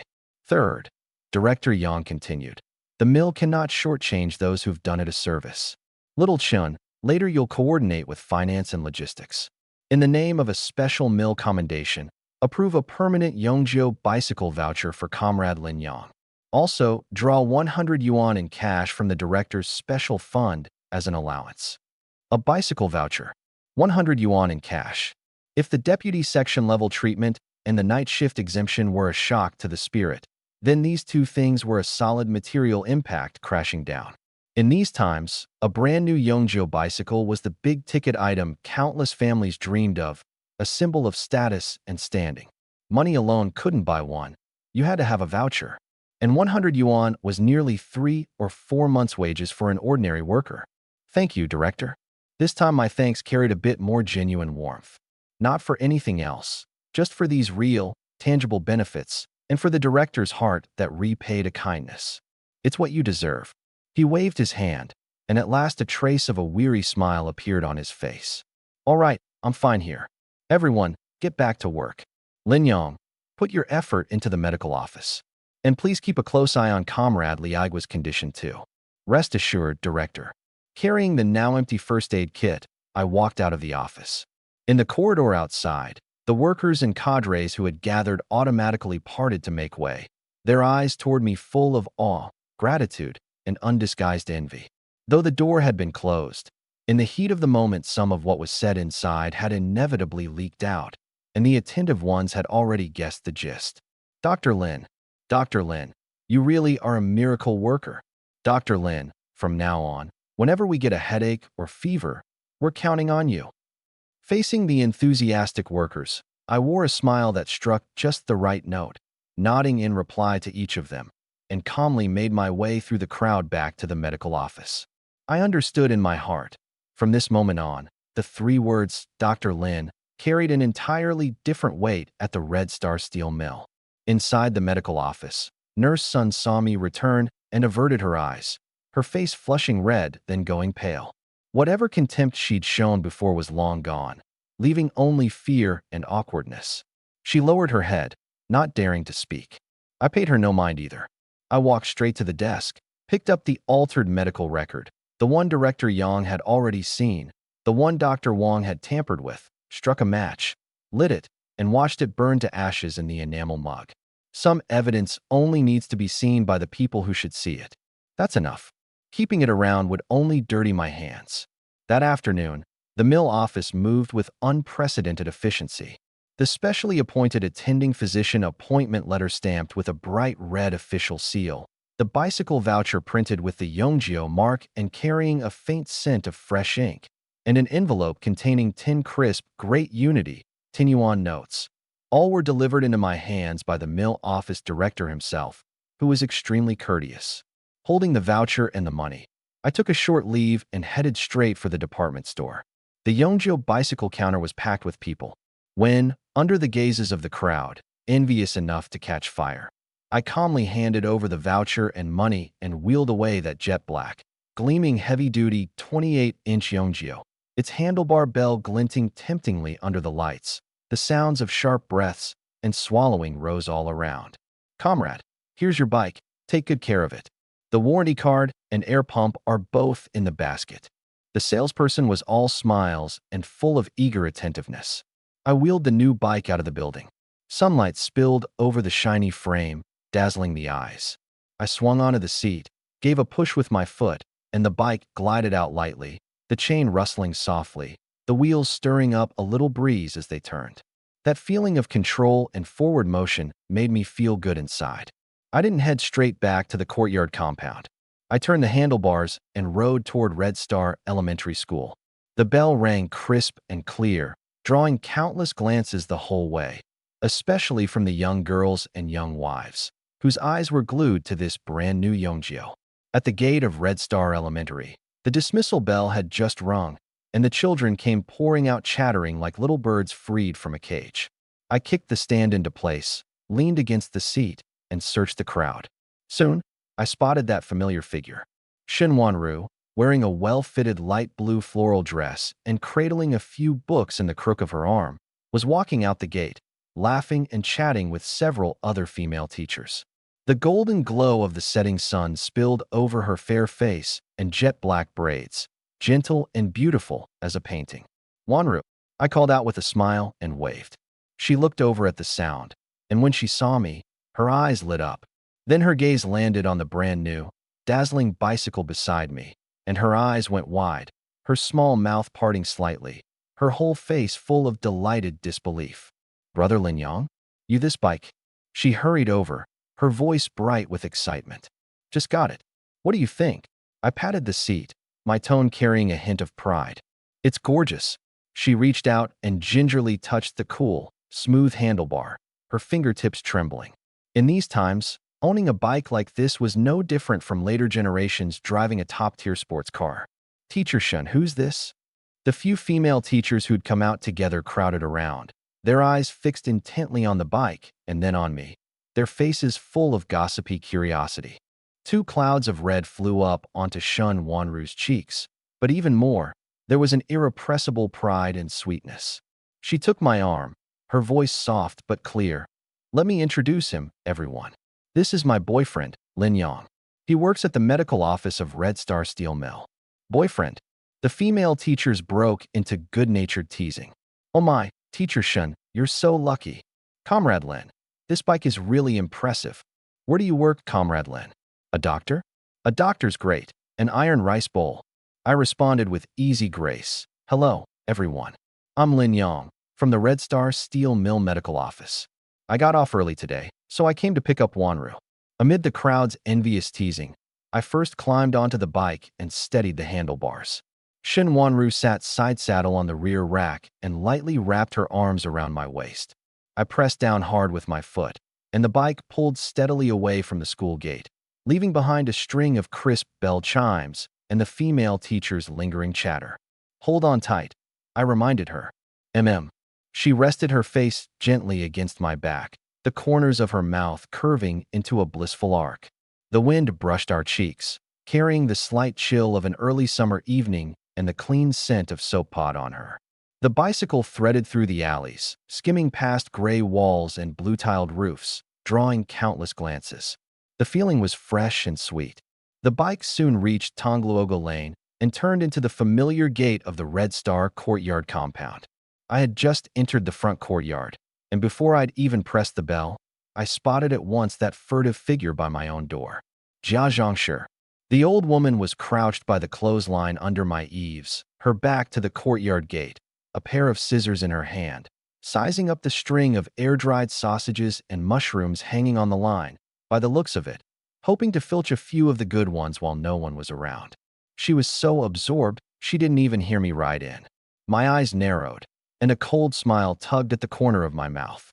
My left hand steadied the handlebars while my right hand pressed down hard. Ring, ring, ring. The brand-new bell let out an extremely crisp, loud, and piercing metallic sound. In the quiet evening courtyard, it was like a thunderclap exploding. Jia Zhangshi's whole body of fat quivered in fright. She let out a shriek, the scissors clattering to the ground, lost her balance, and plopped down on her rear, sprawling flat on her back, grimacing in pain.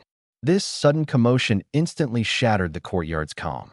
In the middle and rear courtyards, door curtains lifted, and heads poked out from every household. Third Uncle Yin Bugue was watering flowers with a spray bottle. Startled, his hand jerked, and he nearly sprayed water on his own feet. Second Uncle Lu Haizhong strolled over from the moon gate with his hands behind his back, brows furrowed. Even the busybody third auntie, and Su Damao, and Qin Huairu hiding in their rooms, were all drawn out by the bell and Jia Zhangshi's scream. And then, they saw a scene that made their pupils quake.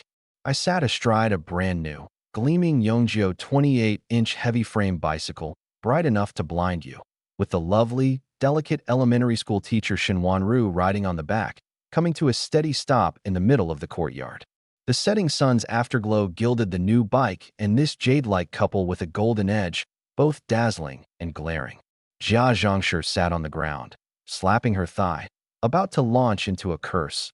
But when she saw that bike, her gaping mouth forgot to close, leaving only shock and a jealousy she couldn't hide. Everyone's eyes were glued fast to that bike. A Yongjio. It really was a Yongjio. This Lin Yang, where did he get the voucher? Where did he get the money? Wasn't he just a lowly doctor at the mill's medical office? Amid the dead silence and countless burning stares, I dashingly planted one foot on the ground, let Shin Wanru dismount first, then got off myself, and in one fluid motion kicked the kickstand down with a clack to prop the bike up. I didn't even glance at Jia Zhangshi, still sitting on the ground with a dumbstruck expression, as if she were nothing more than a roadside stone. I walked to the front of the bike and, unhurried, took out from the wicker basket 2 cartons of great front gate cigarettes bound in craft paper, along with a heavy bundle wrapped in fresh lotus leaves, oil dripping from the bottom. The lotus leaves parted slightly at one corner, revealing the pork inside, well marbled with fat and lean, its skin pink and pale. A full 2 caddies worth. A wave of sharp intakes of breath swept through the courtyard. Meat. And pork hind leg at that. In an era when buying meat required meat coupons and most people rarely tasted anything but vegetables a few times a month, this was a nuclear-grade assault on both the eyes and the nose. Countless Adam's apples bobbed up and down uncontrollably. The sound of people swallowing rose and fell all around. Holding the cigarettes and meat, I swept my gaze over the crowd with their varied expressions, finally landing on the face of third Uncle Yen Bugue, who stood closest, a complex light flickering behind his glasses. I said nothing, only gave him the slightest, barely perceptible nod, my manner as casual as saying, "Hey, you eaten yet?" Then, with one arm around Shun Wanru's shoulders and the other hand carrying the goods, under the fixed stares of the entire courtyard, I walked to my own door, fished out the key, unlocked it with a clack, pushed the door open, and stepped inside. Thud. The door closed softly. Then, with a clack, the latch slid into place from within. The whole thing was smooth as flowing water. From start to finish, I hadn't spoken a single word to anyone in the courtyard. No explanation, no boasting, not even a glance for Jia Zhangshi. Just like that, under everyone's watchful eyes, I vanished behind my own door with spoils enviable enough to make everyone's hearts pound, and a beauty in bloom, leaving the brand new Yongjio standing in the center of the courtyard like a silent monument. In the courtyard, a deathly silence held for several seconds.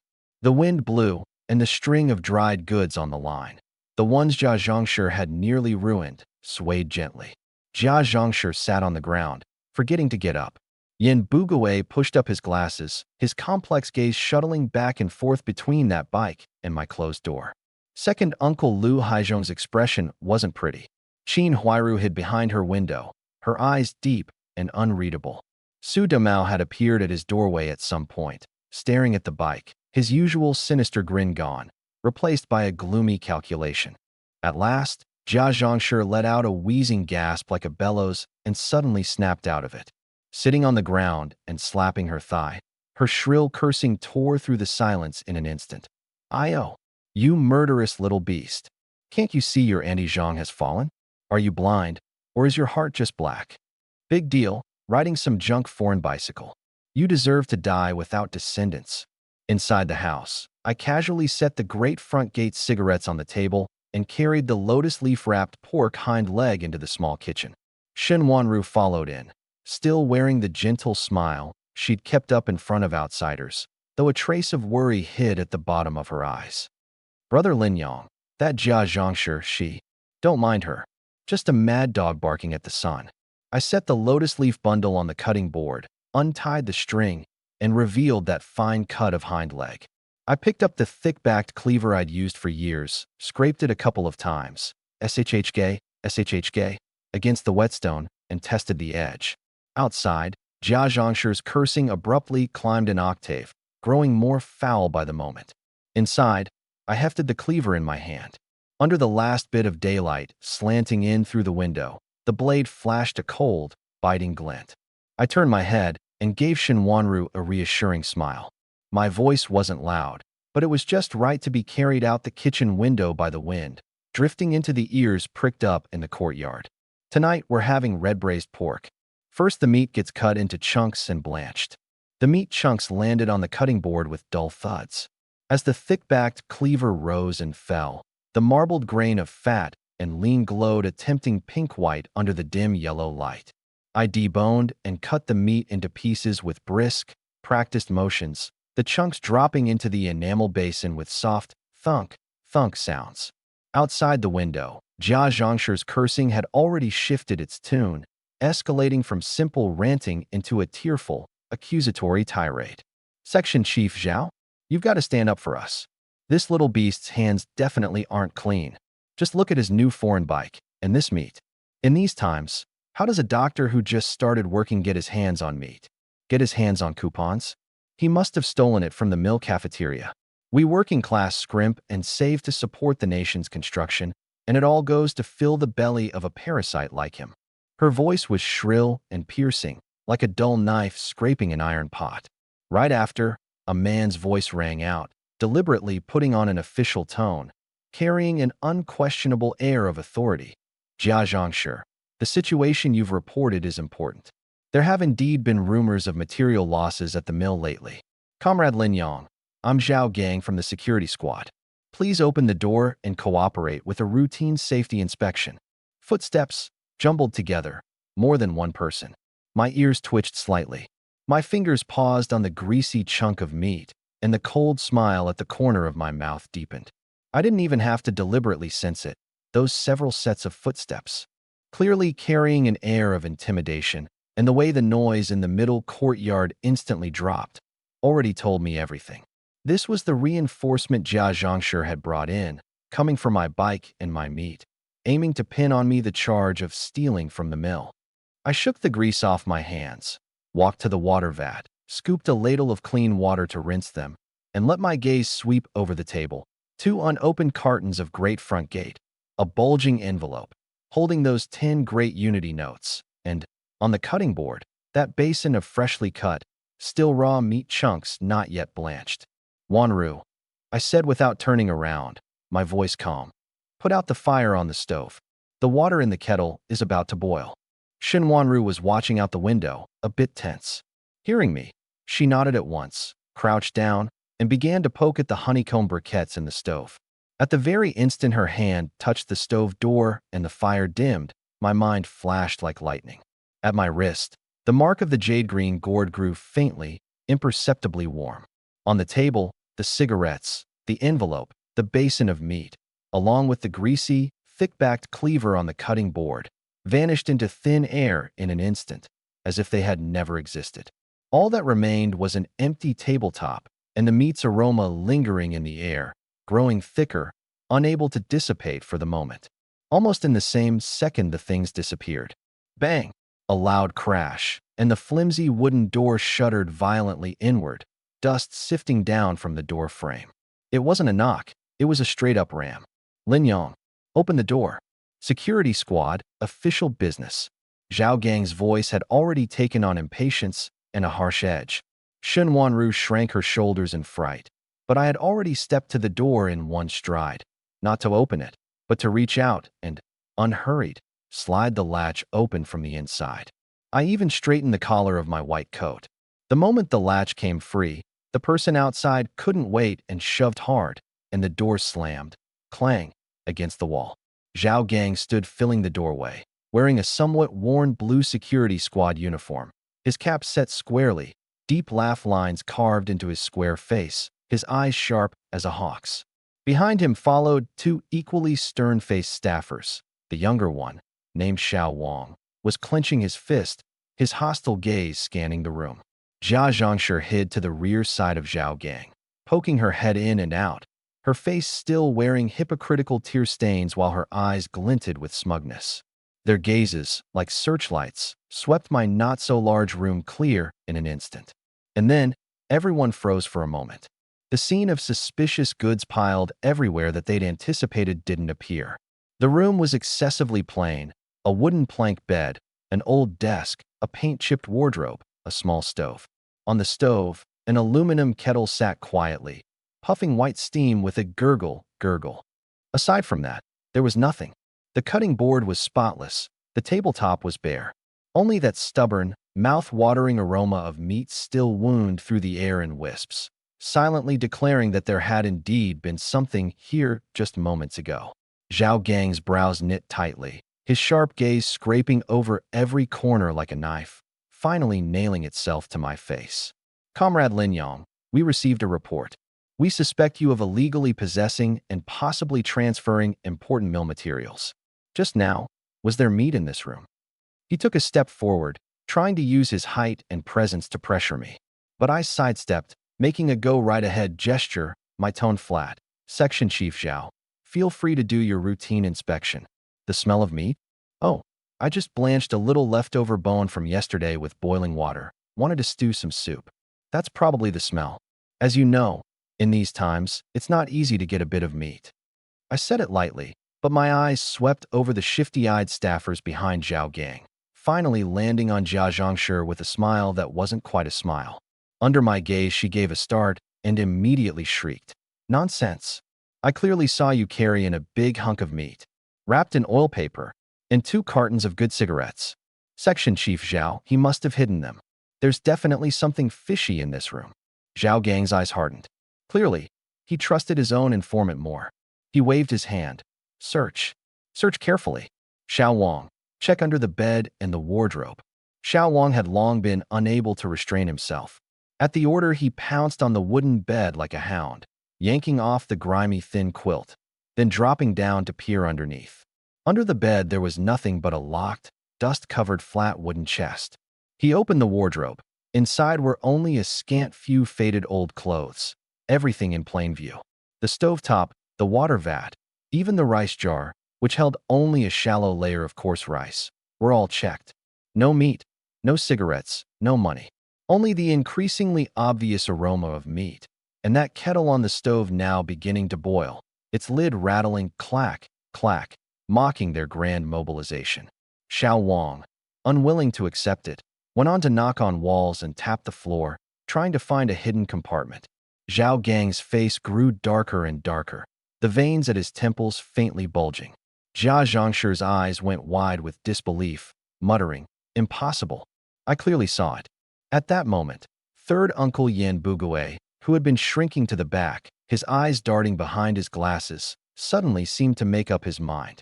He squeezed half his body out from behind Zhao Gang, pointed at that inconspicuous wooden chest under the bed, his voice carrying a bit of fawning and a bit of the excitement of an informer. "Section Chief Zhao. I might know something." Everyone's gaze instantly gathered on him. He swallowed and raised his voice. "This very afternoon, I saw Lin Yang come back, all sneaky-like, and it looked like he dragged a really heavy gunny sack in from outside. Then I heard the heavy thud of things being set down inside. I suspect, did he hide the mill stuff in that chest?" These words were like a shot of adrenaline. A fierce light burst from Zhao Gang's eyes, fixed on that dust-covered chest under the bed. The chest wasn't large, but to hide a few packets of critical goods, it wasn't impossible. Yin Bugue's words in particular instantly pointed all the impossibles toward a seemingly reasonable explanation: transfer and concealment. In truth, I knew perfectly well. This Yin Bugue was the Courtyard's famous penny pincher, an old hand at bending with the wind. His jumping out to inform now was nothing more than an attempt to curry favor in front of Zhao Gang while enjoying my misfortune on the side. Too bad, he bet on the wrong horse. "Xiao Wang," Zhao Gang barked in a low voice, pointing at the wooden chest. "Pry it open." "Yes." Xiao Wang gave a sinister grin, drew a spare pry bar from his waist, strode forward, crouched down, and jammed the flat head hard into the narrow gap of the lock hasp. The muscles in his arm bulged, and he was about to heave.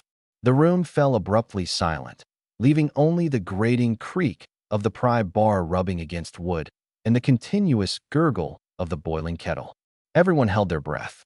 Jia Zhongshi craned her neck. Yin Bugue pushed up his glasses. Xin Wanru instinctively clutched my sleeve tight.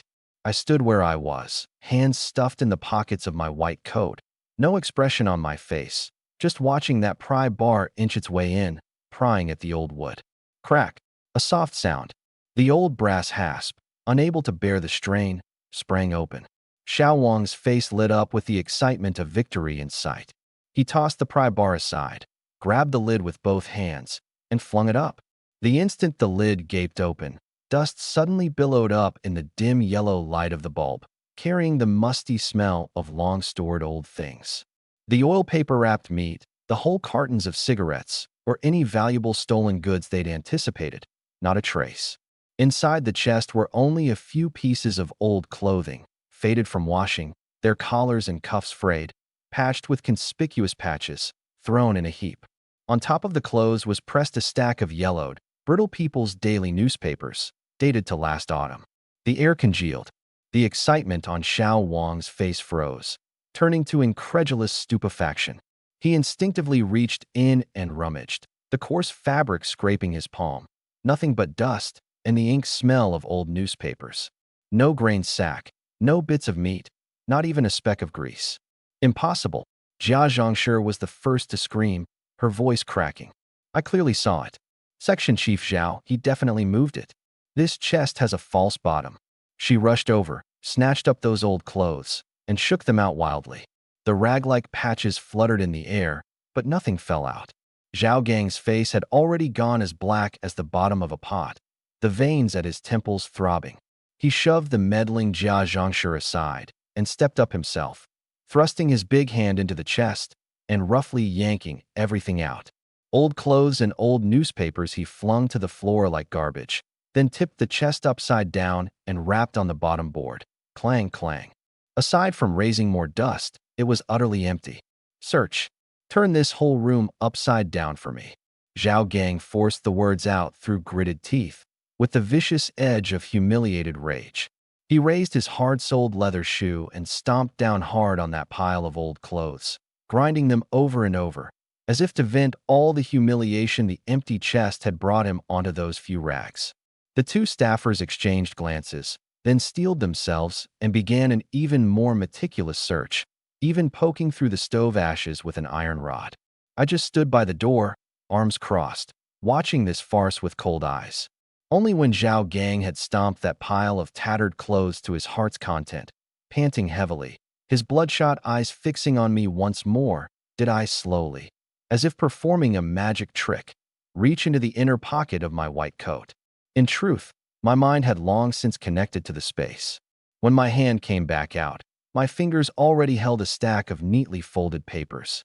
"Section Chief Zhao," I said, my voice not loud, yet reaching every ear in the room clearly. "Had enough fun yet? Did the inspection turn up anything?" I stepped forward twice, unfolded the top sheet of that stack, and held it up before Zhao Gang's eyes. It was a certificate stamped with the bright red official seal of the Red Star Steel Mill Revolutionary Committee, titled Reply Concerning Living Allowance and Material Subsidy for Comrade Lin Yang, a Special Technical Talent. Below it, Director Yang's signature sprawled boldly, the strokes cutting through the paper. Under the list of subsidy items, it clearly stated, 2 caddies of specially supplied pork per month, 2 cartons of premium cigarettes, and cash subsidy. Zhao Gang's pupils contracted sharply. I flipped to the second sheet, a receipt about the size of a note, on finer paper. Besides the date and the list of items, 5 caddies of refined flour, 20 eggs, there was, at the very bottom, a square seal pressed in blue ink, slightly blurred but still legible. "In gratitude for Dr. Lin's masterful hands, this token of thanks is hereby given. Family of so-and-so." The name had been deliberately smudged out, but the words "family of" and the style of that signature made everyone present with even a bit of worldly knowledge feel a chill in their hearts. That was absolutely not something an ordinary household could afford. A subsidy specially approved by the mill's medical office, and a token from a patient, I said, my tone flat, turning the receipt slightly so that Yin Bugue and Xiao Wang could catch a glimpse too. "Section Chief Zhao, would you like to go to the director's office, or to some higher-level unit, to verify whether these documents are genuine?" Dead silence. Jia Zhongshi's mouth hung open, her cursing forgotten. The gaze behind Yin Bugue's glasses flickered rapidly, and he quietly shrank backward. Xiao Wang looked at Zhao Gang's ashen face and didn't dare make a sound. Zhao Gang's chest heaved violently. The last shred of luck in his eyes was utterly shattered, replaced by the madness of a man cornered. He couldn't let me expose this. Once it was confirmed that my goods came from legitimate sources and that I had powerful backing, today's search would be an out-and-out farce and a false accusation. And he, Zhao Gang, would be finished. "Forged certificate. It's definitely fake." Zhao Gang suddenly roared and actually reached out, lunging for the documents in my hand like a starving tiger. If he could just snatch them and tear them up, leaving no proof, there'd still be room to maneuver. His move was sudden and ferocious, carrying the brutal force of a security squad officer. But his hand had barely stretched halfway when I, as if I'd anticipated it long ago, shifted my body ever so slightly. Not backward, but with my shoulders sinking low, my feet gliding half a step to the side like skating, letting the momentum of his lunge fall on empty air. At the same time, my right shoulder blade, as if fitted with a spring, followed the momentum of his forward rush, pivoting from my waist, and seemingly light as a feather, pressed against the side of his chest. Bajiquin, the mountain-leaning body slam. Bam! A muffled sound. Zhao Gang felt only an irresistible force, concentrated like a mountain, crash into him from the side. His forward momentum was instantly twisted and redirected. His whole body staggered backward and to the side, and, thud, not an inch off, his lower back slammed hard against the sharp corner of the heavy old elm table in the corner of the room. Arg! Zhao Gang let out a warped cry of pain, his face going white in an instant, cold sweat bursting out. SHH. That collision hit dead on. He felt as if his lumbar vertebrae were about to snap. Curling up in pain, he couldn't catch his breath for a long while, utterly wretched. It all happened too fast. In everyone's eyes, it looked as if Zhao Gang had lunged too hard, failed to check his own momentum, and crashed into the table himself. I, however, had already withdrawn, as if I'd merely brushed off my clothes. The documents still held steady in my hand. Engineer Liu, the mill technician who had been shrinking behind the crowd, dragged along by Zhao Gang to identify things, now had a face that shifted through one expression after another. He looked at Zhao Gang, grimacing in pain and clearly having lost his upper hand, then at me, holding ironclad evidence and utterly composed. His last shred of hesitation vanished in an instant. Section Chief Zhao? You're setting me up. Engineer Liu suddenly cried out in agitation, pointing at Zhao Gang, his voice trembling with nerves and fear. What did you tell me on the way here? You said no matter what I saw, as long as it was iron material, I was to insist it belonged to the mill. But this, where's there any iron material in Dr. Lin's home? This is clearly you settling a personal grudge, forcing me to give false testimony. I nearly fell for your trap. These words were like another heavy hammer blow, striking Zhao Gang until his vision went black, and striking Jia Zhangshi until she collapsed onto the floor. It was over. At that very moment, I suddenly felt the mark of the jade-green gourd at my wrist send out a scalding throb, more violent than ever before. It was as if some invisible thing were being madly drawn in and devoured. At the same time, in my mind's eye I saw that within the space, the spirit spring pool, originally only the size of a wash basin, suddenly surged. Its surface expanded and rose at a rate visible to the naked eye, the swirling spiritual energy nearly condensing into a tangible mist. In the blink of an eye, the pool had doubled in size. More spirit spring water gushed up, gurgling, giving off an even cooler, more magnificent aura. A cool stream of air poured in through the space between my brows. My eyes grew slightly hot, and my field of vision abruptly underwent a strange change. I looked toward Zhao Gang, who was clutching his lower back, sweat beading on his forehead, his eyes venomous yet panicked. In my current field of vision, the outline of his body had become somewhat transparent, and inside emerged a translucent, faintly glowing, complex structure, the rough pathways of bones, blood vessels, and nerves. Though blurry, they were real, not imagined. Especially at the lumbar vertebrae he'd just struck. When my gaze focused there, that spot's structure was clearly dark and distorted, as if congested and blocked. My heart jolted, but my face betrayed nothing. I withdrew my gaze, and that strange vision faded with it, as if it had been merely an illusion. It seemed that absorbing that death energy just now had strengthened the space, and along with it had given me a pair of eyes that could see through the human body. This stroke of fortune had come at just the right time. I lowered my head and glanced at the stack of documents in my hand, then raised my eyes. My gaze passed over the collapsed Jia Zhangshi, the terrified and silent Yan Bugui, and Xiao Wang, and finally landed on Zhao Gang's face, ashen, wearing the look of a man who'd lost his parents. The corner of my mouth curved, ever so slowly, into an arc without any warmth. Section Chief Zhao. I began, my voice terrifyingly calm. That was quite a knock to your back, wasn't it? How about I take a look for you?